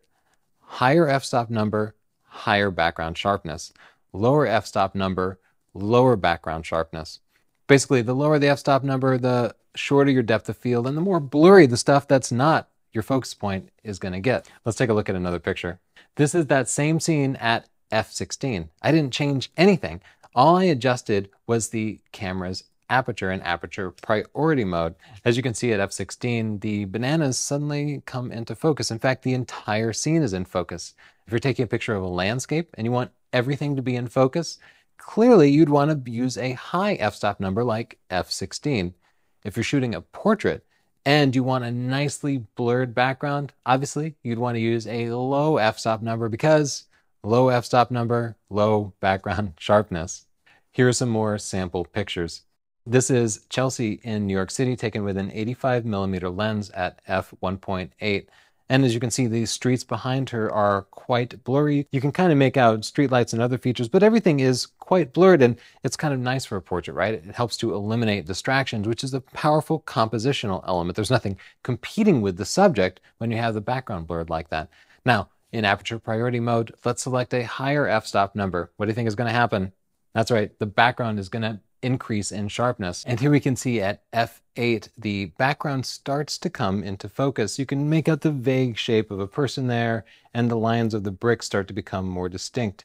So let's raise that f-stop number even higher by moving that main dial in aperture priority mode. Here at f22, you can distinctly see a car in the background, and even the distant buildings are in focus. So as you can see, the higher the f-stop number, the higher the background sharpness. I'm saying that over and over again because I really want to make that clear. Now here's a technical note about how depth of field works. Whenever you focus on something, there's a focal plane that is parallel to the camera's sensor, perpendicular to the camera's lens. Basically what that means is everything side to side and up and down from where you focused is going to be perfectly in focus. And everything that's in front of or behind the subject is going to be a little out of focus. Now, if you're really being precise about what gets into focus, you'll want to understand that you actually have shorter depth of field in front of your subject and longer depth of field behind your subject. In fact, you have about 2/3 of your depth of field behind the subject. This becomes important when you're trying to get multiple people, for example, in focus in a shot. If you're taking a group photo, this is going to be really important to understand. You'd basically want to focus about 1/3 of the way through the frame. So let's take a look at a diagram to demonstrate depth of field. As we look at this diagram, we can see that if we're focused on this individual, the depth of field might cover a span from about 5 feet from the camera to 20 feet from the camera. About 5 feet of that would be in front of the person, and about 10 feet of that would be behind them. So basically, wherever you focus is going to be about 1/3 of the way through the total depth of field. Now, if this all isn't making sense, don't worry about it, because you know what you can do is you can just take a picture, and if you want more stuff to be in focus, increase your f-stop number. If you want more background blur, decrease your f-stop number. Now, let's go through a live demonstration using my video cameras, and we'll see how the different f-stop numbers make the video camera respond. Right now we're filming with a 35mm DSLR. It's a Canon 5D, but any full-frame DSLR would behave exactly the same way. I have a 50mm lens set at f1.4, and as you can see, I'm nice and sharp, but that bookcase behind me is a little bit blurred. That's because f1.4 is a really low f-stop number. That means low background sharpness. You'll also notice if I hold my hands out directly to the side, they'll stay nice and sharp too, because this is about what the focal plane looks like. As long as I'm facing the camera directly, my whole body up and down and my arms side to side will be in focus. But watch, as I step back, I'll become blurrier and blurrier because I'm moving out of the focal plane. The same thing happens as I lean forward. Now, the entire depth of field here, as I mentioned, is going to be about 1/3 in front of me and about 2/3 behind me. Depth of field is never a perfect thing. If you move back just a little bit, you're always going to be a little bit less sharp. Depth of field is just kind of a general term that means sharp enough. Now, let's have our cameraman Tyler adjust the f-stop number to a higher f-stop number. So we're at f1.4 now. Let's go up to f2.8. And as we can do that, the aperture is getting smaller and smaller. Higher f-stop numbers, smaller physical opening, remember. And the bookcase behind me is becoming a little more in focus.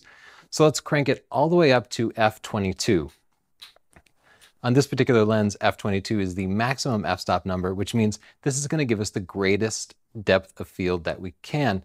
And as you can see, that bookcase behind me got quite a bit sharper. So I'm just going to ask Tyler to adjust the f-stop number one more time, this time all the way back down to 1.4, so we can see that bookshelf behind me go back out of focus. Aperture is just one way to control depth of field. Now, it's definitely the easiest way because you can change the depth of field just by flicking your finger in aperture priority mode. But the other ways you can control depth of field include changing your distance to the subject. So let's look at some sample pictures. Breaking out the fruit again for this, here's an apple and a bunch of bananas. Obviously, I've focused on the apple. Now, without changing the aperture or the focal length or any other part of the camera settings, I'm going to move the camera closer to the apple. And as we can see here, the bananas went from being fairly sharp to being more blurry. Now I'm going to step even closer. That's really close. And as you can see here, the bananas are a complete blur, and you can barely see just one part of the stem is in focus. That's really shallow depth of field. And even though I didn't change the aperture, moving closer caused the background to be much, much blurrier. This gets to be a real issue with macro photography, which is close-up photography that's covered in a different video lesson. But let's take a look at a macro shot of a teeny tiny jumping spider so we can get an idea of the kinds of depth of field that you have to deal with at these macro levels. As you can see, this tiny little guy has his eyes sharpened in focus, but his body, which is like this far away from his eyes, is completely blurred. Obviously, you wouldn't want this if you were trying to do a portrait. You might get the guy's eyes in focus and his eyelashes would be blurry. But when you get really close to subjects, the depth of field gets shallower and shallower. If somebody's really far away, you can forget your chances of blurring the background behind them, because when something is far away, the depth of field gets longer and longer. So let's talk about another way to control depth of field, which is changing your focal length, basically zooming from wide angle to telephoto. At wide angles, you have a really long depth of field, which is why you can take a landscape photo with your iPhone and have everything seem nice and sharp. With telephoto lenses, however, depth of field gets to be really shallow. And that's part of the reason why if you're taking a portrait of somebody and you want the background nice and blurred, you're going to use a telephoto lens. So let's take a look at some more sample photos of fruit. Here we go. Here's my apple, orange, and banana. Once again, this is at 28 millimeters and f8. And as you can see, they all look nice and sharp, but in fact, I'm focused on the apple. Now I've zoomed in from 28 millimeters to 50 millimeters, and we can see the bananas start to get a little blurrier. I didn't move the camera or change the aperture at all. It's still at f8. Let's zoom in even closer. Here at 100 millimeters, the apple still sharp. The bananas are now quite blurry, and the orange itself is blurry too.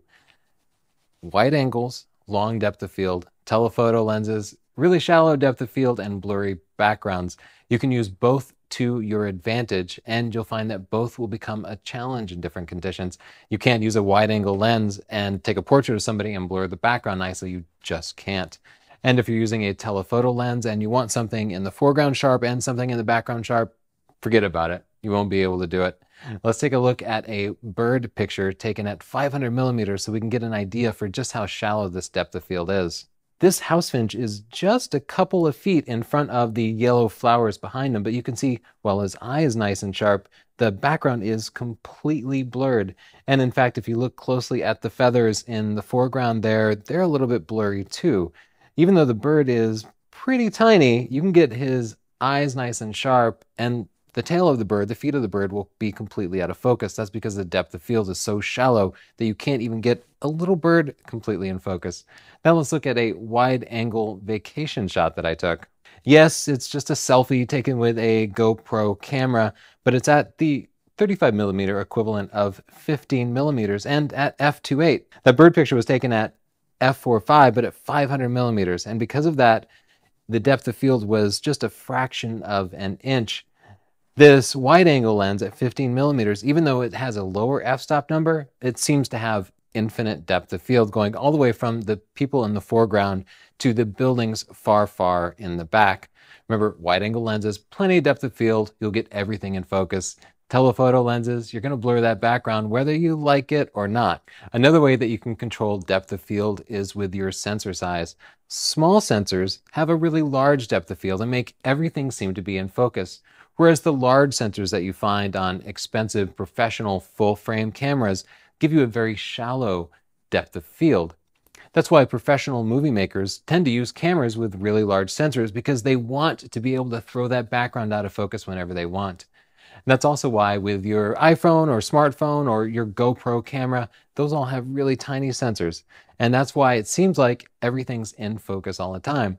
Now, sometimes people move up to a DSLR with a large sensor from a small point-and-shoot camera or a mirrorless camera or just their camera phone, and they're baffled about why stuff is out of focus. Well, you know what? Your phone was getting things out of focus too, but because that small sensor and wide-angle lens combined to provide a really large depth of field, it seemed like everything was in focus. But remember, realistically, you only focus on a plane. So there's only ever a plane that's truly sharp. Let's look at a couple of sample photos. This snapshot of Chelsea in the living room was taken with a 200 millimeter lens at f2.8, but it was done on a compact DSLR. If you spent less than $1,500 on your camera body, then it's probably a compact DSLR. Sometimes they call them APS-C DSLRs, and they just have a slightly smaller sensor. This means that you have a larger depth of field and the background won't be quite as blurred. Now let's look at the same shot taken from the same spot with the same lens with a full frame camera. But before we switch, I want you to look at the picture in the background just off to the right of the frame, and notice that you can kind of make out a shape. You can see some dark lines in there. As I switch to this next picture, you'll see that background photo go out of focus even more. As you can see here, that went from being fairly distinct to being completely blurred. That's because I switched from a compact camera to a full frame camera, and full frame cameras offer about 60% shorter depth of field, for better or worse. If you're making portraits and you want to blur the background, that full frame camera might be a good investment for you. But honestly, for most of us, the smaller sensors on compact cameras or the even smaller sensors on like Micro Four Thirds cameras, they're going to be fine. They're especially perfect for still lifes and landscapes and anytime you want everything to be in focus. But if you're into portraiture and you're always trying to blur the background, well, cameras with larger sensors, full frame cameras especially, will make blurring the background much easier for you. Now let's go to a 6-minute video of me and Chelsea demonstrating aperture and depth of field in our kitchen and living room. So here's a common scenario. You're at a party and you want to take a picture of somebody. What I always see people do is they take a picture of a person when they're standing right against the background.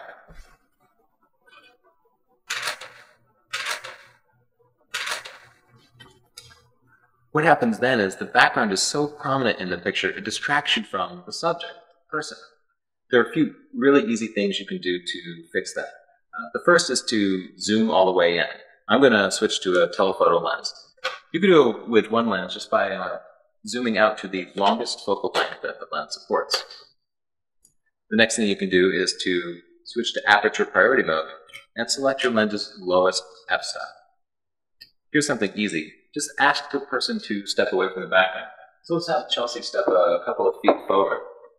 And that gives some room behind her for the background blur to take effect and turn what's behind her into a nice blur. So I'll move into position and take a couple of more shots with her.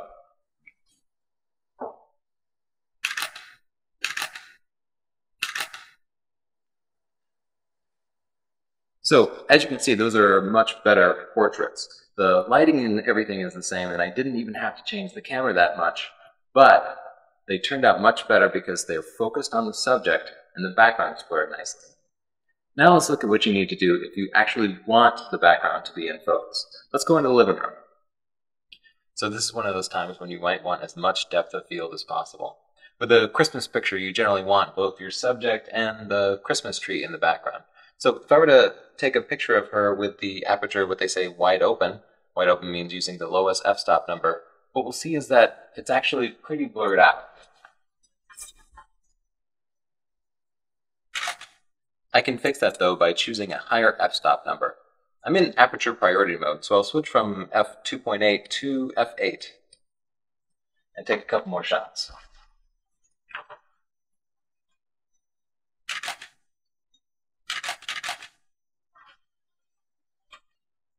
As you can see, increasing the f-stop number increased the depth of field, increasing the background sharpness, bringing everything into focus.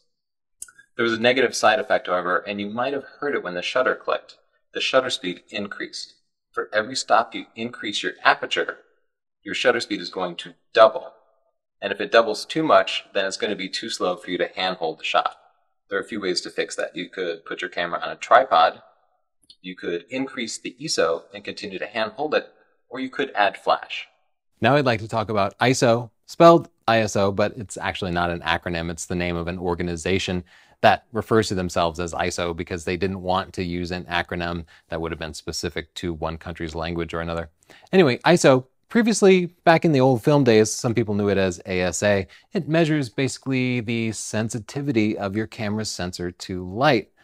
Really, it's more like a digital gain in an amplifier. That'll only make sense to my nerd friends, but the way ISO works is it doubles or quadruples the amount of light coming into your camera, effectively increasing the sensitivity to dim situations. ISO 100 is the lowest ISO most cameras support, and that's also the lowest sensitivity, meaning you need the most light. If you're out in bright sunlight, you should definitely use ISO 100. ISO 100 gives you the best image quality, always. So whenever I can, I use ISO 100. But because it's not that sensitive, you might need to use either a big aperture or a slower shutter speed to make sure that your camera gets all the light it needs. Don't worry, it's not that hard because your camera handles the exposure automatically by default.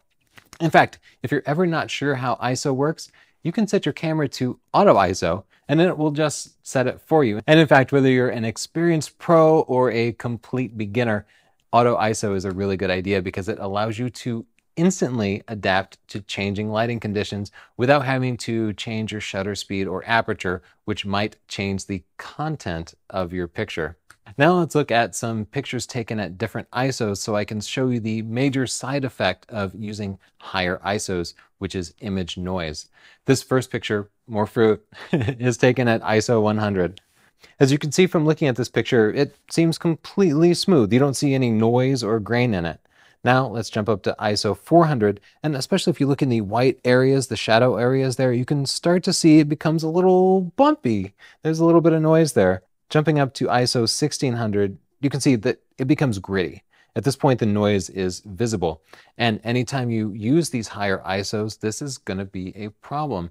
If you've gotten some pictures back and they look all speckled and they're like random colors, well, that's digital noise, and it happens when your camera uses higher ISOs. And that's why it's important to understand ISO so you can avoid that side effect whenever it's possible. Let's look at some even higher ISOs. This is ISO 6400, and even if the picture is really small, the noise here is going to be very, very visible. Jumping up to a ridiculously high ISO, 25,600, you can see the picture at this point is basically unusable. Like, it's really ugly. But you might have to use ISO 25,000 if you're in dark conditions, in a dim bar or a restaurant, and you were working by candlelight. You know what? It's better to get some kind of picture, even a noisy picture, than no picture at all. And you can always go to black and white. That's a little trick to visibly reduce the noise. So I know what everybody wants from ISO, and that's to use the lowest ISO possible so that you get nice, clean pictures without a lot of noise. Well, I've already told you to use ISO 100 whenever possible, and then ISO 200 or 400 whenever that isn't possible. You don't want to just keep your camera at ISO 25,600 because you saw what they'll look like, right? But if it gets dark, you might not have any choice. Something has to give. Either you have to use a bigger aperture, and your lens only supports an aperture so big, or you have to use a slower shutter speed. And we know what happens when you use a slow shutter speed, right? Everything becomes blurry. You get camera shake or you get motion blur. So you can't always just use ISO 100. There is another way to help reduce the noise that you get at lower ISOs. And again, it's by getting a camera with a nice big sensor. These cameras are really expensive, so I don't want you to rush out and swap your camera or anything. But if you're completely knowledgeable about using ISO aperture and shutter speed and you're still trying to get less noise, I would recommend looking into getting a full frame camera. Another option for you that might be less expensive is to get a lens that supports image stabilization. As we discussed earlier, lenses that support image stabilization allow you to handhold with slower shutter speeds. And with a slower shutter speed, you can also use a lower ISO. Don't worry if you don't understand this yet, I'll give you a more thorough explanation soon. Unless you're in manual mode, your camera is using an auto exposure system. In other words, if you're an aperture priority or shutter priority or program, or you got it on the green mode or one of those modes with a picture on them, your camera is using auto exposure and it's taking care of the exposure for you. And you should use auto exposure almost all the time, no matter how advanced you get. Even if you're a pro, you should use auto exposure. But sometimes the auto exposure is wrong and your pictures come out too dark or too bright. I would say this is the most common problem that I see on our readers group and at sdpcommunity.com. People just under or overexpose pictures. So I want to explain to you exactly how to get the exposure that you want. And it's by using exposure compensation. Exposure compensation simply adjusts your camera's default exposure settings. Your camera will evaluate the scene and make a guess about how bright or dark it should be. And usually your camera does a pretty good job at guessing, but it can't read your mind. It doesn't know the most important part of a subject. If there's a guy there with a bright white shirt, it doesn't know that you want that shirt to be bright white as opposed to just gray. So you might have to take a sample picture and adjust it based on that. And that is what I usually do because it's just not that hard. I'm going to go into detail about exposure compensation, but here's all you really have to know. Take a picture, look at it, and look at the histogram. And if it's not right, adjust the exposure compensation up or down. Don't worry, I'm going to go out in the field and show you exactly how to use that in a moment. So here's a snapshot of Chelsea and I with our daughter in a hotel room in front of Niagara Falls. And Niagara Falls is bright and white and it was catching all the sunlight, but we were in a dark hotel room with just the ambient lights in the hotel. And as a result, the background is really bright and we're very dark. So to fix this, I just dialed in a couple of stops of exposure compensation. There's a dial on the back of my camera that does it, and I added 2 stops. So let's look at the after picture. There we go. Now in this picture, we are correctly exposed, but the background itself is way overexposed. That's better than the first picture, right? Because the most important thing is to get your subject properly exposed. And if the background gets blown out, well, might not be ideal, but it's better than the alternative. Let's take a look at a couple more pictures. Here we see a red-tailed hog. It's kind of a gruesome scene. He caught himself some food, but the picture itself is actually pretty dark. It looks okay, but the snow should be bright white, and instead the snow is kind of a middle gray. And this, like the Niagara Falls picture, is because the background is nice and bright, but the subjects are dark. So to fix this, I just dialed in a stop or two of exposure compensation. And as you can see, the after picture is much better. Here we have nice and bright snow. The whites in the bird are nice and white, but they're not overexposed. Let's look at yet another picture. This is a picture of a cedar waxwing, and he's in the snow again. All these pictures so far have had bright backgrounds and dark subjects, and that's one of the situations that you really need to keep an eye out for. Anytime the background is brighter or darker than the subject, you need to really be careful to check your exposure and dial in exposure compensation as necessary. So with a bright background, it's a little counterintuitive, but you need to add exposure compensation. You need to make your camera adjust the scene even brighter. So this is what my camera metered the picture at, and here's how it looked with exposure compensation. I have another shot here for you. This is an osprey with a fish flying through the air, and the sky, of course, is nice and bright because the sun was out that day and the osprey is in his own shadow. As a result, the osprey is way too dark and you don't get to see any of the details. So when I'm in that situation, I know to add a couple of stops of exposure compensation. So with 2 stops of exposure compensation here, the sky is blown out, but the osprey is properly exposed. And the most important thing is that you get your subject properly exposed, even if the background has to be over or underexposed. Now let's look at a different type of picture, one with a dark background. This is a little orchard spider on a dark background. You can see he's weaving a web, and he's completely overexposed. That's why he looks all white. The background, of course, is nice and dark, so the camera tried to expose the background properly. It tried to make it a gray color, basically. But I want the background to be black and the spider to be properly exposed, so I dialed in -2 stops of exposure compensation. I just turned that dial in the back of my camera counterclockwise over to the left, and as you can see with the after picture, it came out to be much more pleasant. You can see every detail of the spider, and the background, which we don't care about, is black. Now I'd like to talk about dynamic range. Dynamic range in a scene is the difference between the darkest, shadowiest part of the scene and the brightest highlight in the scene. So if you're looking at, say, this dark train with the sun behind it, the sun obviously forms the brightest part of the scene, and the train forms the darkest part of the scene. Now, your eye and brain have a limited dynamic range. Your eye and brain can see about 20 stops of difference. So there's about 20 stops of difference between the brightest thing your eye can perceive detail in and the darkest thing. So you can make out detail in a shadow and detail in a highlight that's 1,000,000 times brighter. Your eye is pretty amazing that way. Your camera is good, but not nearly as good. Your camera can make out about 10 stops of dynamic range, or about 1,000 times difference between the brightest and darkest parts of a scene. So that's a big difference between what your eye can see and what your camera can capture. And this is one of the biggest challenges in photography, and that's why I'm talking about it, because you need to understand the dynamic range of your camera and how you can control it to best capture a scene. Now, some scenes that you're in will have a very limited dynamic range. If you're outside and it's an overcast day, the light's going to be very even, and you might only have 4 or 5 stops of dynamic range. So your camera's auto exposure system will capture it just perfectly, and you don't have anything to worry about.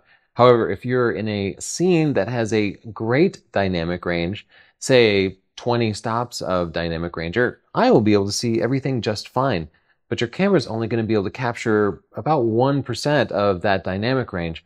Therefore, you need to make some adjustments. Your camera will try to expose some part of the scene correctly, but what might happen is the foreground could be underexposed and the background could be overexposed, or vice versa.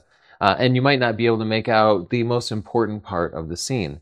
So in situations like this, you need to be able to understand your camera's exposure system and how you can select which part of the scene you want the camera to capture correctly. So we'll talk more about metering and exposure compensation in a minute, and we'll look at some more examples. But I also want to add that you can kind of control the dynamic range. You can add light to the shadowy parts of an image to reduce the overall dynamic range of a scene and make it easier for your camera to capture. The easiest way to do this is just to add fill flash. If you're taking a picture of somebody and they have the sun behind them or the sky is really bright behind them, just turn on your fill flash and it'll add just a little bit of light in the foreground and help reduce the dynamic range by bringing up the light in the shadows. Another way to overcome the limited dynamic range of your camera is by using HDR. That stands for High Dynamic Range. And with HDR, you set bracketing on your camera and you capture 3 or 5 or more pictures at different exposures. So you'll take a really dark picture, a normally exposed picture, and then a really bright picture. Then you'll blend the best parts of each image to virtually extend the dynamic range of your camera beyond 10 stops and maybe to 15 or even 20 stops that your eye can see. I'm not going to cover HDR in complete detail now, but you can check out chapter 11 of my book, Stunning Digital Photography, or check out the videos at SDP Community for more detail. Now, I mentioned metering. And metering is the process that your camera goes through to determine the proper exposure. The exposure being which aperture and shutter speed and ISO it's going to use. Metering determines how bright or how dark a picture is going to be. Obviously, your camera kind of looks at the scene and decides, hey, this is a really bright scene, so I can use a really fast shutter speed. Or this is a pretty dark scene, I need to use a really slow shutter speed. Anytime your camera is making important decisions like that, you kind of need to understand it because your camera is going to make some mistakes. After all, your camera can't necessarily determine whether you're trying to take a picture of the really bright subject in the background or the really dark subject in the foreground. Therefore, it might pick the wrong one to expose properly, or it might just pick some exposure in the middle, which exposes neither the foreground or the background correctly. Generally, however, you can just use your camera's built-in auto exposure system and things will go well. Now, in the digital era, what I usually recommend is just relying on your camera's auto exposure system and taking a sample shot. Then take a look at the picture you just took and look at the histogram specifically. Usually you can view the histogram by just hitting the info button on the back of your camera a couple of times until you see that little chart. We're going to look at some more examples of that later. But if your picture is too dark, you add a stop or two of exposure compensation to brighten it up. And if your picture is too bright, you use exposure compensation to reduce the overall exposure until the subject looks right. So in the digital era, I really recommend trial and error. Now, when I was shooting with film cameras back there, I didn't have the luxury of trial and error because it would have taken me hours of developing and printing to determine whether or not I had exposed something properly. So then I had to be a little more precise about it. But nowadays, digital, the fastest thing to do is just to take a sample shot and make adjustments based on that shot. So now I'm going to grab Chelsea and drag her outside into the bright white snow so we can go hands-on with exposure and exposure compensation. Snow is one of the perfect examples for a situation that requires you to change your camera's default metering. So to explain this a little more, I'll take a couple of sample shots of Chelsea. Now, take a look at that picture and especially the histogram, because it's really important that you review the histogram anytime that there's an exposure challenge, like a bright environment or a dark environment. This histogram is almost entirely in the left half of the frame, and that's no good at all. That means our picture is underexposed. Now, you can't just trust your eye here because a million times I've looked at the preview of an image on my camera when I'm out shooting and thought it was okay. Then I get it back on my computer and see the histogram and realize it's wildly underexposed. You can't trust your camera's LCD. You always need to look at the histogram. So when you see a histogram like this that doesn't touch the right side, that means the photo's underexposed. And as a rule of thumb, when you're in a bright environment like this, you need to add at least a stop of exposure compensation. But when it's mostly snowy like this, you need to add a couple of stops of exposure compensation. So I will add 2 stops of exposure compensation and shoot again. That turned out much better. Now, that's really all you need to understand about metering and exposure compensation. Take a shot, look at the histogram. If it doesn't touch the right side of the frame, then you need to add 1 or 2 or 3 stops of exposure compensation. Shoot again, and if the histogram is perfect, then you're good. Back in the olden days, when we shot film, you didn't get a chance to immediately review it and then reshoot. And as a result, cameras developed these really complex and flexible metering systems, and they're still in our modern cameras. And in fact, the camera manufacturers often use them to advertise advantages of their models versus competing models. But I don't think they're that important, because nowadays I think the easiest thing to do is just to take a shot and make an adjustment based on what you see. However, I do want to give you an overview of your camera's different metering modes. Now, the one that your camera is probably set up with by default is, they have different names. Some companies call them evaluative metering, some are zone metering, but they look at the entire frame and intelligently decide what the exposure should be. So they'll look at your foreground subject and the background subject and try to guess. That's what my camera was set up with when it managed to underexpose that shot by a couple of shots. So it doesn't work perfectly. The way your camera's metering system works is it tries to figure out what's important in the frame and then make that a middle gray, right in the middle of the histogram. Now, in the olden days, you'd even hold up a gray card and meter off of that gray card, and you'd feel pretty good about it. But it doesn't work well in an environment like this where everything is white. You see, the snow, I don't want it to appear gray, but that's the way it appeared in the first shot.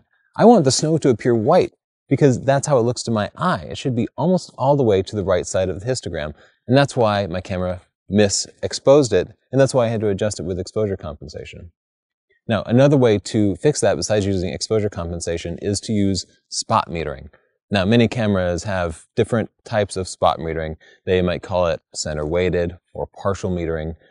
True spot metering takes a very small part of the frame and meters off of just that. Sometimes it's linked to the focusing point, but usually it's right in the middle of the frame. So I'll take a shot with spot metering on and no exposure compensation, and we can see how that works.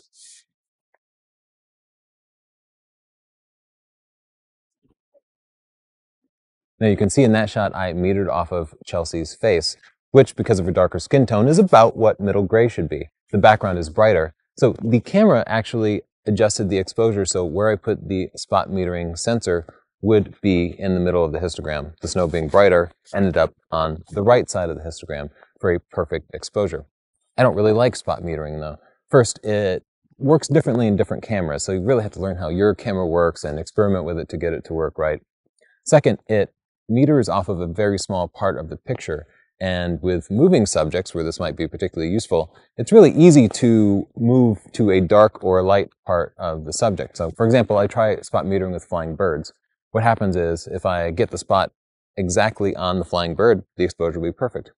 But in the next frame, maybe the bird moves up or down a little bit, or my camera's not perfectly centered on it, and it meters off the bright sky, and the exposure drops way down because it tries to make the sky gray. Maybe then meters off of a dark part of the bird, and it moves the exposure way up. Now I'd like to illustrate what happens when you have a dark background. So let's take Chelsea and move her in front of some dark trees, and we'll repeat this experiment. This isn't the most scenic spot for a portrait, but it will serve for an example here because it's got a nice dark backdrop.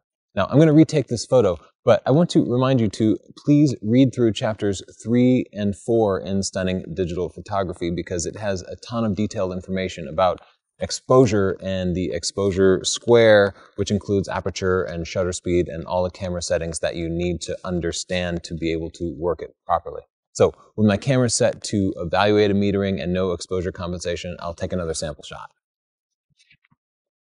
If you look at that, Chelsea's face is now overexposed. And the reason for that is the camera included the dark background in the metering, and it tried to bring the background up to middle gray. Chelsea's face is now brighter than the background, meaning it pushed that exposure up beyond the right side of the histogram, causing it to be blown out. Now, it's really easy to detect if you look at the preview and you enable blinkies, which I describe in the book. So, because I could see it blinking, I immediately knew that I needed to adjust the exposure compensation down. I can also look at the histogram, and if I see the histogram climbing up the right side there, that means I need to dial down 1 or 2 stops of exposure compensation. So I'll just dial in a couple of stops and retake that picture. That was enough to fix it. So remember, when you have a bright background, you need more light. If you have a dark background, dial your exposure compensation down. It works exactly the opposite of the way you would think it would. But you don't need to memorize anything. All you need to remember is look at your picture after you take it and examine the histogram. Then adjust the exposure compensation. Even if you get it backwards, you'll figure it out after you take your next test shot. Now we'd like to talk a little bit more about histograms. I mentioned them a little bit in that video, but I want to go into a little more detail. The histogram is basically a bar chart that visually represents the brightness of your picture. And if it has a bunch of detail over in the left side of the picture, that means that there's a bunch of dark in your picture. And if it has a bunch of detail on the right side of the picture, that means that your picture is kind of bright. So let's look at some sample photos. This is a high-key photo of my daughter eating a strawberry. And by high-key, I mean it's mostly white. When we look at the histogram, we can see that the histogram is creeping up the right side of the picture. That's because the picture is bright and it's mostly white. Anything that's completely white in the picture is going to cause the histogram to touch that very right side. That means that part is a little bit overexposed. With this photo, that overexposure was done deliberately. Now, you can look at the histogram alone and see that this picture doesn't really have any areas of black, of darkness. And though I did it deliberately this time, usually that's something you want to avoid. And if you were to see a histogram that looked like this, you'd probably use your exposure compensation to drop it down a stop or two. This picture of a sunset has an extreme dynamic range because I'm shooting right into the sun. That's the brightest thing in our solar system. There's nothing that's going to be any brighter than that. And those palm trees in the front are a perfect silhouette. And they form a silhouette because the camera couldn't capture any detail in those shadows. As we look at the histogram, what we see is that the histogram is climbing up the right side where the sun has overexposed in the picture. And all the shadows of the palm trees are on the left side. Now we do see some detail in the histogram in the middle there, and that's because there are some parts of the sky that are properly exposed that the camera was able to capture in the camera's limited dynamic range. Now let's go to Japan and look at the Golden Temple. This scene had a very reasonable amount of dynamic range, and therefore when I took a picture of it, the camera was able to capture the entire dynamic range. As we look at the histogram, we don't see anything creeping up the left or right sides of the histogram. That means the picture is well exposed. This particular scene wasn't challenging at all, and in fact, I could just rely on the camera's auto exposure system. Here's another picture with an extreme dynamic range. This is another sunset picture. I'm shooting right into the sun, and my subject in the foreground is forming a complete silhouette because there's no front lighting on her. You can see from looking at the histogram that the sky itself is well exposed, but the foreground subject is almost completely black. That's why that histogram is creeping up the left side of the picture. That relates to the darkest parts of the picture. Now, in this case, I was going for a silhouette. That's what I wanted. So I didn't have to adjust the camera's auto exposure any further. But if you wanted to properly expose the foreground subject, you'd want to add several stops of exposure compensation. Now let's head into my pool room in the basement, where I've set up a couple of items so that we can experiment with different camera modes, including manual mode, and different settings for aperture, shutter speed, and ISO. I'd like to explain to you the relationship between shutter speed, aperture, ISO, and light. They are all connected to each other, and adjusting any one of them can be compensated for by adjusting any other. In other words, if you make the room brighter by raising the lights, you'd have to make your shutter speed faster to compensate for it. I'm going to walk you through a series of tests with my camera here and this little lab setup that I've made to show you exactly how everything works. What I'd like you to do is to watch this video from start to finish and then set up something similar in your own home. All you need is a dimmer switch. Once you get some hands-on practice with it, it'll start to make more sense. Now, understanding these is important because not understanding them can cause a lot of problems with your photography. Shaky pictures or not getting everything in focus that you want to. And once you get an understanding of it, you'll be able to fix those problems. Noisy pictures too. So let's get started by taking our first picture on totally automatic mode. The mode I'm using now is the program mode, which is P on most cameras, and it lets the camera make all the decisions for you. And if you're ever unsure about the settings or you're giving your camera to somebody who isn't a competent photographer, set it on P mode and it'll take care of everything for you. It's a great way to go when you're feeling a little bit nervous about your photography. However, for those of us who master shutter speed, aperture, ISO, and light, it's a mode that you won't ever want to use because you'll always want to be able to control those conditions. So you can see the camera does just fine. What I'm going to do now is to cut the lights in the room by about half, and I'll take another picture.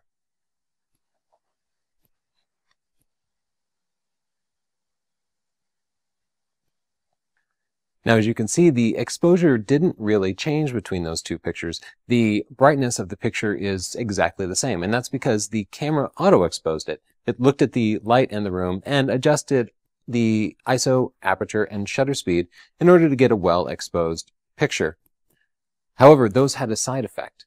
As you'll notice, the fan is a little more blurred than it was in the previous picture, and that's because it had to use a longer shutter speed to expose the picture properly with even less light. That's one of the reasons you need to understand these, because you might or might not want that extra blur in there, and you do have total control over it. Now, you also notice that the brightness didn't change, and a lot of people think they can change any one of these settings and it will adjust the brightness of the picture in automatic mode. It's not true. You can adjust the ISO or the shutter speed or the aperture or the light in the room, and the camera is always going to adapt to it. So changing any of one of those won't change your brightness. If you want to change your brightness, use exposure compensation. And on most cameras, that's controlled with a dial on the back, though sometimes you need to press an extra button or go into a menu system. So just for an example, I'm going to add a stop of exposure compensation so we can see the difference. As we can see there, the picture did get brighter. It got one stop brighter, to be precise, because I adjusted the exposure compensation by one stop. Now, a stop in photography is a doubling or a halving of the light. If you double the amount of light in a room, you've added one stop of light. If you cut the shutter speed in half, if you go from 1/250th of a second to 1/500th of a second, you've increased the shutter speed by one stop. Now, I'm going to move the camera into manual mode. Whereas the ISO, aperture, and shutter speed were all unlocked so that the camera could adjust any of them when I have it in program mode, in manual mode, I can lock down everything and prevent the camera from making any automatic decisions. It gives me complete control. So that's what I'm going to do, and I'm going to set it in manual mode and then configure it so that it will expose the picture properly and will take a test shot.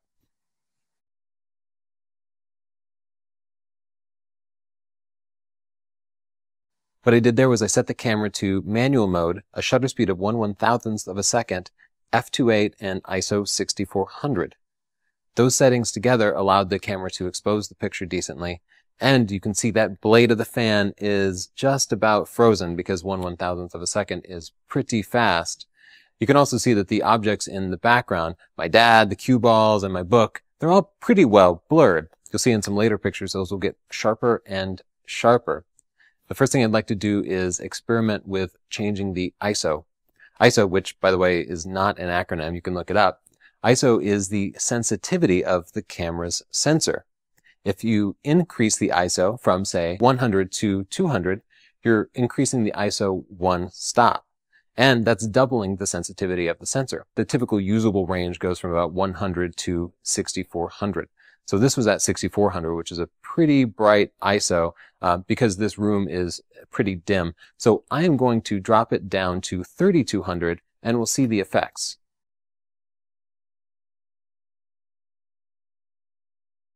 As you can see, the picture got darker. As your ISO gets lower, the camera gets less sensitive, and if you don't let the camera adjust the other elements, the aperture or the shutter speed automatically, then the picture is going to get darker. So let's move the ISO up 2 more stops to 12,800 and see what the effect is.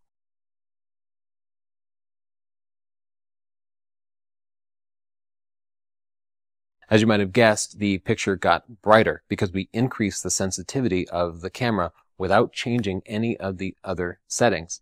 Now, we've been in manual mode where we locked all of the settings except for the one that we were controlling. Now I'm going to switch back to program mode, which will make everything but ISO automatic. And I'm going to take a couple of shots at different ISOs so you can see the effects. You can see here that the camera exposed the picture at 1/350th of a second in f5.6 and it was well exposed. Now I will drop the ISO to 3200. That's dropping it 2 stops, so the camera will need 4 times as much light.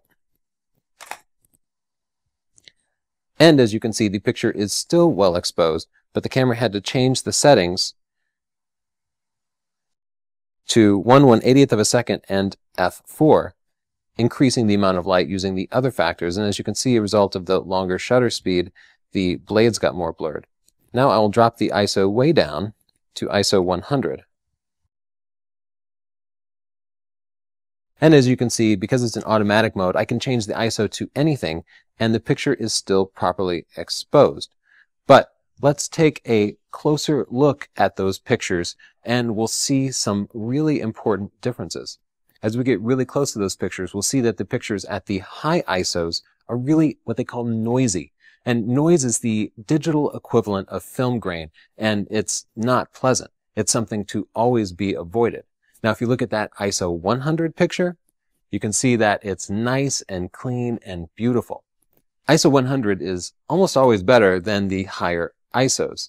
But one of the challenges of photography is that when you choose a low ISO, you're going to have to change some of your other settings, such as the shutter speed and aperture as well. Now let's take a look at the shutter speed. You can control the shutter speed by putting your camera into shutter priority mode. On almost all cameras, that's marked by an S. On Canon cameras, though, it's marked by a TV. Now, when you put your camera into shutter priority mode, it gives you control over the shutter so you can specify how slow or how fast you want it. And the camera will change the other settings for you, most notably the aperture and perhaps the ISO if you have it set to auto ISO, to allow the picture to be exposed properly. You want to use shutter priority mode anytime the speed of the picture is important to you. If there's a moving subject in your picture, you want to switch it to shutter priority mode. So yes, at your kid's basketball game, if you're taking pictures of your dog running or a bird flying, those are all times you want to be in shutter priority mode. So let's take a picture with the default settings in shutter priority mode. So at 1/250th of a second, the fans on that blade are pretty well blurred. Now let's imagine that I wanted to be able to show those fan blades nice and crisp. I'm going to crank that shutter speed even faster. So let's jump up to 1/1000th of a second. That's better. They look nice and sharp. But what if that isn't the effect you want? What if you want to show motion blur? This is really common if you're shooting a moving car, for example. You got to get some spin showing in those wheels, and if your shutter is too fast, you're going to freeze too much motion. Intentionally showing blur is one of the tricks and one of the benefits of using shutter speed. So let's drop that down to 1/60th of a second and see the effect. There's that nice blur I wanted. At that speed, the fan blades are a complete blur. Shutter priority gives you a control over just how much motion your pictures show. There's also motion in your own hands, and if you're hand holding a picture and it's ending up blurry, it's probably what they call camera shake, and you can control that by using shutter priority and specifying a shutter speed that's fast enough for you to handhold. Now, I will show you what happens when you change the lights. Shutter speed gives you control over the shutter, and the camera will not change it. The camera will change the aperture, and if you've chosen auto ISO, it will change the ISO as well. But it will never ever change the shutter. You have control over that. So I'm going to drop the lights in half, and we'll see what the camera does differently.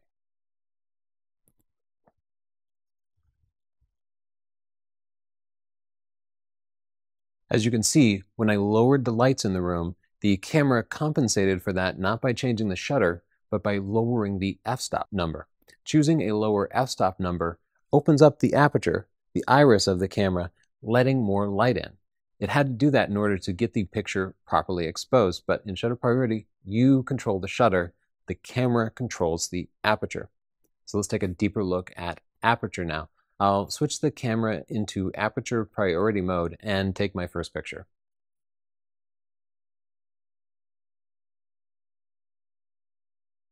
I took that first picture at f8, which is a pretty moderate f-stop number. Now, one of the things that aperture controls, besides the amount of light that gets in through the iris, is the depth of field. At f8, I got the objects in the background kind of in focus, but let's say I want them nice and sharp.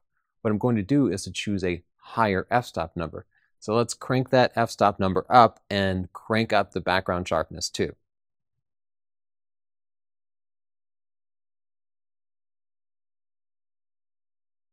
Now at f32, I have enough depth of field that you can read the title of my book in the background.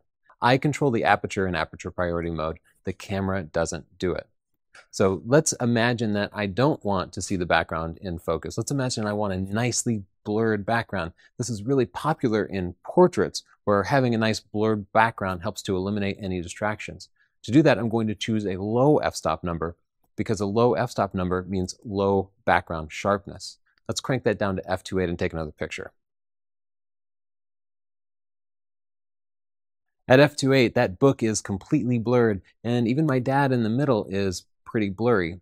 Now you also notice those fan blades got a little more distinct. That's because the camera chose a faster shutter speed because it was using a larger iris, a larger aperture, which let in more light. And that's how aperture works. Now there's one other thing that I'd like to show you, and that's how a flash can control the amount of light in the room totally automatically. So I'll attach a flash to the camera now. Now, as you can see, the flash had an interesting effect on the fan blades. It kind of froze the motion, but then you can still see some blur. When the flash actually fired, the imprint of the blades at that current position were burned into the sensor. But because they were moving the rest of the time the shutter was open, you see this kind of interesting effect where they're blurred and then frozen, almost like a ghost moving into position. It's one of the cool tricks that you can do with flash.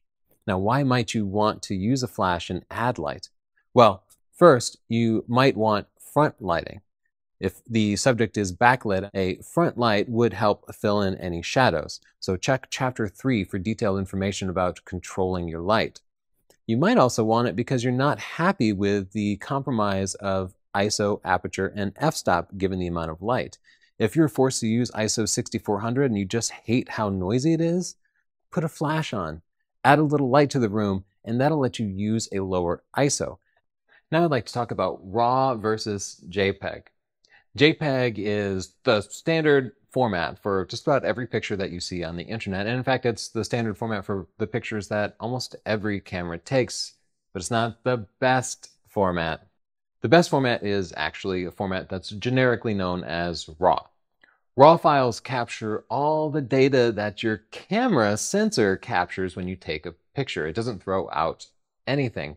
JPEG, by contrast, is actually just a compilation of the data that's been processed by your camera. Now, one of the things that your camera does when it converts all that data that it captures into the JPEG file that most people work with is it throws away the brightest and the darkest parts of the picture. So that's right, you're actually losing some of that really important dynamic range. You're losing some of the details and the highlights and the shadows, and you're getting this highly compressed JPEG file. And if that doesn't sound ideal to you, well, you're right. Because the RAW file captures all the data that your camera collected, it gives you a lot more flexibility in editing.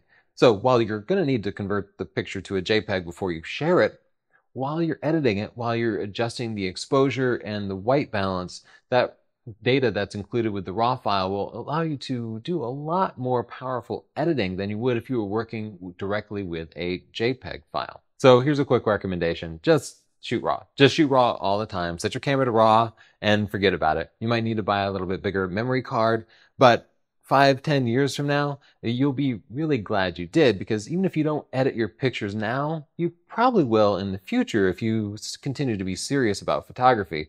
And if you're looking at pictures of your kids or other important moments and all you have are JPEG files, you are going to be kicking yourself about all the detail that you lost. So start shooting RAW now, and when you start editing your pictures, I promise you'll appreciate it. Let's head over to the computer so that I can show you exactly what a difference shooting RAW makes versus shooting JPEG. RAW files take all the data captured by your camera's sensor and put it into a really big file that you can process later. Now that's distinct from a JPEG file. If you use JPEG files, your camera takes all that raw data and processes it in camera, and then you get to work with that processed file. Now you might notice that a JPEG file tends to be about 3 megabytes, whereas the RAW file might be 25 megabytes. The difference is important. The RAW file is giving you way, way, way more data. In fact, it's giving you every bit of data that the sensor captures. The JPEG file drops an awful lot of that data. Your JPEG pictures might still look good, but they don't have all the data in them. For example, a RAW file will capture, let's say, 10,000 different bits, different gradients from black to white, and it will store them all. When you save it as a JPEG file, it has to clip the top and bottom part of that. It clips some of the shadows and some of the highlights. and that means you're losing detail. To demonstrate that, let's look at some JPEG files and RAW files in my photo editing app, Lightroom. Here I have a picture of a train shot in both RAW and JPEG, and you can see that this is a pretty challenging scenario. I'm shooting directly into the sun here. I'll switch over to the Develop module and try to recover some of the highlights.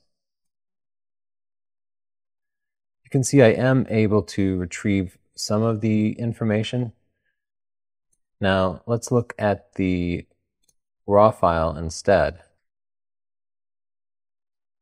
Now you can see how much more information I was able to recover there. I was able to see quite a bit more of the train in that one than in here. You can see how much more that sunburst covers up. Now I'll switch over to the RAW file one more time and bring up the shadows a little bit.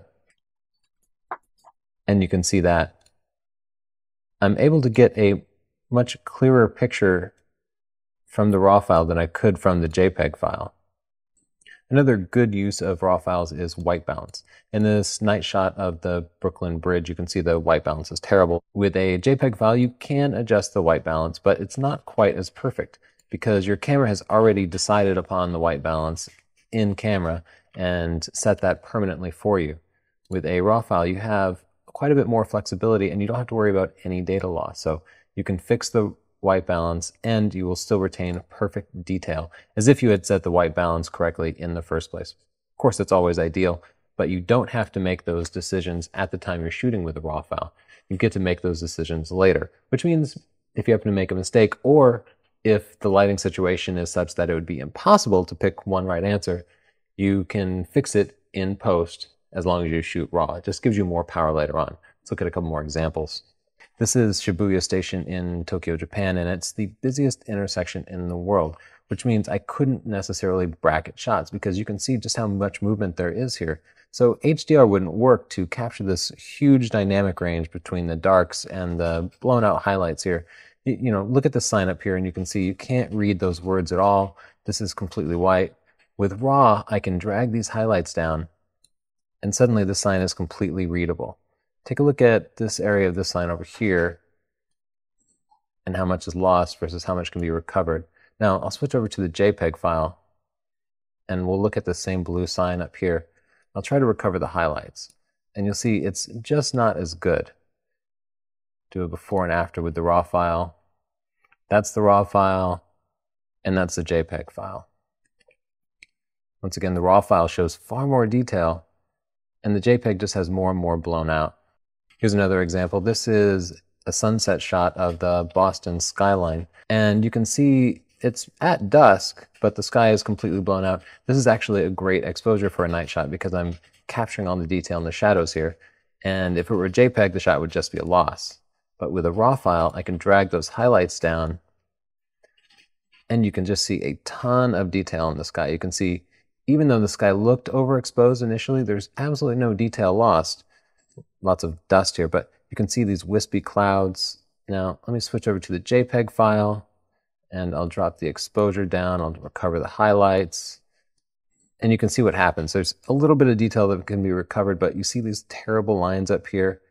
Switching back to the RAW file just looks so much better. Here's another high dynamic range situation, this one in the day. You can see this ruin in Ireland is completely in shadow because you have these overcast skies here. But there's a great deal of detail in both the shadows and the highlights here. So with the RAW file, I can drag up these shadows and drag down these highlights and just overall reduce the contrast of it. Now, let me pull the blues down a little bit to show some more detail in the sky. And wow, that's just a lot of detail that was recovered in that picture. Now let's take a look at the JPEG file. That's the JPEG file, and this is the RAW file, edited. Now I can try to do that same editing here in the JPEG file, and you can see I'm able to recover some of it, drag the blues down. You can see after processing the RAW file, it just looks much, much better because you have all that extra information. When you choose JPEG files, your camera processes it in the camera and just throws away that information forever. When you pick RAW, you can always go back and save it, and you have all the detail that your camera sensor was able to capture. Wildlife shots can be really challenging because you don't necessarily get to make adjustments and shoot later. Here, I saw this ibis flying and I had to capture it with whatever settings I had. I didn't get to take a picture and then look at my settings and think about it. And I did a pretty good job. But you can see it's a little bit underexposed. The detail that we want to see are these gorgeous colors in the bird's wings.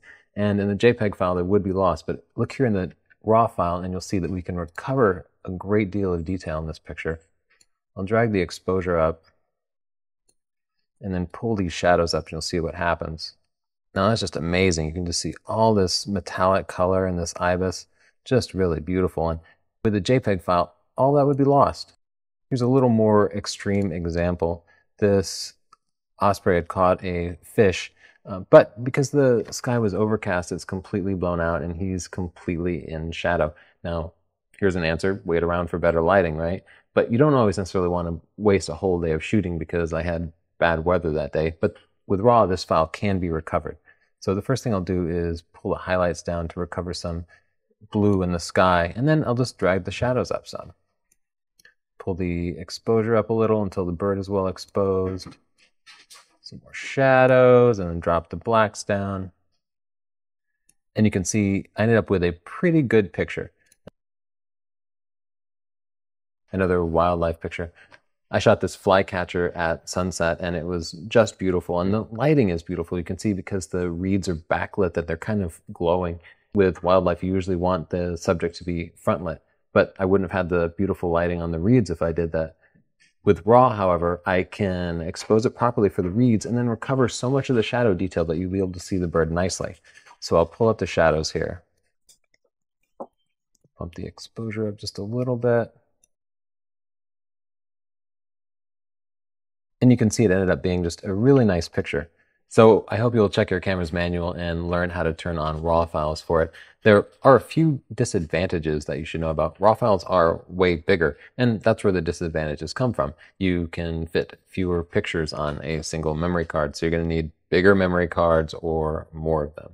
You run out of buffer faster. So if you're, say, shooting wildlife or sports and you're holding down that shutter on continuous, you might find that you run out of buffer in 6 or 7 pictures. Depends on the camera. But after you run out of buffer, the number of pictures you can take is going to slow down a lot. Like it's going to go from being 4 or 5 pictures in a second to 1 picture in a second. So if you find that you're running out of buffer all the time, it might be better to switch back to JPEG.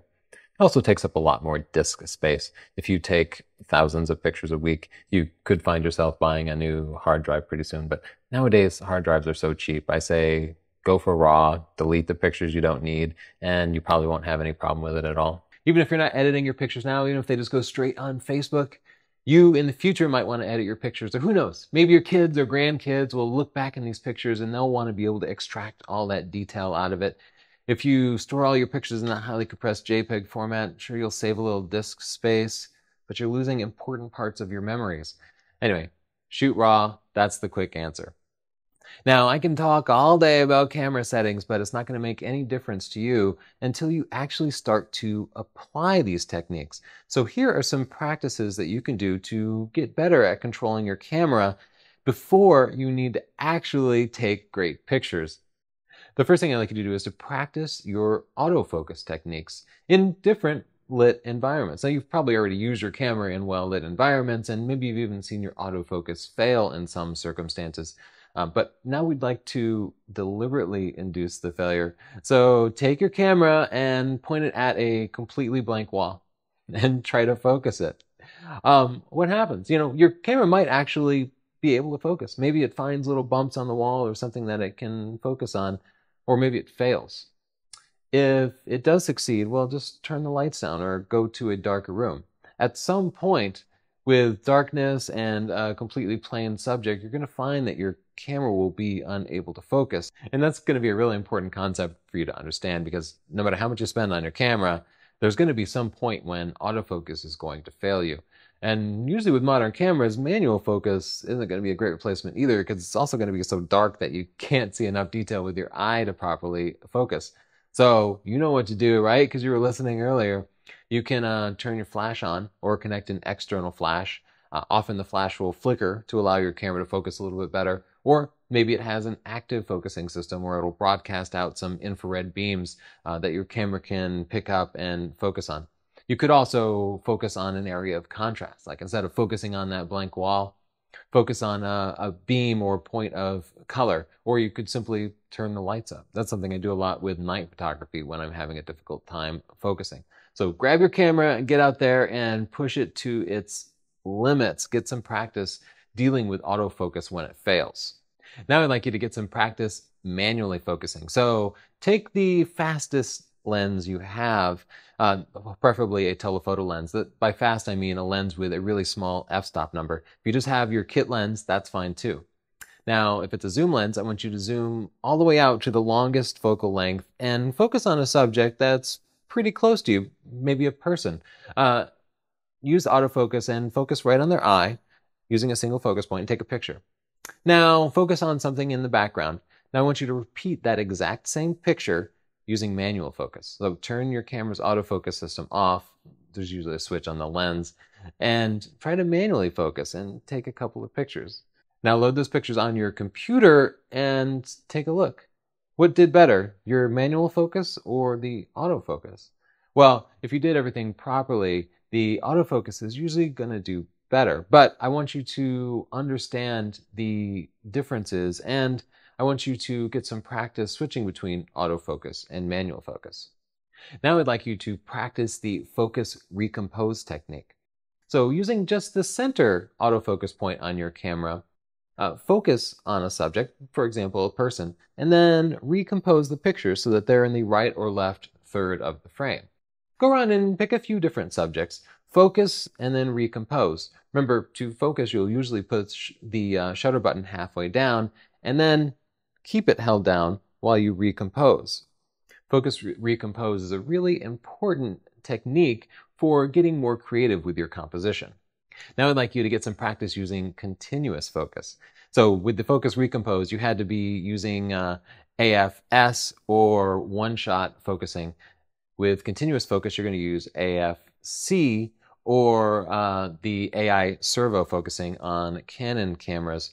Continuous focus will track whatever is in front of it and try to focus as fast as possible on it. So just turn it on and kind of focus on subjects at different distances in the room and the world outside, and see how fast your camera responds. You should be able to focus on something close and then focus on something far away without even lifting your finger off the shutter button. Wherever you move the camera, as long as you have your finger down, held halfway down on that shutter button, continuous focusing should cause your camera to continually refocus. You might also want to take your camera out and practice with a moving subject. You could even just go down to the street and focus on cars that are coming towards you, or maybe you could corral your kid and get them to run towards you so that you could practice working with continuous focus and taking pictures with it. Now, I will note, don't be disappointed if some of your continuous focus pictures don't turn out that great, or if your camera seems to struggle with continuous focus. Depending on the camera you have, the lighting conditions, and the amount of contrast in your subject, continuous focus can be a real challenge for cameras. So let's get some more practice with moving subjects. Again, using continuous focus, I'd like you to take 2 sets of pictures. Find a kid or friend or person, or just go out to the street and find some cars that are driving past. First, I'd like you to kind of pan with the cars or the subject, moving from left to right. So set your camera to continuous focus and keep your finger half pushed on that shutter button and try to keep the subject in focus as it goes from left to right. Just set your shutter to continuous and take as many pictures as you can. Do this a couple of times. Now, I'd like you to repeat that process with the subject coming towards you. So get your kid to go a little bit away and then run towards you, or stand near traffic so that it's kind of coming towards you. And I want you to go back to the computer and unload those pictures and then look carefully and see how many of each were in focus and out of focus. For example, find out whether you got more pictures in focus panning from left to right or when the subject was coming towards you. Now let's get some basic exposure practice. I'd like you just to put your camera in completely automatic mode and take a picture of something indoors. Now go outside during the day and take a second picture and just look at the settings. Usually you can just review them in camera and hit that info button a couple of times until it shows you your shutter speed, aperture, and ISO. What were the differences between the different settings, and are they what you'd expect? Here's another exposure practice. I I want you to take a picture with your camera in fully automatic mode. Then review that picture and hit that info button until you can see the shutter speed, aperture, and ISO. Now, make note of those. Now switch your camera to manual mode and set the ISO, aperture, and shutter speed to those exact same settings. Now take another picture of the same subject. It should turn out properly exposed, right? So congrats, you took your first manual picture and you're well on your way to understanding how to manually control your camera. Now I want you to cut that shutter speed in half and take another picture. What happened? Did it come out darker or brighter? Now move the shutter speed the other way and determine whether it came out brighter or darker. You can set your settings back to the original set of settings and do the same practice with your aperture and ISO, determining whether your pictures get darker or brighter as you go. Now, set your camera to shutter priority mode. In shutter priority mode, your camera controls the aperture and the ISO if you set it to auto ISO, and you control the shutter speed. So you make that one decision, how fast that shutter is going to be, and your camera can decide everything else. So try just taking pictures of moving subjects, whatever you like, at different shutter speeds. A fan is good, or you could have your kid wave like this. Take a picture at 1/30th of a second and 1/1000th of a second. Think about how fast something is moving and try to find that shutter speed that freezes it, and that shutter speed that shows just a little bit of motion, and how much shutter speed you need to completely blur a subject. Anyway, play with your shutter speed. I'd also like you to perform the same practice using aperture priority mode. Set your camera to aperture priority mode and set your ISO to auto ISO. Now use that main dial and use the lowest f-stop number you can and take a picture of something fairly close up. You should see stuff in the background that's a little bit out of focus. Now try using a higher f-stop number and see what happens. Experiment by zooming in and zooming out, being close to subjects and far away from subjects. Try to get an entire scene in focus using the depth of field practices that we talked about earlier. Also, specifically try to blur the background to isolate the subject. Remember the different techniques that we used, using a low f-stop number to blur the background, zooming all the way in tight using a long focal length or a telephoto lens, and getting just as close to your subject as your camera's focusing will allow. Switching back to shutter priority, I'd like you to again use auto ISO. This time we're going to practice hand holding your lens and seeing just how slow you can get a good picture. So if you have a lens with image stabilization or VR, whatever it calls it, go ahead and turn that on. Now start out at say 1/250th of a second and take 10 pictures of a fairly close-up subject. It helps if you zoom in a little bit. Then drop that shutter speed in half. So go down to 1/125th and take 10 more pictures. Go in half again, down to 1/60th, 10 more pictures. And just keep cutting the shutter speed in half and taking 10 more pictures until you get down to 1/4 of a second. Now I want you to unload all those pictures. You'll probably have like 100 pictures, and go through each set and count. How many pictures did you get nice and sharp at 1/250th of a second? How many did you get at 1/125th of a second? Did you get any sharp at 1/4 of a second? How slow can you hand hold a picture? This is a great way to practice your hand holding techniques, but it's also really good just to know what the slowest possible shutter speed is that you can hand hold a picture and how many pictures you need to take to get that one crisp and clear shot. Now I want you to use either the free Picasa or Adobe Lightroom, which has a 30-day free trial, and copy those raw files and process them. Now, if you've been working with JPEG, you'll notice that those raw files are way, way bigger and they probably take longer to load onto your computer. Maybe your computer even works a little bit harder as it's processing them. If you get the chance, take some pictures with JPEG and RAW both and see if you can spot any differences in the files the way that Picasa or Lightroom processes them. I'd just like you to get some practice working with raw files so you kind of know what to expect. I'd also like you to make note of how many pictures your camera reports that you can take on your memory card in both JPEG and RAW mode, because I bet it's going to be a smaller number when you're shooting RAW. Here's a really fun way to get to know the parts of your camera. And it's going to only cost you $35. There's this constructor with 2 Ks, DIY do-it-yourself kit that you can buy. It's a full-blown SLR that you build, and it takes film pictures, but it works, and you can still get your film developed. You can send it into mpix.com, and they'll even scan it for you. When you build your own camera, you're going to absolutely master every part of it, from the mirror to the viewfinder and the grip and the shutter and the motion of it. Anyway, it's certainly not a mandatory practice, but it's a lot of fun. Here's one last practice that might seem a little extreme, but I promise if you do this and keep at it for a week, you will master manual mode on your camera, as well as aperture, shutter speed, and ISO. What we're going to do is we're going to put our camera into manual mode, and then we're going to leave it there. So I'll switch my camera over to manual. From now on in, for the next week, we are going to manually determine the metering for a scene using a smartphone. If you don't happen to have a smartphone, you can use any external light meter. But we're decoupling the metering from your camera. So we're no longer going to use your camera's auto exposure system. iPhone apps are available for free, as well as Android apps. I'm going to use one that's just called Light Meter, but I promise if you search your app store, you'll have an app that can do it. A tablet can work too. Anything that has a built-in camera will probably have an app available for it. So the first step will be to just pick a general ISO. So I'm indoors here under decent light, and ISO 800 is good for that. If I were outdoors in shade, I'd pick ISO 400. If I were outdoors in full sunlight, I'd go ahead and pick ISO 100. And if you're in like a dark room, a bar, or a restaurant, go ahead and go for ISO 3200. But for me, ISO 800 is going to work well. So I'm going to go ahead and pick ISO 800 here.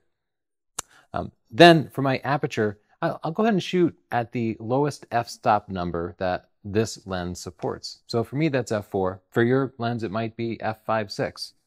So I'll dial in f4 there. And then I'm just going to use this app to tell me the shutter speed that I need to use. So I'm going to go ahead and point the app. It's metering off the red square there at my dad's forehead. And you can see it's telling me the right shutter speed is 1/250th of a second. So I'm going to copy these settings into my camera here. So I've got it in manual mode, and I'll set it to f4 and then 1/250th of a second. And I'm going to manually dial in the ISO, I had it on auto ISO.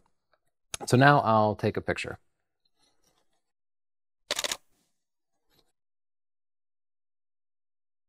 So you can see that turned out a little underexposed. I'll look at the histogram here. And we can see the histogram is all in like the left side here. The reason that it came out underexposed is that my dad's skin tone is a little brighter than middle gray.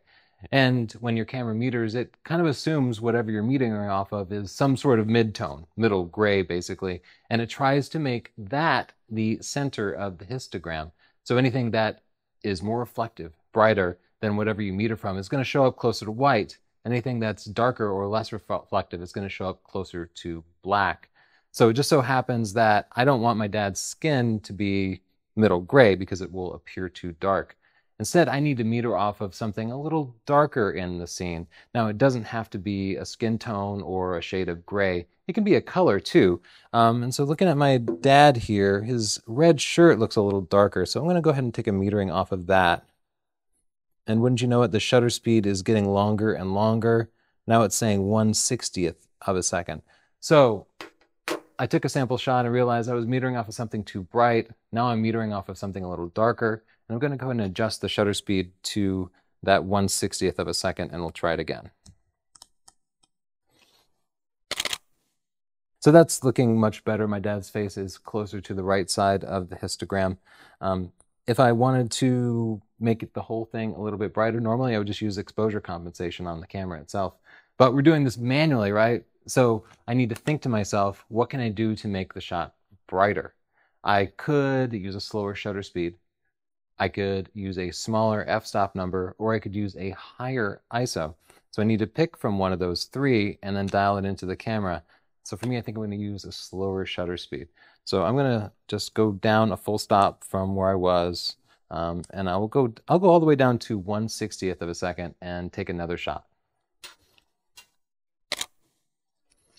So looking at the histogram, I can see nothing really is blown out. My dad's face is close to the right side of the histogram, and I can see from the blinkies that I have going that just a few highlights in his head are blinking. So that's a pretty proper exposure. And this is the kind of process that you're going to have to go through for the next week while you're using decoupled metering. And I don't want any cheating. I know your camera will give you a hint and it will tell you whether it thinks you're underexposing or overexposing. Don't pay attention to that hint. I want you to use only your smartphone app or whatever it is you're using to meter and your own head. I need you to manually copy all the settings from your meter over to your phone, and that process of copying those settings will make you think about them. You'll start to really understand what f4 and f5.6 are, and what 1/60th and 1/60th of a second are. And whenever you start to have a problem and you have to manually decide which of those settings to adjust, well, you're going to be learning at the same time. So you might miss a few shots as you go about it, but I promise it will make a difference for the rest of your life as you're taking pictures, no matter which camera you're using in the future. I do want to show you a couple other things that can happen. I'm going to try metering off of this white table and then taking a picture of my dad.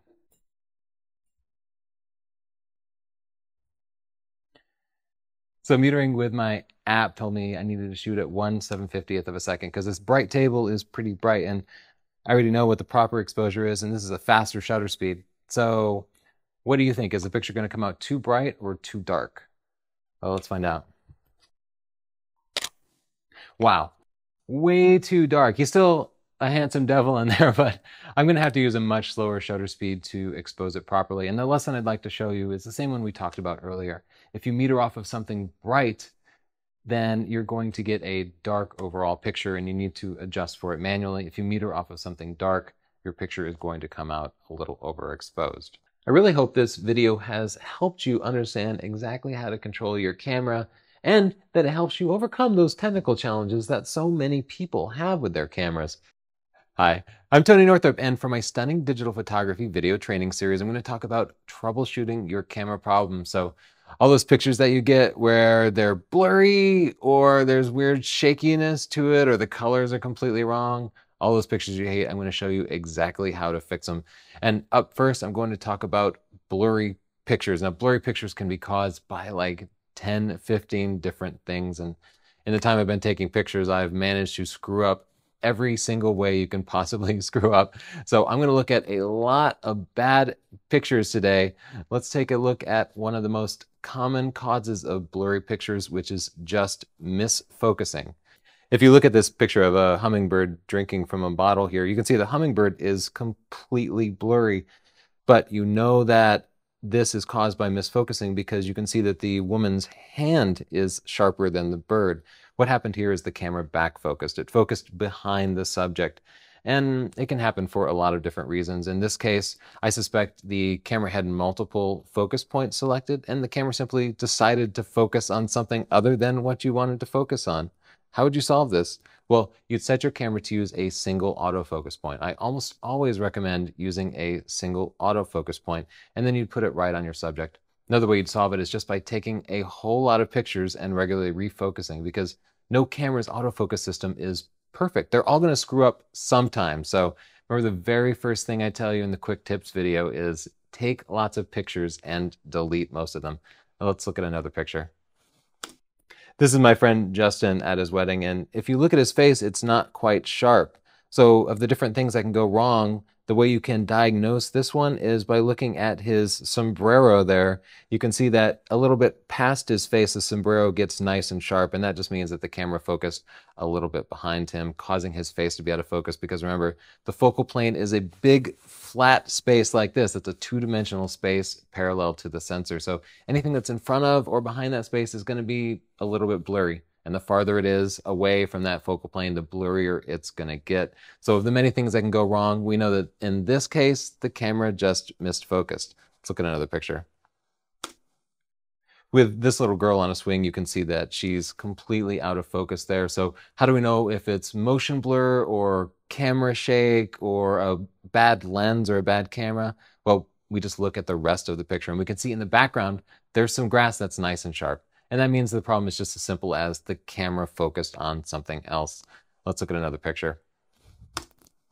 Here we can see this same little girl on the swing set and the camera misfocused again, and this is another common scenario. The camera just focused on her feet.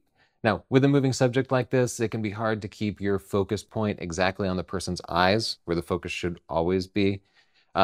The camera probably just focused on her feet, and that's going to happen sometimes. There's no real way to get it perfect 100% of the time. So again, the way you fix this is by taking lots of pictures and refocusing, and you just hope that some of them turn out, because you'll never get 100%. Let's look at another picture.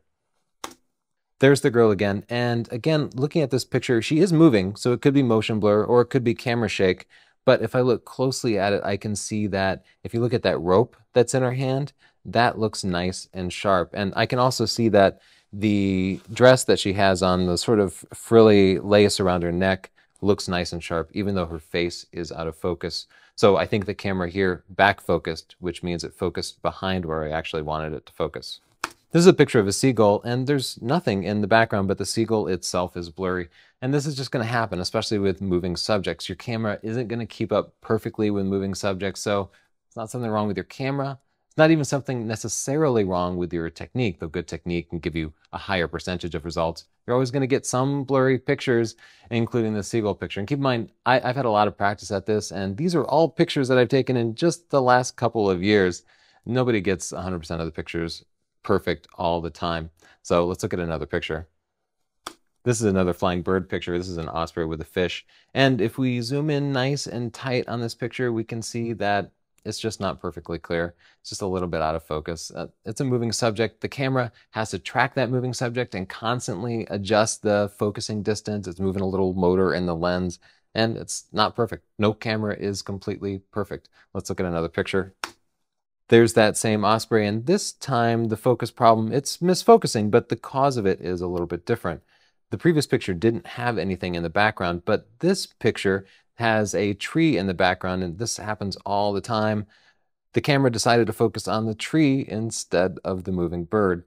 When you're hand-holding a telephoto lens like this, it's really hard to keep that center focus point right on your subject, because you'll move the camera around a little bit, and at some point, if the focus point happens to be put in front of a tree instead of your subject, it's going to focus on the tree. If the camera is doing what it's supposed to do, you basically are telling it to focus on the tree by not keeping the camera perfectly centered on the bird. Anyway, it happens. You solve it by just practicing, steadying your hands, and of course, taking lots of pictures. Let's look at another shot. This is a still bird, and he's perched on an orange, but you can see that the camera focused on the orange rather than on the bird. This is a really common problem. Most cameras' focusing systems are configured to focus on the very first thing that registers as sharp. So if there's something in the foreground in front of your subject, it's very likely that your camera is going to try to focus on it. You just have to be careful about it and try to move any obstructions out of the way. Move yourself so that the obstruction isn't between you and the subject. Sometimes when you're trying to take a picture, your camera just won't focus. It'll start to focus, and then it will move past your subject, and then it will come in and out. This is a process called hunting, and my camera guy Tyler is going to demonstrate that now. As you can see, it will just keep moving back and forth, and it'll move past your subject. You'll be like, stop, you got it, almost. But then it will just keep going. There are lots of different causes for this, but often it's a combination of multiple different factors. One of the biggest factors is not having enough light.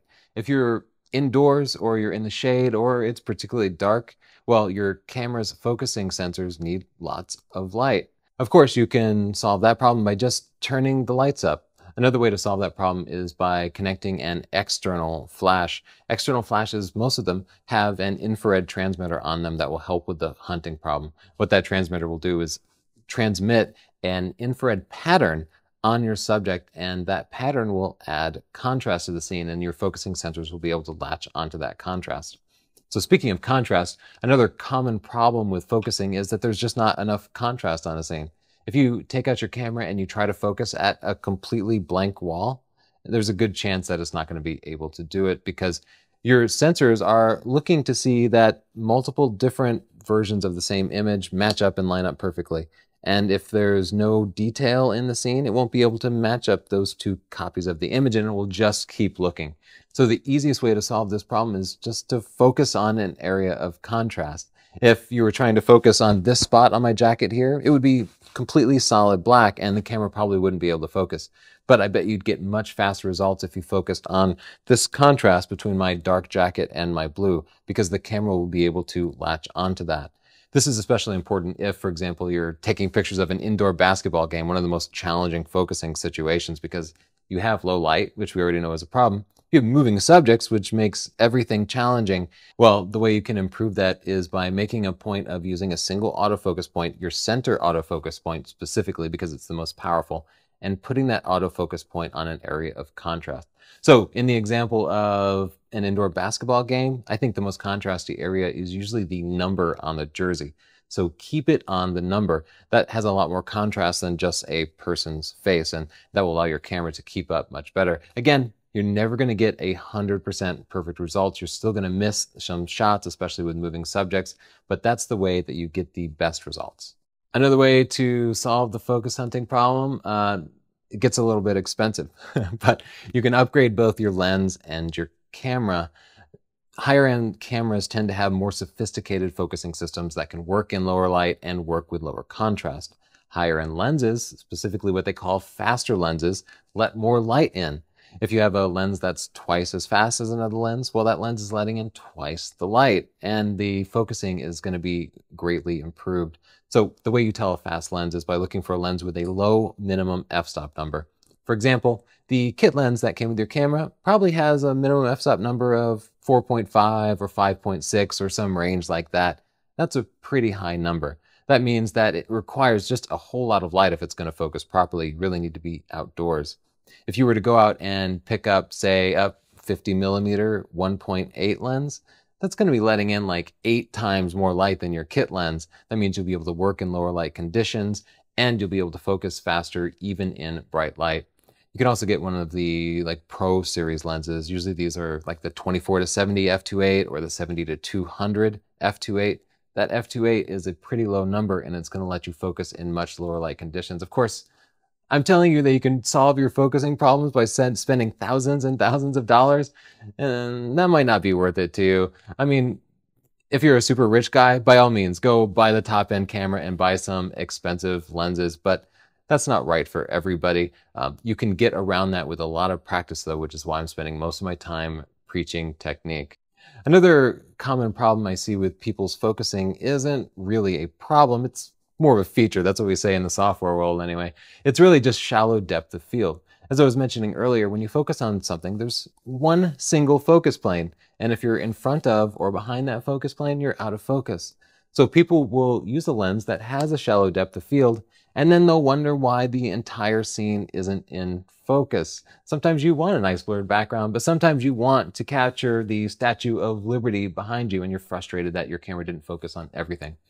Here's what happens. People will get comfortable using an inexpensive point-and-shoot camera or a camera phone. And these cameras, because they have inexpensive lenses on them, tend to capture everything in focus because they have a high minimum f-stop number. So you get used to using these kind of inexpensive wide-angle lenses, and everything's in focus all the time. You don't really worry about whether your focusing is precise or not. And then you switch to a DSLR. Maybe you get yourself a nice fast lens. And suddenly it's really frustrating that your daughter's face is in focus, but her friend's face is completely out of focus. I'll show you some sample pictures so you know exactly what I'm talking about. Here is a picture of my daughter and her friend. And as I was saying, my daughter's face is perfectly in focus and her friend is completely out of focus. It's not the camera's fault. It was my fault because I chose an f-stop number that was too low. I shot this at f4. But if I wanted to get both their faces in focus, I should have increased the f-stop number to f16. So in these cases, you want to put your camera into aperture priority mode, select auto ISO, and then use the main dial to select a high f-stop number, again, like f16 or f22. Here's the exact same problem, but in a studio. Now, with group portraits like this or couples portraits, you need to use a high f-stop number. If it were an individual portrait, I could just focus on the person's closest eye and the rest of the scene would just fall into place perfectly. But with multiple people, I need to get every eye sharp, all of them. And you can see the girl on the left there, her eyes are completely out of focus because the other girl isn't lined up with her. She's a little bit in front. And remember that focal plane, it's two-dimensional. And if you're behind that focal plane, you're going to be out of focus. So we extend the depth of field. We make that focal plane bigger in essence by using a higher f-stop number. For detailed information about that, refer to the Controlling Your Camera video. Shallow depth of field can be a problem in landscapes too, especially if you put something in the foreground and something in the background. That's a good compositional technique. It adds depth to the picture, but it's very difficult to get some grasses in the foreground in focus and get the mountains in the distance in focus. The way you can do this is, of course, by using a high f-stop number, even the highest f-stop number. You can also try to focus 1/3 of the way through the scene. Focusing 1/3 of the way through the scene maximizes the depth of field. If that's still not enough, you can use a technique called focus stacking. With focus stacking, you take a picture of the foreground, you take a picture of maybe the middle ground, and then you take a picture of the background. Then you can blend those pictures together and get basically infinite depth of field. For more information about focus stacking, watch the macro photography video. Now, I've covered a lot of different reasons that your pictures can be blurry or out of focus. I find that a lot of people still think it's the camera's fault. It's rarely the camera's fault. It's rarely the lens's fault. I would say in 95% of the cases, it's user error of one type or another. That's good news and bad news. The good news is you don't have to send your camera in for repair, which would be really expensive. The bad news is you only have yourself to blame, and it's usually some technique issue that you need to work on, but I'd rather do that than send my camera into Canon or Nikon. If you think your lens or camera might actually have a focusing problem, I'll show you how to test it. Now, a lot of people just kind of willy-nilly test their camera and it doesn't focus right and they think they've identified the problem, but as we've learned, focusing problems can be caused by so many different conditions that it's almost certain that you're going to be misdiagnosing the problem. It's usually not a hardware problem, but I'll show you how to identify exactly if it really is a hardware problem. And you're going to start by making yourself a focusing target. And all I've done is I've gone online and printed out a random focusing target. You don't need anything in particular, so as long as it's black and white. I mean, you could use any piece of paper that had black and white writing on it. And then you want to steal a piece of glass from a picture frame and tape it to the glass just as flat as you can. Now, the reason you're not taping it to cardboard is cardboard might move or it might flex. Glass is always perfectly flat. And when you're talking about measuring focusing problems, we're talking about millimeters here. So even if the paper were to peel off from the side a little bit, that little millimeter could show up as a focusing error. So you really want this to be just as flat as you can possibly get. If you were to print it on a sticky label, that would be even better than taping a piece of paper to it. Now we need to make sure that the focusing target is held perfectly upright, and this needs to be really, really vertical.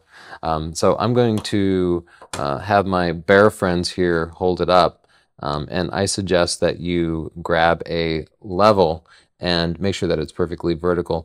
I don't happen to have a level, but I do have my phone here, and I know that the edges on it are a perfect right angle, so I'm just going to push it against it and make sure that it's completely straight.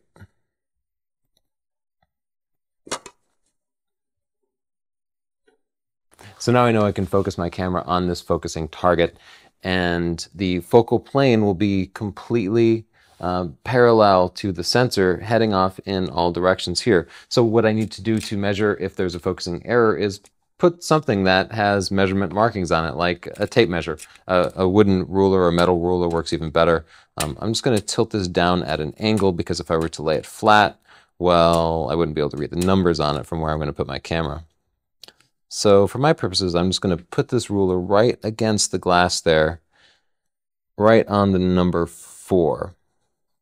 You actually want to line it up with the front of the glass, like wherever the front of your paper is, because we're measuring with as much precision as possible here. So this is going to be my focusing target, and I'm going to line my camera up at exactly the same level as this and focus somewhere on the contrasty area of the target. Then I'll be able to look at the ruler and see exactly where on the ruler it focused on, and if it's front focusing or back focusing, it'll be pretty obvious at this point. I'd also like to point out that I have bright lights shining on this. You don't want to do this in dim lighting because dim lighting reduces your camera's ability to focus. And we really want to create a scenario that allows the camera to focus in the best possible scenario because this will ensure that it's as accurate as it can possibly be and eliminate the possibility that the focusing problems are caused by some other source. So this looks pretty good to me. Now I'm going to set up my camera. Now you'll notice that I have my camera on a tripod. This is because so many problems with non-clear pictures can be caused by camera shake or moving camera. So the tripod is really important if you want to eliminate all other problems. To make any focusing problems as prominent as possible, I want to set up my lens to use the shortest depth of field possible. The depth of field is the total range that will appear to be in focus. So by making that really nice and shallow, any misfocusing is going to be really, really obvious. So to get the most shallow depth of field possible, I'm going to zoom out to the longest setting. On this camera, it's 105 millimeters. Next, I'll move the camera until it's almost in focus, but not quite. I still want the camera to have to autofocus on it. All right, that's pretty good. Just make sure you're about close to the minimum focusing distance on the lens and that you're zoomed all the way out. Now I need to go ahead and frame it so that I can see both the focusing target and the ruler here. So for convenience, I'm going to turn on live view, even though I won't do my shooting in live view. And that actually looks pretty good. I'll adjust the height of it up just a little bit. There we go, that's good. Now the way the focal plane works is it's always completely flat and completely parallel to the camera sensor. So I need the camera's digital sensor to be perfectly parallel with my testing target there. And because I made sure my testing target was perfectly vertical, perfectly upright, I need to make sure my camera is perfectly vertical too. Most modern cameras happen to have a digital level built into them. So check your camera's manual, see if you have that feature built in. Sometimes you can just hit the info button enough in live view and it'll show you that level. If yours doesn't have it, you can pick up a bubble level for just a couple of dollars. Amazon sells them, B&H sells them, and they go right in the flash hot shoe. So I'll put that in there, and then I'm gonna adjust my tripod to make sure that it is perfectly level. Now I don't care if it's twisted left to right, we just need to make sure it's tilted up and down to be perfectly level.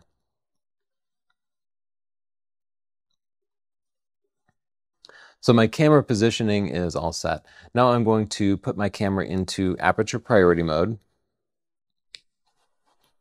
I'm going to select the lowest possible f-stop number by moving my main dial. On this camera it is 4.5, on this lens rather. And now I'm going to select ISO 100. And now I'm going to set the focusing type to the single shot focusing mode. This is going to be called something different on different cameras. Most of the camera world calls it AFS, including Sony and Nikon. In the Canon world, it's called one shot. The single focusing mode causes your camera to focus until it achieves a focusing lock. Sometimes it doesn't happen instantly. It might have to hunt around a little bit, but it's the ideal way for your camera to focus, and that's why we want to use it for this test. Next, I'm going to select only the center autofocus point.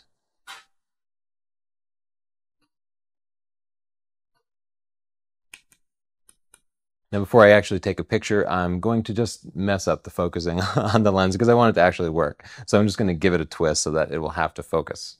Now my camera is all ready for the test. I need to make sure that live view is turned off and then look through the viewfinder and focus the camera using the autofocus system.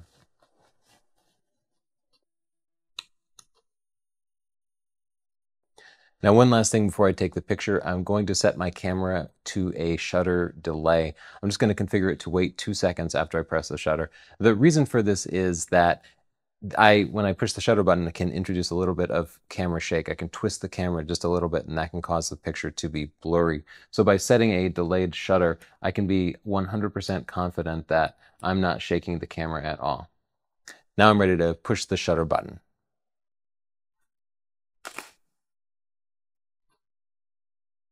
Now I'll go ahead and take a few more pictures just to have a few to compare to in case something went wrong.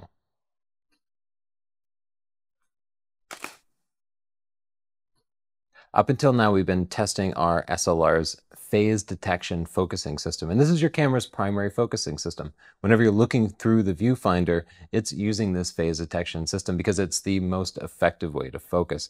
And if you do have a focusing problem, either in the lens or the body, this is where it's going to show up. Your camera's other focusing system is a contrast-based focusing system, and that's what it relies upon anytime you're in live view mode.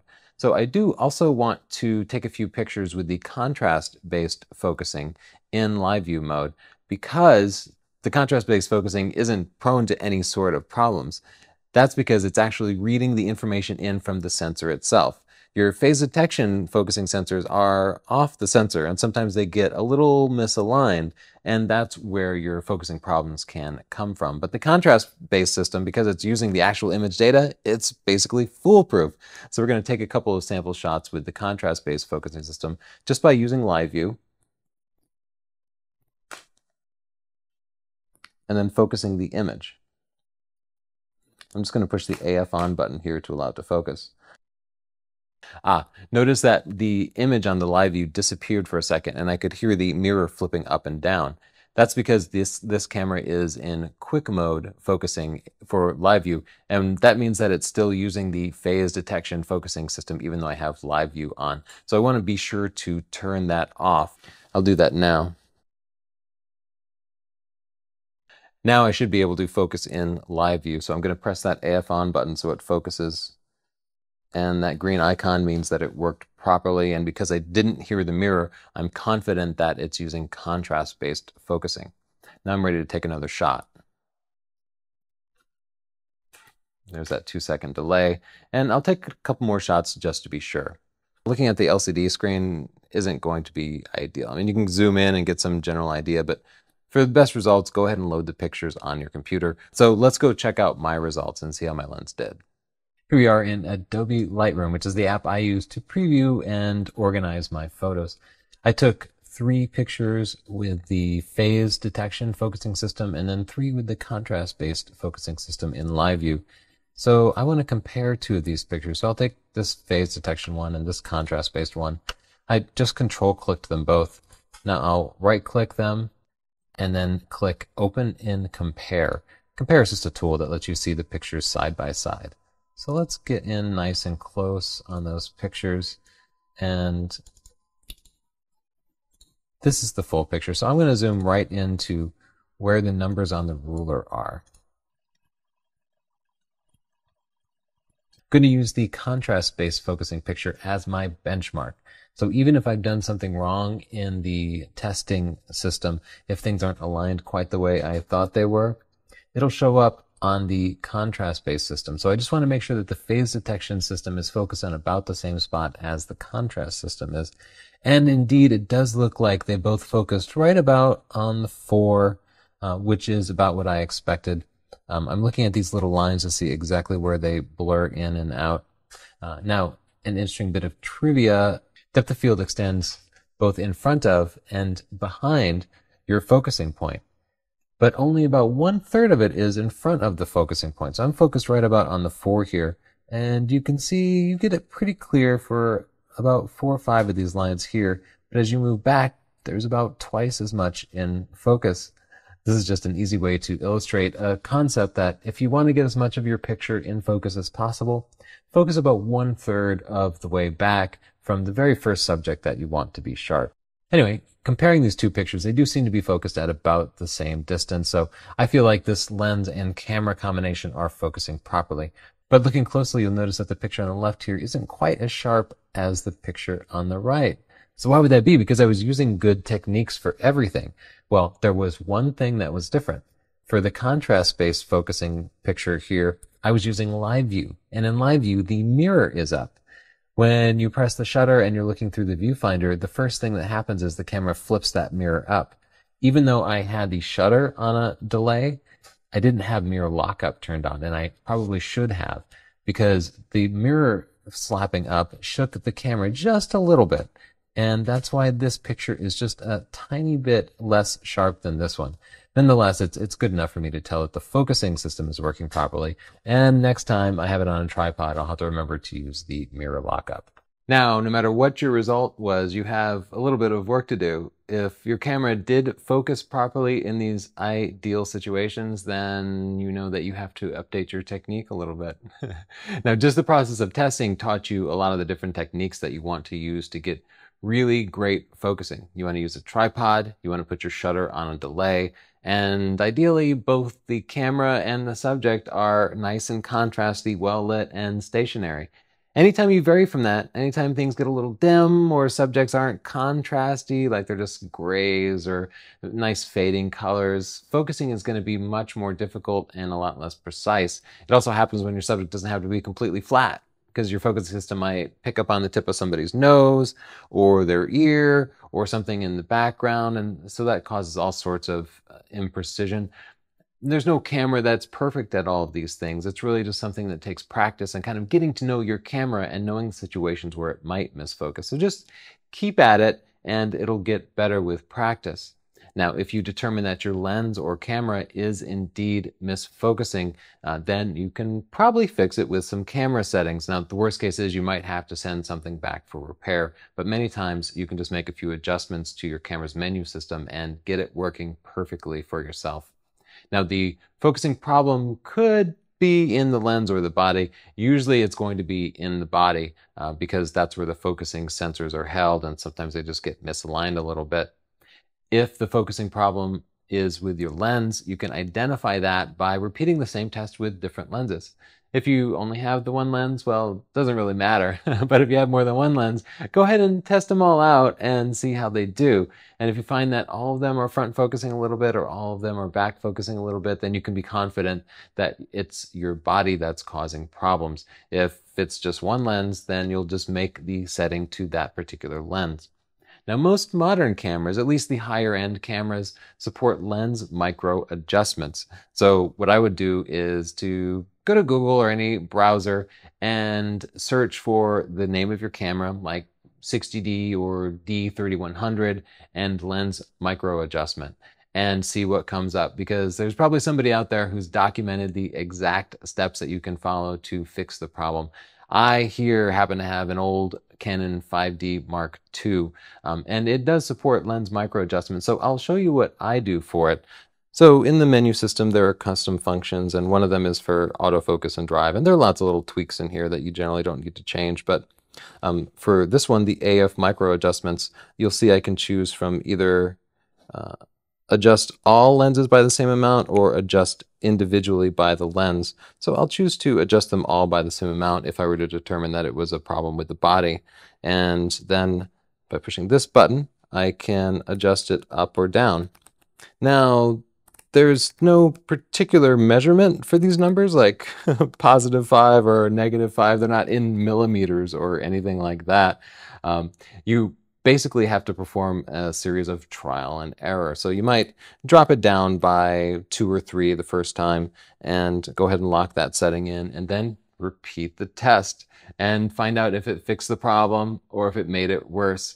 If it makes it better but not quite enough, you can increase the number a little bit more. If you went past it, if you're now back focusing instead of front focusing, you know to dial it down a little bit. If you find you don't get consistent results between the different tests, well, it just means your focusing system isn't precise. It's not perfect, and that's true of every camera. It's particularly true of the less expensive cameras. The higher end cameras tend to have a more precise focusing system.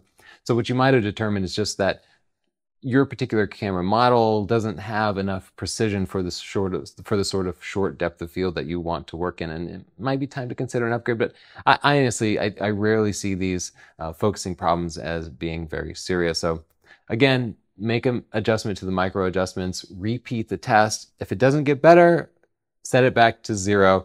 If it does get better, then congrats, you're done and you've solved your focusing problem. Here's a problem that one of our friends had over at the private sdpcommunity.com forums, which you're very entitled to do, and it's a great place to get more troubleshooting help if I haven't answered your question here. But he had a filter stuck on the front of his lens, and this can happen for a couple of reasons. You might misthread it as you're trying to put the filter on, and then it just gets stuck. Or you might just over-tighten it, and then it won't come loose, or maybe you leave it on there for a long time and a little bit of rust builds up. can be really difficult to get off, and if you twist it too hard with your hands, you might cut your fingers, you might break the front of your lens or crack your filter, and these filters can be pretty expensive, so you want to be careful with them. I'll show you how I've gotten a few filters unstuck. The first thing to do is to take that lens off of the body, and by doing that, you're going to reduce the risk that when you actually put enough torque on that thing to come off, that you're going to twist the body mount too. So it's better just to grab the lens by the outside, but not where the rings are. You want to be sure to grab it where it's nice and stable. If you happen to have a rubber jar opener, those work awesome. Those are absolutely the best. One of those things that you can just like grip it and turn it really good. Don't use the kind with the teeth though, because that'll cut right into the metal. Otherwise, you can just grab yourself a rubber band and stick that rubber band right around the filter like that. And the rubber band is just going to give you a little better grip than the metal would. So now with that rubber band on there, I can apply a little more torque to it. I get a better grip, and now I can get it to come off without breaking anything. Now let's talk about motion blur. I know it seems like when you take a picture that it freezes an instant in time, but your shutter is actually open for whatever period of time the shutter speed is. And 1/60th of a second seems like the blink of an eye. Maybe it actually is, but that's plenty of time for a moving subject, a person throwing a ball, or a bird's wings flapping. It's plenty of time for that to move in the course of 1/60th of a second, and that will always result in a blurred picture. So let's look at some examples of motion blur. Here we see a hummingbird, a Dr. bird in Jamaica, and its wings are just completely blurred. And in fact, its eye is blurred too. Look, hummingbirds are really fast, and if you're going to freeze them properly, you need a shutter speed of like 1/2000th or 1/4000th. And I had this at 1/500th of a second, so that wasn't nearly enough to freeze the action. To solve it, I simply need to use a higher shutter speed. Here's a picture of Chelsea, and as you can see, her hand is completely blurry, but because her face is sharp and the background is sharp, I can tell that this is a case of just motion blur. And the reason we're spending some time diagnosing the specific cause of the problem is so you also know how to fix it. If this were just out of focus, well, I would solve it by using one of my focusing techniques. But because her face is sharp, but her hand is blurry, that tells me it's a motion blur problem. And you don't solve motion blur problems by adjusting your lens, you do it by adjusting your shutter speed. So in this case, if I wanted to capture her hand sharp, I'd put my camera into shutter priority mode and select a faster shutter speed, maybe 1/500th or 1/1000th of a second. It can be easier said than done though, right? You can't always just use a super high shutter speed because your camera just wouldn't be getting enough light to the sensor and you'd have a bunch of other negative side effects. So generally you use the slowest shutter speed that will allow you to freeze the action in the frame. The way you do that is by using shutter priority mode and perhaps auto ISO. Then your camera will shoot with the largest possible aperture, the smallest f-stop number, and it will adjust the ISO as needed to get the shutter speed that you require. For more information, check out that Controlling Your Camera video. Let's look at another picture. This is my daughter Madeline on her 5th birthday, and she's blowing out some candles, and it was really dark in the room, and you can see her face is completely blurred. Now, how do I know that this is motion blur and not camera shake or a focus problem? Well, I can see by looking at the cake that the cake is nice and sharp, and that means that it's not camera shake. However, her face is moving and everything else in the picture is sharp. That tells me that she was moving during the course of the picture, and the way I would solve this particular problem is by using a faster shutter speed. Here's another picture taken at a wedding, and if you look in the background, you can see that the cake and the cards on the wall are mostly sharp. Again, that's what tells me that it's not camera shake, it's not a focus problem, but you can see the motion in the people themselves. That indicates motion blur. This picture, once again, we see that the tree branch is completely still and sharp, but the bird's head is nice and blurry. You can even see that the bird's body is sharp. The bird was just moving its head. So the way I would solve that is by, again, increasing the shutter speed or using the technique of just taking lots of pictures and deleting most of them. This is a picture of a flying bird, and if you want to freeze the wings of a flying bird, you really need to be shooting at about 1/2000th of a second. This one was shot at 1/250th of a second, and you can see that was not nearly fast enough. The background is panned, my shutter speed was so slow, and the wings are completely blurred. So in this case, I would have no choice but to raise the shutter speed. Another common cause of blurry pictures is camera shake. And with camera shake, your subject might be completely still, but your hands aren't completely still. It happens when you're using a shutter speed that is slower than what they call the reciprocal rule. So if you're shooting with a 100mm lens, if you're following the reciprocal rule, you'll shoot with a shutter speed of 1/100th or faster. If you're shooting with a 50mm lens, you'll shoot with a shutter speed of 1/50th of a second or faster. Of course, as I described in the controlling your camera video, other factors like a tripod or image stabilization can allow you to use slower shutter speeds. But if you diagnose your problem as being camera shake, you either need to use a faster shutter speed to cancel out your shaking hands, or you need to add some sort of support to your camera, either by enabling image stabilization in the camera body or lens, depending on the model that you have, or by attaching your camera to a tripod. So let's look at some examples of camera shake so that you'll know exactly how to diagnose that problem. Now, this picture actually has both motion blur and camera shake. I wanted the motion blur, which is why I was using such a slow shutter speed. I wanted to show the motion of that wheel. But if you look closely at the stones and the wooden wall behind it, you'll see that they're completely blurry. It feels a little bit different than simply being out of focus. You can see that it's sharp, but it's almost like there's a ghost copy of everything. So the way you're going to recognize camera shake is that everything in the photo is going to be a little bit blurry. If you're misfocusing on something, you'll see that the wrong part of the picture is sharp. If there's camera shake, the entire scene is going to be blurry. If it's motion blur, only the moving subject will be blurry and everything else will be sharp. Let's look at another example of camera shake. Now in this scene, we can see that there are moving people in the scene and they are blurry. And that's because of motion blur. The way we're going to identify whether there's camera shake or not is to look at the still subjects in the photo. So we'll look at the background, the walls to the left and the right, and specifically the areas of contrast, lettering on them. And if we look at that, we can see that they're not sharp at all. And indeed, we kind of see that ghosting that occurs with camera shake. So I was going for a low shutter speed because I wanted to show motion, but I also got camera shake. I should have just attached my camera to a tripod. Now, let's look at that same scene without the camera shake. As we switch to this picture, we can see motion in the people, but the background is nice and sharp. So this is motion blur without camera shake, and the other picture was motion blur with camera shake. If you have your camera on a tripod, it's still possible to get camera shake. And this comes up a lot with night photography. When you're taking pictures that are 1 second, 5 seconds, 30 seconds long, you can still get camera shake because your tripod isn't perfect. It's not a rock, right? Some wind can come along and shake it from side to side. You might bump it with your arm. You might trip over the cable release, something like that, and it will shake the camera and you'll see the camera shake in there. So the way you solve that, of course, is by staying farther away from your camera. You might also set up a delayed shutter so that after you press the shutter button, the camera has a chance to stop shaking before it actually opens the shutter. You also get yourself a nice, big, heavy tripod and a heavy head, and you lock them down really tight. So for more information on tripods, check out the night photography video. A less common cause of blurry pictures is diffraction. To understand diffraction, you'd have to understand like the quantum mechanics that photons use as they travel through the lens. But basically what happens is when you use really small apertures, that's apertures with a very high f-stop number, especially at high magnifications, the picture's never going to be sharp. That small aperture actually changes the path of the photons a little bit, and it means that your pictures are never going to be sharp at near magnifications. This really gets to be a problem with macro photography, so you probably can't blame your blurry pictures of your kid on diffraction, but when you get into macro photography, it's something to look out for.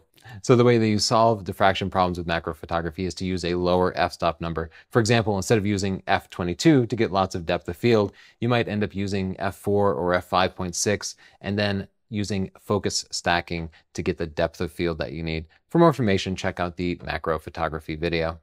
To demonstrate that, here is a very close-up picture of a flower. This is taken at 5x magnification, which is like near microscopic levels of magnification, and it's taken at f16. And you can see it's just not sharp. Now, the technique here was perfect, and the focus was perfect, But at this level, the picture is just never going to be sharp because of diffraction. If I were to use a lower f-stop number, such as f2.8, what we'd see is perfectly crystal clear sharpness, because the larger aperture associated with the smaller f-stop number will allow the picture to be much sharper by eliminating diffraction.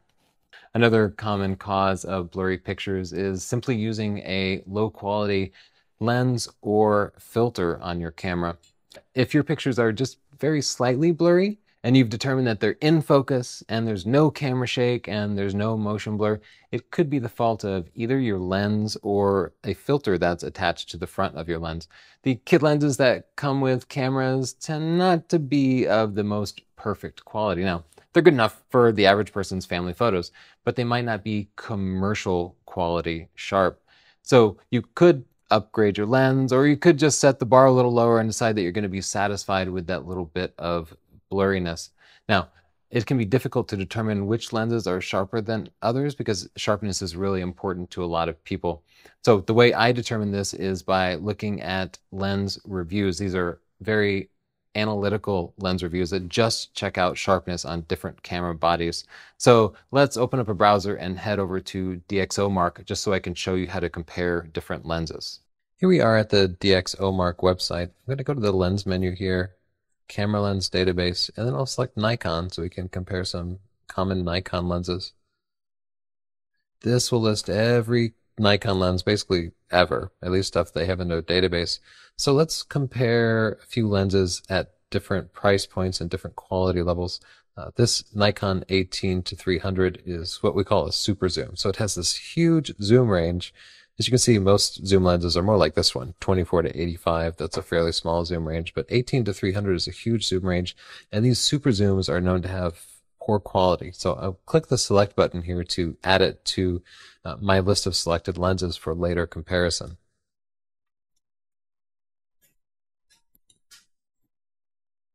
Now I'm going to go to the next page. Let's select a prime, because prime lenses are almost always sharper and faster than comparably priced zooms. And this is a really expensive prime, but just for the sake of this comparison, I'll go ahead and select that too. Now let's see if we can find their professional zoom lens, their 24-70, which every camera manufacturer has one of these 24-70 f2.8s, and they're always very expensive. You can see this one's $1,800, so I'll select that too. Now I'll scroll back up to the top and click Compare Lenses here. Looks like I had an extra lens from a previous comparison, so I'll just drop one of these and click Compare up to 3 items. And this is going to show me their test results for the different lenses. So on the left we have the super zoom, and in the middle we have their professional zoom, the 24-70, and on the right we have this very expensive prime lens. The DxOMark score gives you a good overview of generally how sharp the lens is. So you can see the super zoom, it's a good quality lens, but I warned you that super zooms are never extremely sharp because they're more of a jack of all trades than a master of any, and the sharpness is coming in at an 8, and that's just an arbitrary score that they provide. It's not a measurement of anything specifically. We can also see the sharpness measurement here. They also provide this, what they call the PMPix, is coming in at 5. So that's roughly 5 megapixels of data transmission. The professional zoom, the 24-70 f2.8, is coming in at a sharpness level of 14. So a 14 compared to an 8. Pictures taken with this lens are going to be much, much sharper than pictures taken with the super zoom. However, you have a range of only 24-70 instead of 28-300. So there's a trade-off there. This lens is also much more expensive because it's a professional lens. Now on the far right, we have this high-end prime lens. This is not a zoom at all. So you're stuck at this one focal length, and if you want to zoom in, you get to change lenses and buy another lens. You can see that this is rated at 18. So this is sharper than this professional zoom lens substantially, and these are both sharper than the more consumer level super zoom. Now one other thing to check is the camera that it's being tested on. If you do have a camera body that's on the list, I would go ahead and select that. DxO tests their lenses on different bodies because a body with very low megapixels might not be able to realize the difference between a super zoom and an expensive prime. Therefore, you can see how these score on your actual body to know if it's even worthwhile. If you had a 6 megapixel camera, you'd get the same results with either lens, most likely. However, if you have a monster like the D800, which has a ridiculous number of megapixels, you're going to realize much more of the improved quality with these higher end lenses. So you can see on this very high megapixel D800, suddenly the DxO Mark score of this super zoom jumps up to 17, and we can now extract a total of about 10 megapixels from it. On their professional zoom, the 24-70, on the higher end body with plenty of megapixels, we can now extract a total of 15 megapixels, and this score is at 28. And once again, the prime is still way, way ahead because, like I said, these primes are always sharper than the zooms. They're just kind of a pain to use. And the total sharpness extracted is about 17 megapixels according to their tests. Now below that you can see some other data which is probably not as important to most people as the sharpness. The transmission tells you basically how much of the total light entering actually gets through to your camera's sensor. And once again, prime lenses transmit much more of the light. And this means that you'll be able to use a faster shutter speed even at the same aperture. Many people don't realize that lenses, even at the same aperture, will transmit different amounts of light. Where you're focused makes a difference, and how you're zoomed in can make a difference, as well as the actual construction of the lens. Sometimes light just gets lost and doesn't make it all the way to the sensor. As you can see, the very simple prime lens design allows much more light to get to the sensor. Distortion is a measurement of how much curving, pin cushioning, and several other factors gets transmitted into the final image. And once again, the prime lens is by far the best here, with the super zoom being the worst. The fuller these bars are, the better it is. Vignetting is the darkening of the corners of the images, and wide-angle lenses are always worse at vignetting than the more zoomed in telephoto lenses, and I think that's why this prime didn't score as well there. One nice thing about distortion and vignetting and chromatic aberration is that these can all be corrected in post, and in fact Adobe Lightroom will automatically correct for distortion and vignetting if you select that option. Once again, I'll mention that I think most people overestimate the importance of sharpness when choosing a lens. Sharpness doesn't matter as much as most people think it does, but for some of us, it really is important. For example, when Chelsea and I shoot commercial photography, I know the commercial buyers really scrutinize the sharpness, and for that reason, it's very, very important for me to have the sharpest lenses for my work. But if you're just putting up pictures on Facebook, they're only going to be a couple of megapixels, so even if this can transmit 10 megapixels, that's still far more than you'll ever need. Now let's learn how to diagnose noisy images. Your images will be noisy if you're using a high ISO number. Now, different cameras have different levels of noise. Some cameras will be completely unbearable at ISO 800, and other cameras you might be happy with pictures taken at ISO 3200. But one fact is always true. The higher the ISO number, the noisier your pictures are going to be. So let's look at a couple of pictures taken at high ISO so you'll know what noisy pictures look like.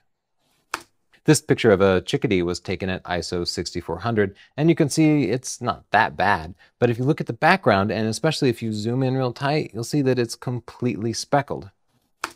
This light painting picture is also taken at ISO 6400, and if we zoom in nice and tight here, we can see that everything is a little bit speckled. That's a sign of digital noise, and again, a side effect of using a high ISO.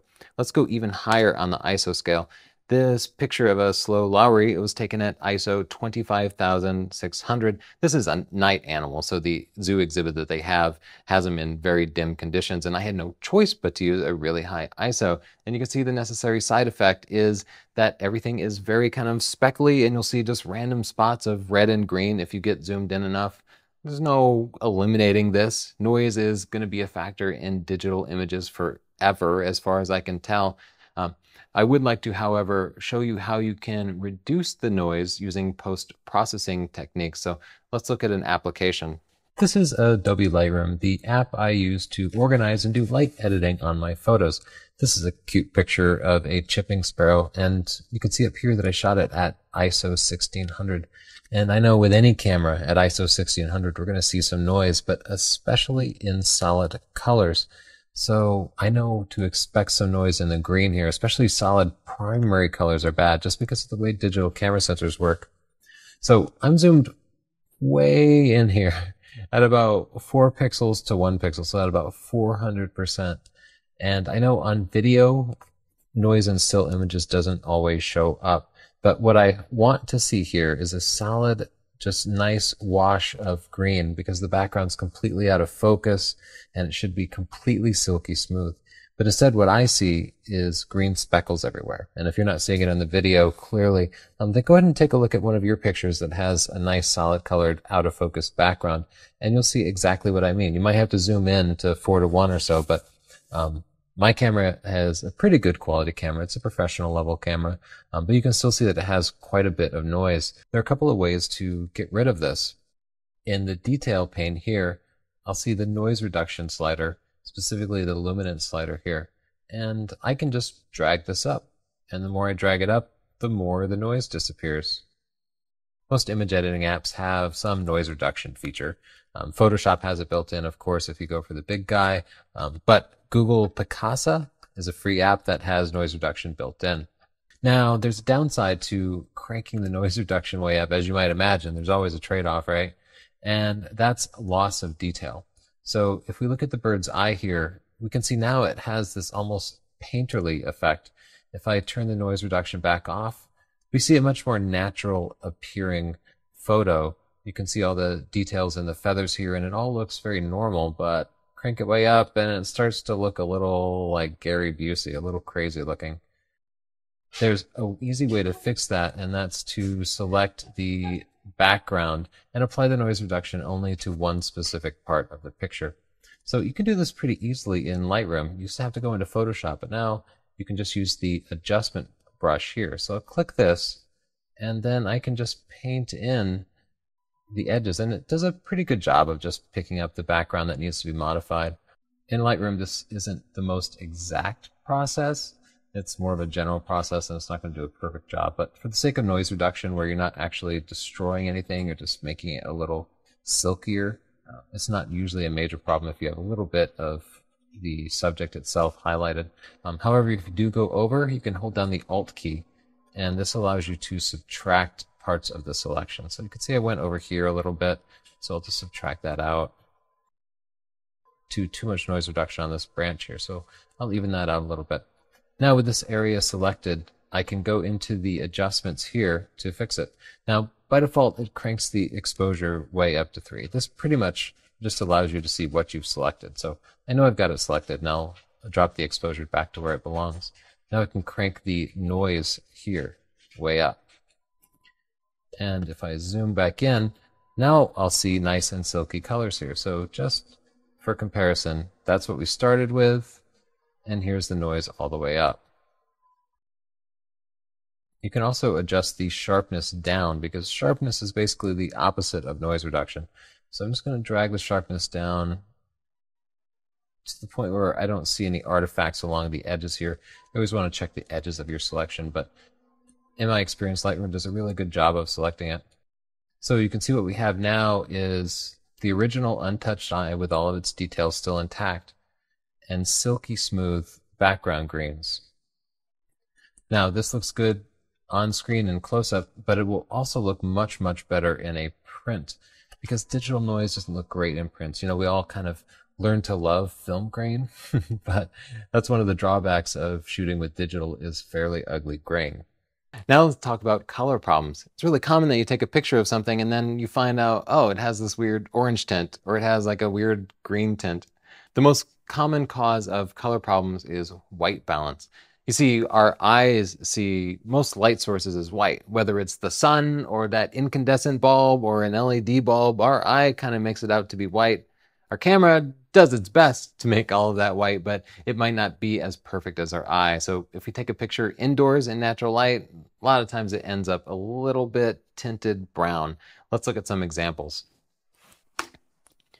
Here's a picture of my daughter in her bedroom with all of her favorite toys, and you can see it has this like warm color cast, and it might not be a bad if this, but I really prefer a more neutral color balance. So this is easily solved either at the time you're taking the picture or in post-processing.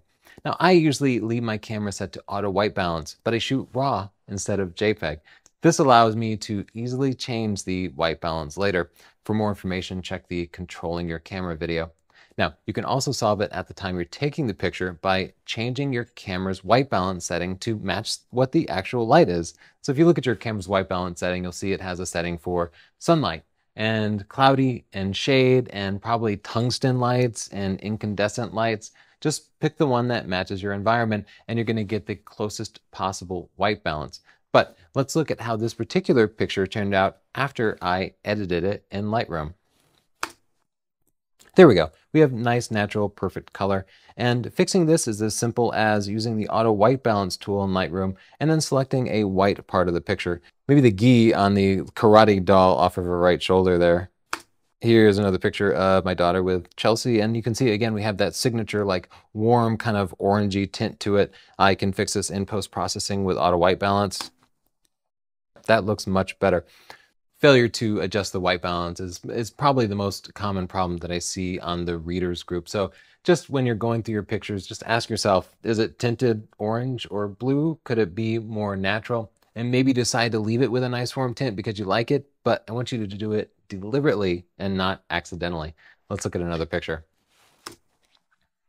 This is a picture of the Seattle skyline, obviously taken at night, and night photos in cities are notoriously difficult to white balance because the city has just dozens of different types of light sources in it, and they all have a little bit of a different white balance. So there's never going to be one white balance setting that perfectly matches the entire environment.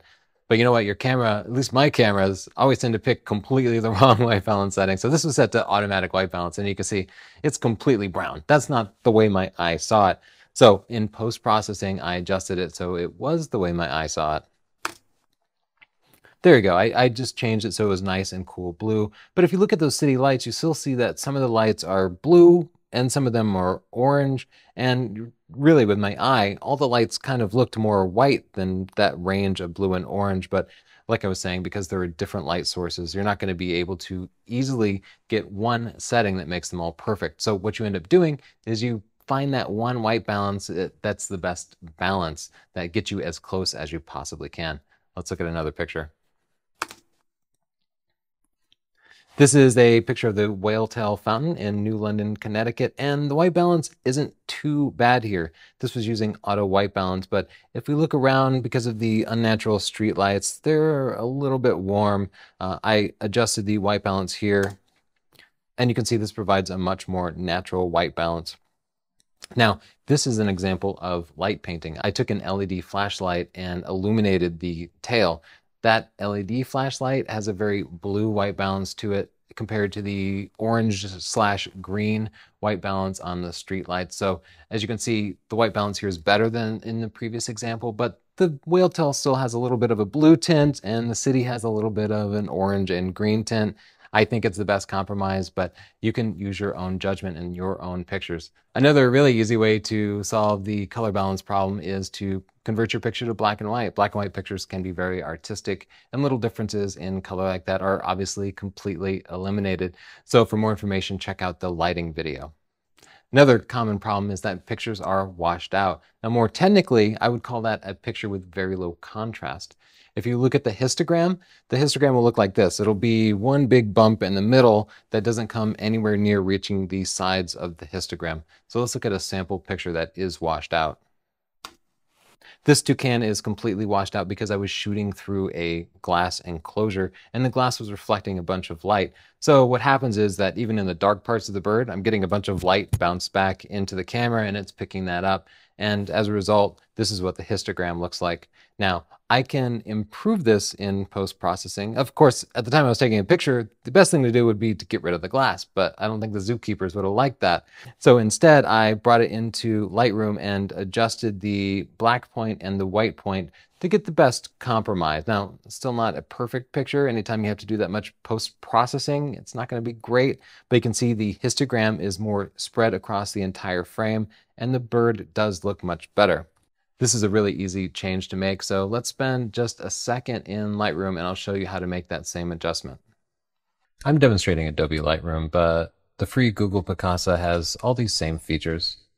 I'll expand the basic panel here, which allows me to adjust the exposure and the contrast and common things like that. And where I usually start is by adjusting the exposure so that The whitest parts of my subject are pretty close to the right side of the histogram here. This visually represents the brightness of the photo, and this is the whitest part of the subject. So I want to make sure that's right about 100% white. If you look at the histogram here, we see we have a big open space here. The whole left half of the histogram is blank. There's no information in there, and that's why it looks all washed out. Everything's in this right side of the histogram. So to fix that, I can drag the blacks up. And you can see that histogram moving to the left, and the picture's looking better and better and better. The blacks slider basically defines where the left side of the histogram is going to be. So I'm really just squeezing everything in from the left side, which spreads the rest of the information out over the entire histogram instead of just that right half. And we can see that we have a much nicer looking picture than we started with. Just to go back to the original import, that's before, and this is after.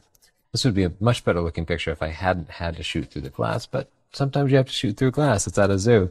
And if I zoom way in here, the sharpness is okay, but the sharpness would certainly be much better if the glass hadn't been in the way, because a low contrast situation like that definitely overall reduces sharpness. So avoid it when you can, and when you can't, know that you can improve it with post-processing.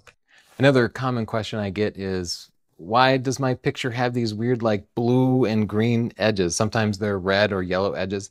This is a condition called chromatic aberration.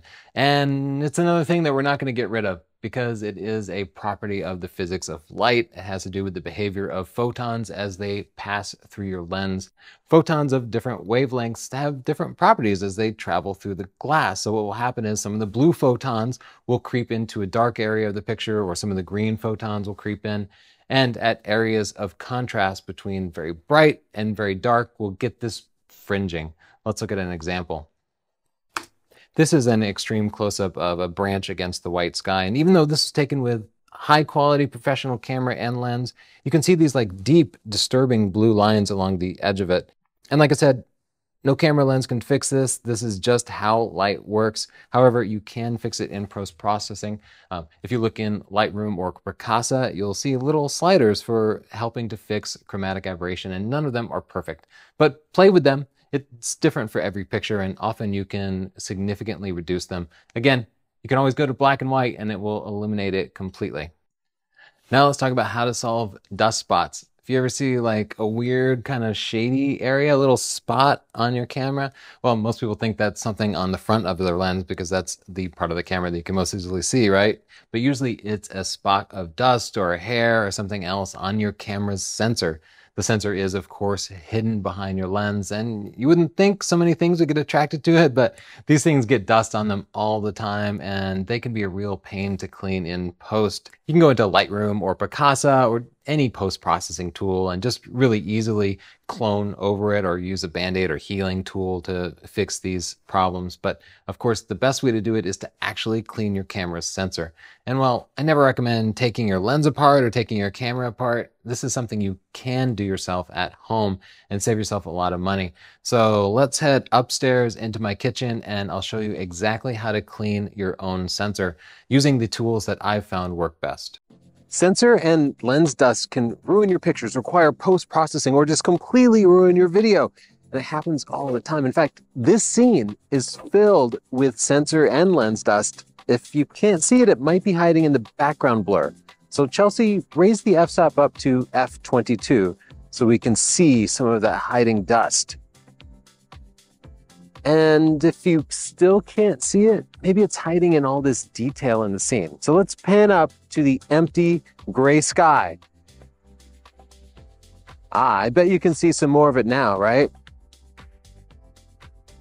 To distinguish between sensor and lens dust, try zooming your lens. The sensor dust stays in one place while the lens dust moves in and out. You might also see spots in the viewfinder that don't appear in your final photos, and that can be in several different places depending on the type of camera you have. I'm going to show you how to clean all of that quickly, easily, inexpensively at home. So let's go inside. My first step is to bring my dirty camera into a dim room. Put my smartphone into video mode, turn the flash on, and then start recording. Now, if I look at the camera itself, all that dust and dirt and every smear suddenly glows in the light of the smartphone flash. I'll look at the front element, and then I'll also look right in the viewfinder. And this sort of tells me exactly where the problem areas are, so I know what I need to pay attention to during the cleaning process. Don't forget to take the lens off and inspect both the back of the lens and the sensor itself. Whoa, in front of all those pretty colors, you can actually see a ton of dust if you turn the camera at an angle. I'm going to pay attention to each of the four corners especially. If you have a DSLR, there's something else you should take a look at. Let me grab one. This is my Canon 5DSR. It's a DSLR. Note that it has a mirror there. See it flip up and flip down as I put it into live view? The presence of that mirror is why they call mirrorless cameras mirrorless, because they don't have it, but DSLRs do. With the DSLR, I'm also going to look with the mirror down at the mirror. That's a lot of dust. And then also at the prism, because dust gets stuck on the bottom of the prism, and you can see that in the viewfinder, even though it does not show up in your pictures. And of course, with the DSLR, if you want to look at the sensor, you can put it into live view mode or go into the menus and put it into sensor cleaning mode. Especially with the DSLR, you might not actually see any dust on the sensor because that mirror is almost always flipped down over it, protecting it from dust. It's just one of the ways that DSLRs were a little easier to maintain than mirrorless cameras were. Now that we've identified all of our dust and gotten some before video so we can see the dramatic improvement, let's go into the light and bust out our cleaning tools. As a general rule with cleaning, you want to go from low impact to high impact. So we're going to start by using the camera's built-in sensor cleaning algorithm, which you'll find somewhere in the menu system. If you aren't sure what it is on your camera, check our free tutorials here. What I usually do is turn the camera upside down, take the lens off. This way, gravity is kind of working with us. If it happens to shake loose any dust, some of it will at least go down, even though it's not necessarily heavier than air. Then turn your camera off. For now, I'm going to put the lens back on to do the next stage of cleaning. For this, you'll need some kind of blower. A blower simply pushes air, and you can imagine that might be a little dangerous because the air might have dust or some kind of contaminant in it, and you might actually be projecting dust onto the area that you're trying to clean. And that's why it's important not to just use whatever cheap blower you happen to get free with your camera, and instead pick up a high quality product. The first thing I'm going to do is actually use a blower to clean the big dust off of the front element here. Just do it like that, and you should see some dust blow away. Then I'm going to repeat that process on the viewfinder. Now I'm going to take the lens off and get the back element here. I'm going to try to use gravity to help me here by turning the lens upside down and blowing in there just as much as I can. If I still see dust on the sensor here, then I'm also going to use the blower on the sensor itself. Once again, I'm going to do this by turning it upside down so that gravity works with me as much as possible, and then blowing this in there, hitting it as much as I can from the side. At a glance, I can see I got rid of like 90% of the dust, but I do still see a speck, so I can see we're going to need to get a little more intense with that. The next step, I'm just going to replace my lens here so I don't expose the sensor too much, and I'm going to go to a brush. So I have a couple of brushes to show too. This travel camera cleaning kit that VSGO sent does have a nice little portable brush inside of it, because when you're in the middle of a trip, you don't want half your pictures to end up dirty. So it really is important to travel with something. And you can see it has a swab, and then I can also extend a little brush like this. And this is really useful for getting out bigger particles that the blower didn't get. And, you know, rather than just kind of randomly swabbing around, I'm actually going to look for visible dust that remains and try to get in there and selectively remove it. And again, if you have a trouble seeing it with your naked eye, then go into a dark room and pull out your smartphone and use the flashlight. That's going to make it a lot more visible. This also has a little more reach to it because you can actually get up inside of lenses if you need to. This is the portable kind, and it's nice and metal, but they also have this really sophisticated power switch, which is like the luxury version of a cleaning brush. This model is nice because it has a protective cap that keeps dust off of the bristles when it's not in use. Let's take that cap off and then We can slide to extend the bristles here. If you have a DSLR, be sure you get in there and clean the dust off of the prism at the top of the camera and the mirror, just anything that you could see. So far, everything has been very low contact, but I still see a smudge on this lens. I don't know if you can see it there, but it's definitely there. And I'm just gonna have to rub to get rid of that, but I'm not gonna like breathe on it and use my t-shirt on it. Instead, I'm going to use the flip side of this VSGO power switch. It's magnetic. So I can pull this out and flip it around. And now you see a little swab there. That flipping action makes sure that it's protected all the time. So don't use this on a sensor. This is for like cleaning lenses and stuff. And what I'm going to do is to put this in the middle of the lens and just gently push out. While my own experimentation produced better results moving from the inside out, VSGO recommends using a circular motion. The back element of your lens might also need something like that, so it's a good time to pull out your smartphone flashlight again and really just look in there and see if anything is catching your eyes, because if there is nothing you can see, then don't do it. My back element is good, so I don't need to get in there. And to help protect this, I can flip it around and let it get pulled back in there. But it also comes with replacement tabs. Problem is, any cleaning product can pick up little abrasives. That's what they're supposed to do. But if you were to continue to use it, then those abrasives could scratch the elements or remove some of the coatings. And so that's why regularly replacing the tips or anything that's touching delicate camera stuff is really, really important. VSGO also makes disposable sealed cloths that are guaranteed clean if you just prefer something a little more compact instead of carrying a pen. These are one-time use, so use them, throw them away. You can use their cleaning spray. Don't spray this on the lens itself, but instead put just a little dab onto the cloth to moisturize it, and that just helps remove the most difficult things like oils from your skin. For cleaning the mirror and prism, it's kind of hard to get in there with pens, so you could use a swab or just a cloth with your finger. It's crucial that you are delicate with these internal components because any misalignment could alter your autofocusing for the worse. This is also an excellent way to clean the viewfinder. Pop the eyepiece off. It usually comes up, just to make it a little easier to reach in there, and then take your moistened cloth and really get in there if you can't reach it any other way. Okay, we've gotten through almost all of it, and our camera is mostly clean, but there's still some dust on the sensor. This is really delicate. A lot of people insist on sending their cameras off to the manufacturer for an expensive sensor cleaning.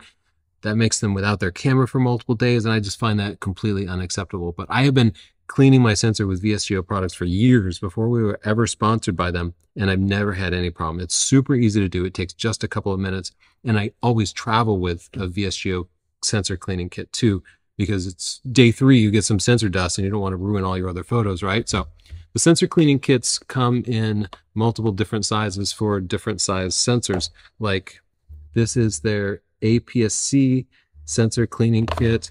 This is their full frame sensor cleaning kit, and then they have a medium format sensor cleaning kit for you Hasselblad shooters or your Fuji shooters.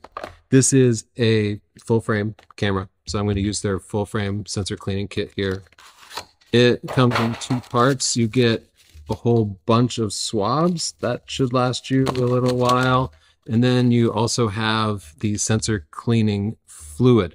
And what I'm going to do is to open up one of these swabs, put a few drops on it, and then drag it one way across the sensor and then back across the other way.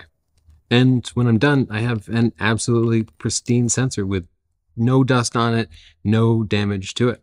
And I can put my lens back on and go shooting. One of the most common problems I see, even from my more advanced readers, is a crooked horizon.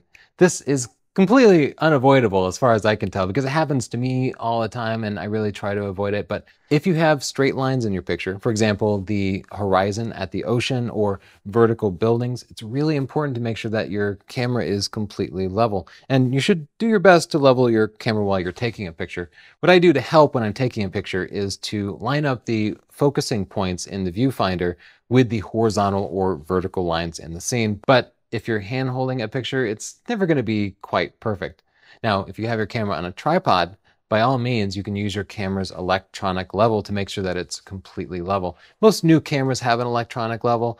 Some older cameras don't. So check your camera's manual. If you don't happen to have an electronic level, you can add a bubble level to your camera's hot shoe. These only cost a couple of dollars, but honestly, I kind of hate them.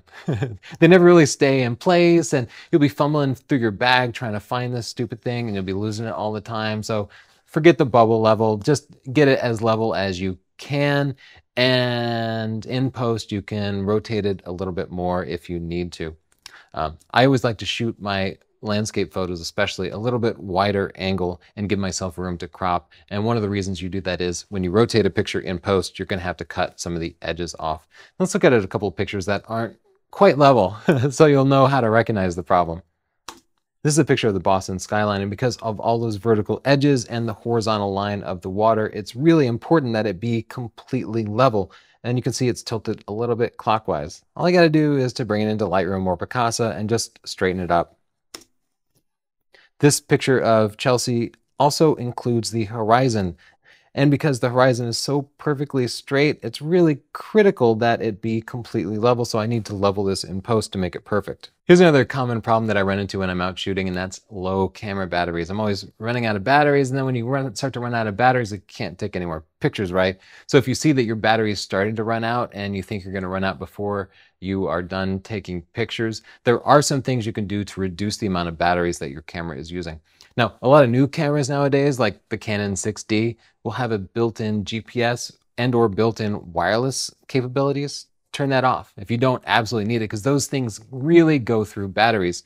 Another problem is the live view display. If you're using your camera's LCD screen to frame pictures, turn that off and hold the viewfinder up to your eye. If you are using the viewfinder already, you can turn off that automatic review. You know, when you take a picture and then it shows you the picture that you just took. I know I like to look at that automatic review, but that burns a lot of batteries when it's got to light up the screen. If you're using your camera's built-in flash, that's going to drain your camera's batteries really, really quickly. And external flash will have its own batteries, so you don't have to worry about draining your camera's batteries quite as fast. Image stabilization will also drain your camera's batteries, whether the image stabilization is in the lens or in the body, because either way, it's pulling the power from the camera battery. So if you don't need the image stabilization, turn it off and you'll find your battery lasts much longer.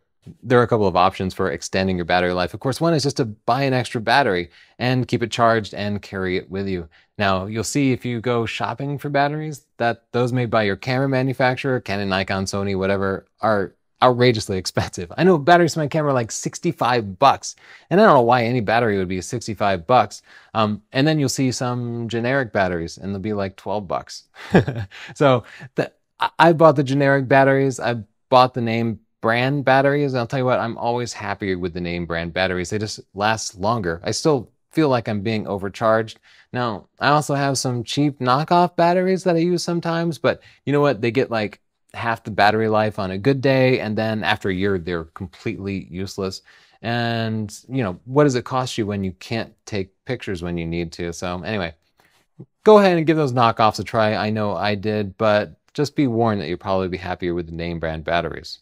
Another option is to get a battery grip or a vertical grip for your camera. If you have an SLR, sometimes you can cram on this extra grip that allows you to store 2 batteries or allows you to use AA batteries inside of it. And in particular, AA batteries can be nice because you can stop at any pharmacy or grocery store and buy more batteries and swap them out, so you don't have to worry about using these specialized batteries. And if you put in 2 of the normal batteries, of course, you'll get twice the battery life, and you will have to change the batteries only half as often. The vertical grips add a lot of weight to your camera though, and they also add a lot of bulk, making it a little more difficult to travel with. But if you want to be sure you don't run out of batteries, it's something to consider. Once again, you have the option of the name brand vertical grips or the cheap knockoff vertical grips, and you know, check the reviews on Amazon. The knockoff ones aren't that bad. In this case, I do often nudge people towards the knockoff ones, unless they're a pro and they absolutely need the original equipment manufacturer quality. Another common problem is running out of memory space in your camera. I like to carry a couple extra memory cards. You can also stop by most pharmacies or grocery stores and buy an extra memory card in case you're completely filling up your memory card on vacation. If you find yourself almost running out of memory, one of the things you can do is switch from RAW to JPEG recording. Now, I sell RAW hard because I really like shooting in RAW, but JPEG takes like 1/10 of the space. I also tend to start scrolling back through my pictures, and first I'll delete any bad videos that I have because videos take up far more space than individual pictures. But if I'm really hard up for space, I'll start reviewing my pictures and deleting anything that's blurry or out of focus or just isn't the best of the set. So go back and clean up your memory card once in a while. Another common complaint is a flash that takes a long time to recycle or that burns through batteries too quickly, and there are a bunch of easy ways to fix this. Probably the easiest is to turn off high speed sync if you're not actually using it. If you're shooting with a shutter speed of below about 1/200th of a second, or whatever your camera's sync speed is, you can look it up, but usually it's about 1/200th of a second. You don't need to use high speed sync. Some people just turn on high speed sync and use it all the time, and that uses like 5-10 times more batteries, so it's going to make your flash much slower to respond, and it's going to burn through your batteries much faster. If you are using high-speed sync and a high shutter speed, maybe find a way that you can get the shutter speed down below 1/200th of a second so you can turn off high-speed sync. Whenever possible, use a flash that has a zoom head. Zoom heads adjust their focal length to match the length of your lens. So if you're shooting with a wide-angle lens, it'll send light out so that it covers the entire scene. But if you're shooting with a telephoto lens, it'll zoom the flash head in and just cover that narrow field of view with light. That allows the flash to put out much less light and thus use batteries much more efficiently. You can also increase your camera's ISO. Now, I've warned you earlier about increasing your camera's ISO and all the side effects of that. You're going to get noisy pictures, right? But by increasing the camera's sensitivity to light, the flash doesn't need to output nearly as much power. If you go from ISO 100 to 200, your flash needs to output just half as much light, meaning your batteries are going to last about twice as long and your flash will recycle about twice as fast. So as you can imagine, once you get your camera up into ISO 800 or ISO 1600, the flash is going to be barely working at all and your batteries will seem to last forever.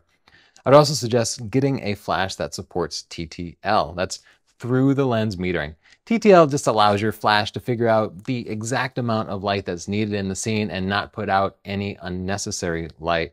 Just about every flash made by your camera manufacturer, Sony, Canon, Nikon, will have TTL enabled by default.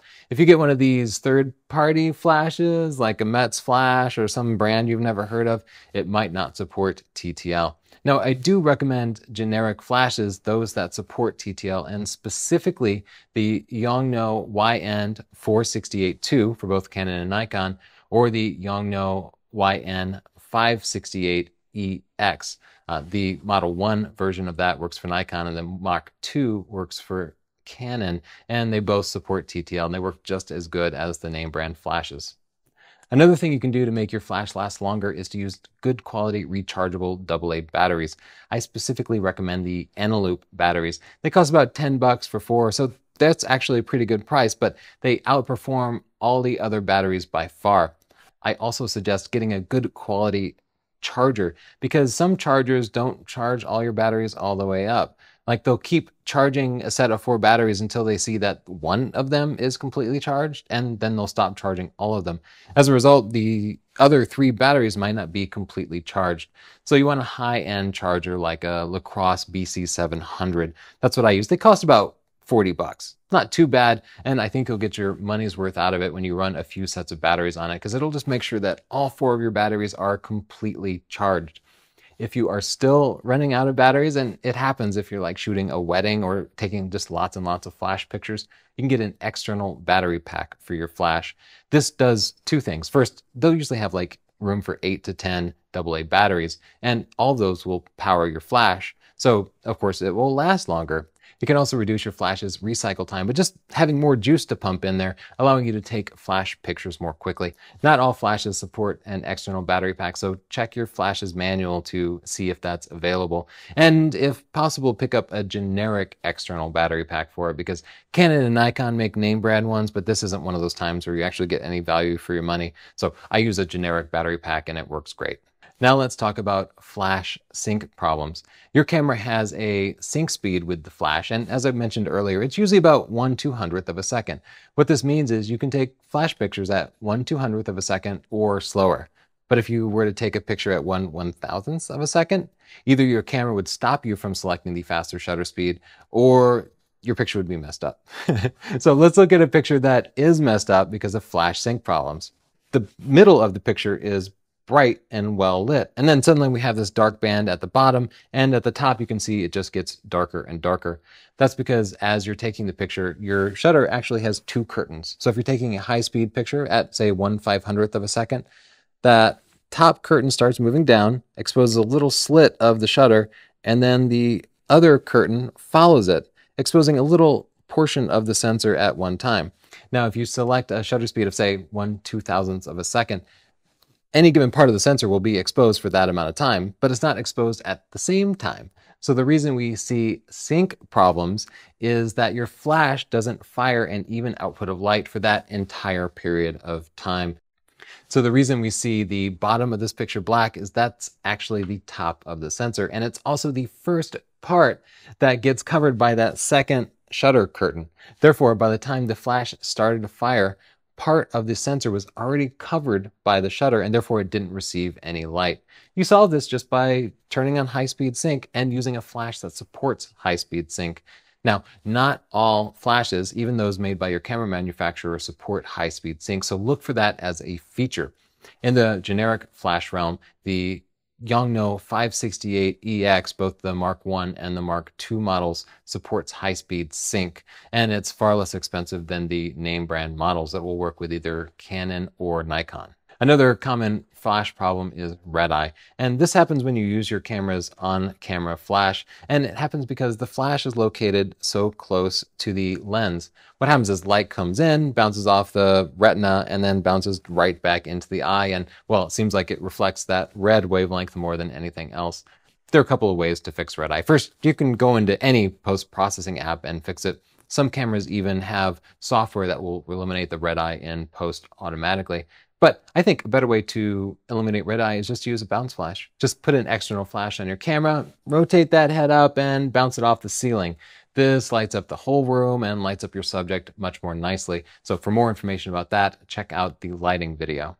Another common flash problem is just too much flash. Sometimes your camera just puts out too much flash. Well, here's an easy way to fix it. Use flash exposure compensation. Your camera certainly has a feature that will allow you to control the flash output, so check your camera's manual for how to do it. Usually there's a button that has like a lightning bolt and then a plus and minus next to it, so look for that. Some flashes, if they have buttons on them, will allow you to control the flash exposure compensation from the flash. So just check your flash's manual to see how you can dial it down a little bit. We'll look at a sample picture here that just shows a picture with far too much flash. As you can see, the background seems properly exposed, but the subject's faces are just completely blown out by the flash. So to solve that, I would dial in about -2 stops of flash exposure compensation. Now I'd like to look at an example of motion blur with flash. What we see here looks almost like ghosting. We can see the motion in the little girl, but at the same time, she's kind of frozen. I'm just showing this to you so you'll recognize it in your own pictures. This happens if you have your camera in shutter priority mode, aperture priority mode, or manual mode, and you're using the flash, and your shutter speed is too slow to freeze motion. So while flash can help to freeze motion, you really can't rely on it because you'll get this ghosting.